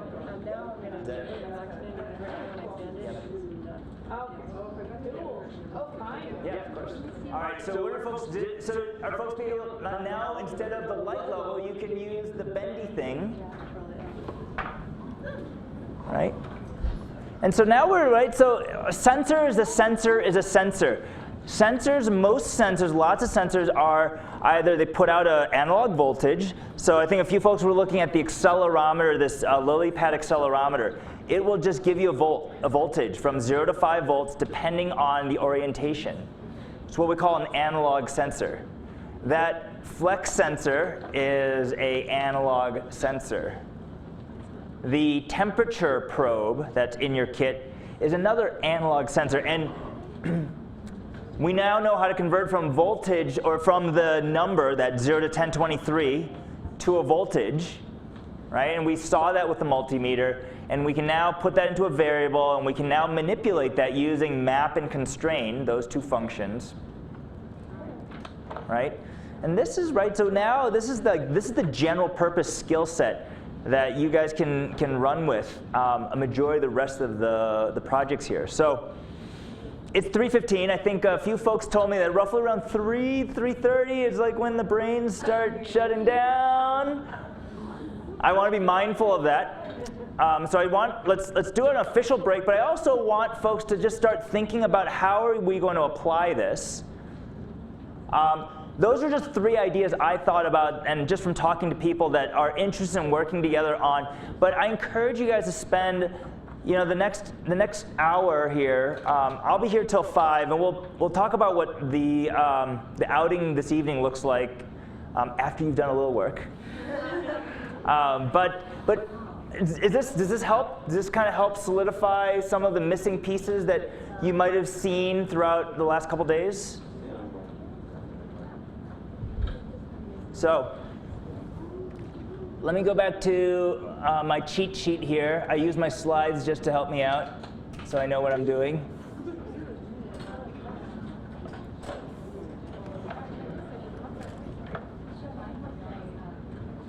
These are a little out of order. how would you kind of look at that? There you go. Well, let's see. So there's another funny trick that we used to teach it this way. This is a funny trick. So 0 to 1023, we wanted to scale that to 0 to 255. Turned out that that's roughly a divide by 4. And so we used to teach it this way. Analog write, sensor val, divide by 4. But the map is it just does it all. It just it does that that's really what it's doing. When I convert a range from 0 to 1023 to a range of 0 to 255, I'm really roughly doing a divide by 4, right? But there are other ways of doing this. If folks are curious, why is it 1023? I think definitely in the AP Computer Science Principles course, the understanding of binary and what binary, like how do I represent binary numbers? If I have a 1-bit binary, it can either be a 0 or it can be a 1. If I have 2 bits, this is probably easier if I write it on the board. Oh, that's really hard to see. If I have 2 bits, it can be 0, 0, 0, 1. Right? If I had 3 bits, 0, 0, 0, 0, 0, 1, 1, 0, 0, and then the same thing over, right? And there's a pattern here. The number of things I can represent increases with the number of bits I have. Turns out it's equivalent to 2 to the n, where n is the number of bits, minus 1. So 2 to the 10th, 10 times 10, or sorry, 2 times 2 times 2 times 2 times 2 times 2 times 2 times 2. I don't know if that's right, number of 2's, but it is 1024. Minus 1 is 1023. Turns out with base 10, I usually use base 10 as an example in my classes because we all know base 10 because we have 5 on each hand, 10 fingers and 10 toes. We count in base 10, right? So if I say, what is the highest number I can count to with 1 digit? 9, right? Well, that's, right? 0, 1, 2, 3, right? I count to 9 with 1 digit in decimal, right? 0 to 9, that's yes, sorry, 10 to the, right? That's 10 to the 1, right? Minus 1, 9. Right? 2 digits, I can go all the way up to 99, which is 10 to the 2 minus 1. It actually makes a lot more sense in base 10, and then we do base 2. They're like, why is it, oh, and then, but base 10, yeah, it kind of makes sense. It's all about place value. It's all about place value. So, and yeah, let me sneak through some of the stuff. Similar to the question earlier, can we do a pull up versus pull down resistor? I think, I don't remember where the photo cell was on the top side.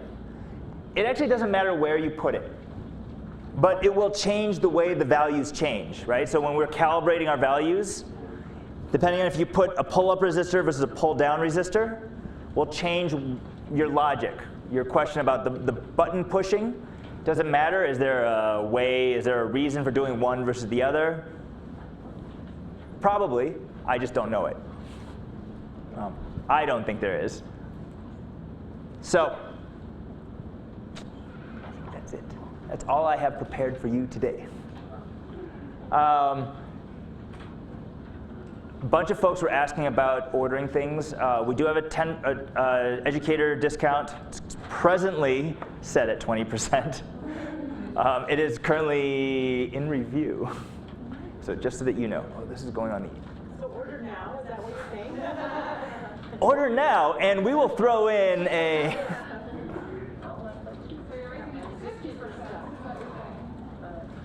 We could do that too.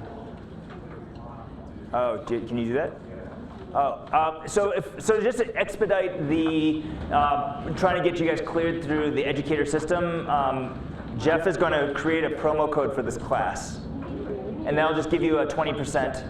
It's basically a 20% discount. So I'll go set this up. I'll be right back. We'll give you a code. If you're going to order, just order that, attach that code to your order, it'll be great. And then you have to add an address to your account that is their local address that is Colorado based.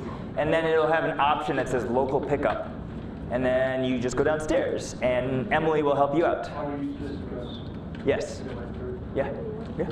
Or you can actually use your hotel address, or you could use my address, or. Oh, it said, yeah, ready for pickup. Look at that. Look at that. Yeah. Did you get the discount? I got the 20% discount. Will the promo code give me a 20% discount? No. What are you trying to do? Put us out of business? If we go out of business, you realize that none of this happens anymore. Well, that doesn't work. That still doesn't work. That's question, yeah.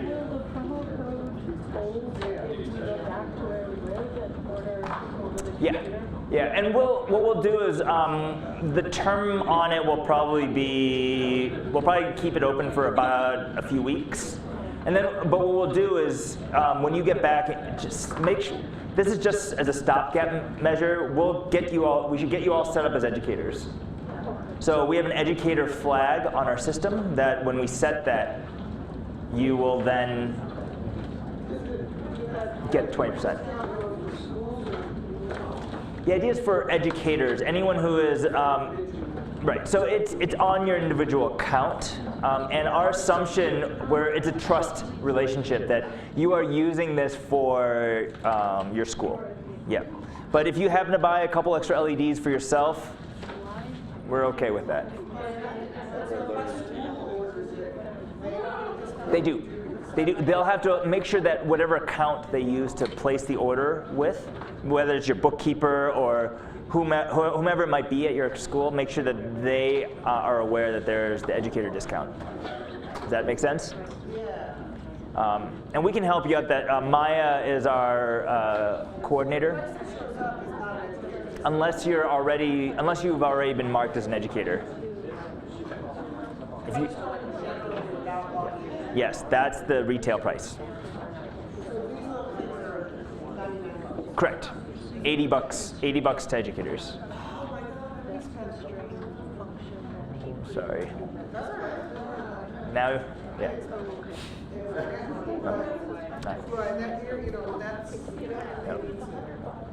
Yeah. So the last thing is that kind of this will lead into what we do tomorrow, which is the hackathon, and just how do we come up with good projects, right? So chapter 4, please take a look at chapter 4. It's really just, it's compelling. Maybe you've already read it or skimmed over it, but this idea of when I'm in the classroom and I want to come up with a prompt for my students to do, if I give them a recipe, well, everyone's going to have muffins at the end that are going to look the same. I don't want 30 muffins. I want 30 unique projects similar to what we saw yesterday, right? I want that you can see in these project-based learning opportunities, students self-differentiate. You have students that are up here that are going to build rocket ships that go to the moon. You got other students that are going to build awesome blinking lights that still demonstrates mastery and excellence, right? And so we've got the opportunity to encourage both types of learners. Actually, not both, but all types of learners. So I'm going to leave this up.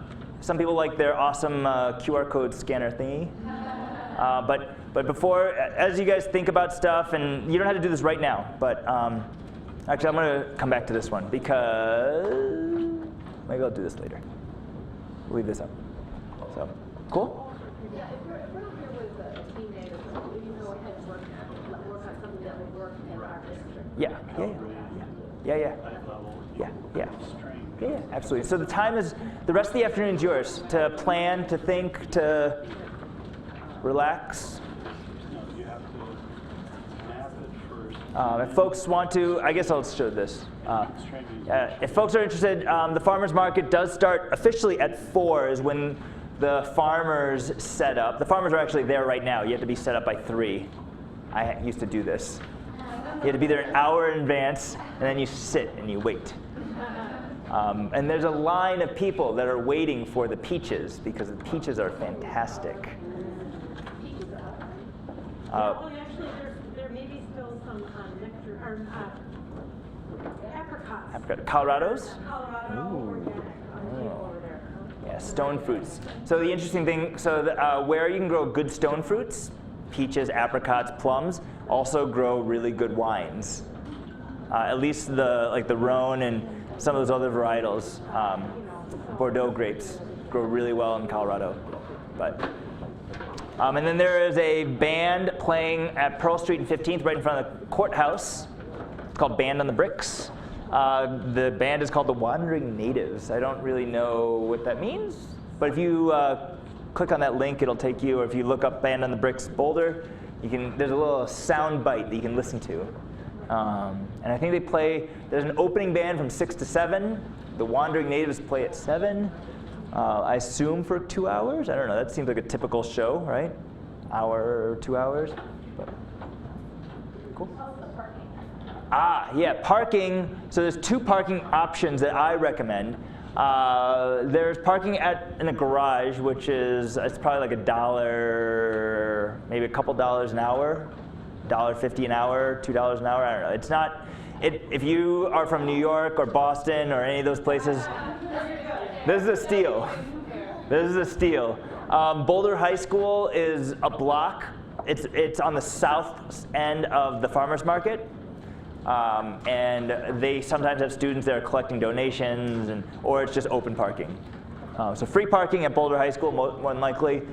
Paid parking at the garage. Those are the 2 options that I recommend. Take your money. Cool.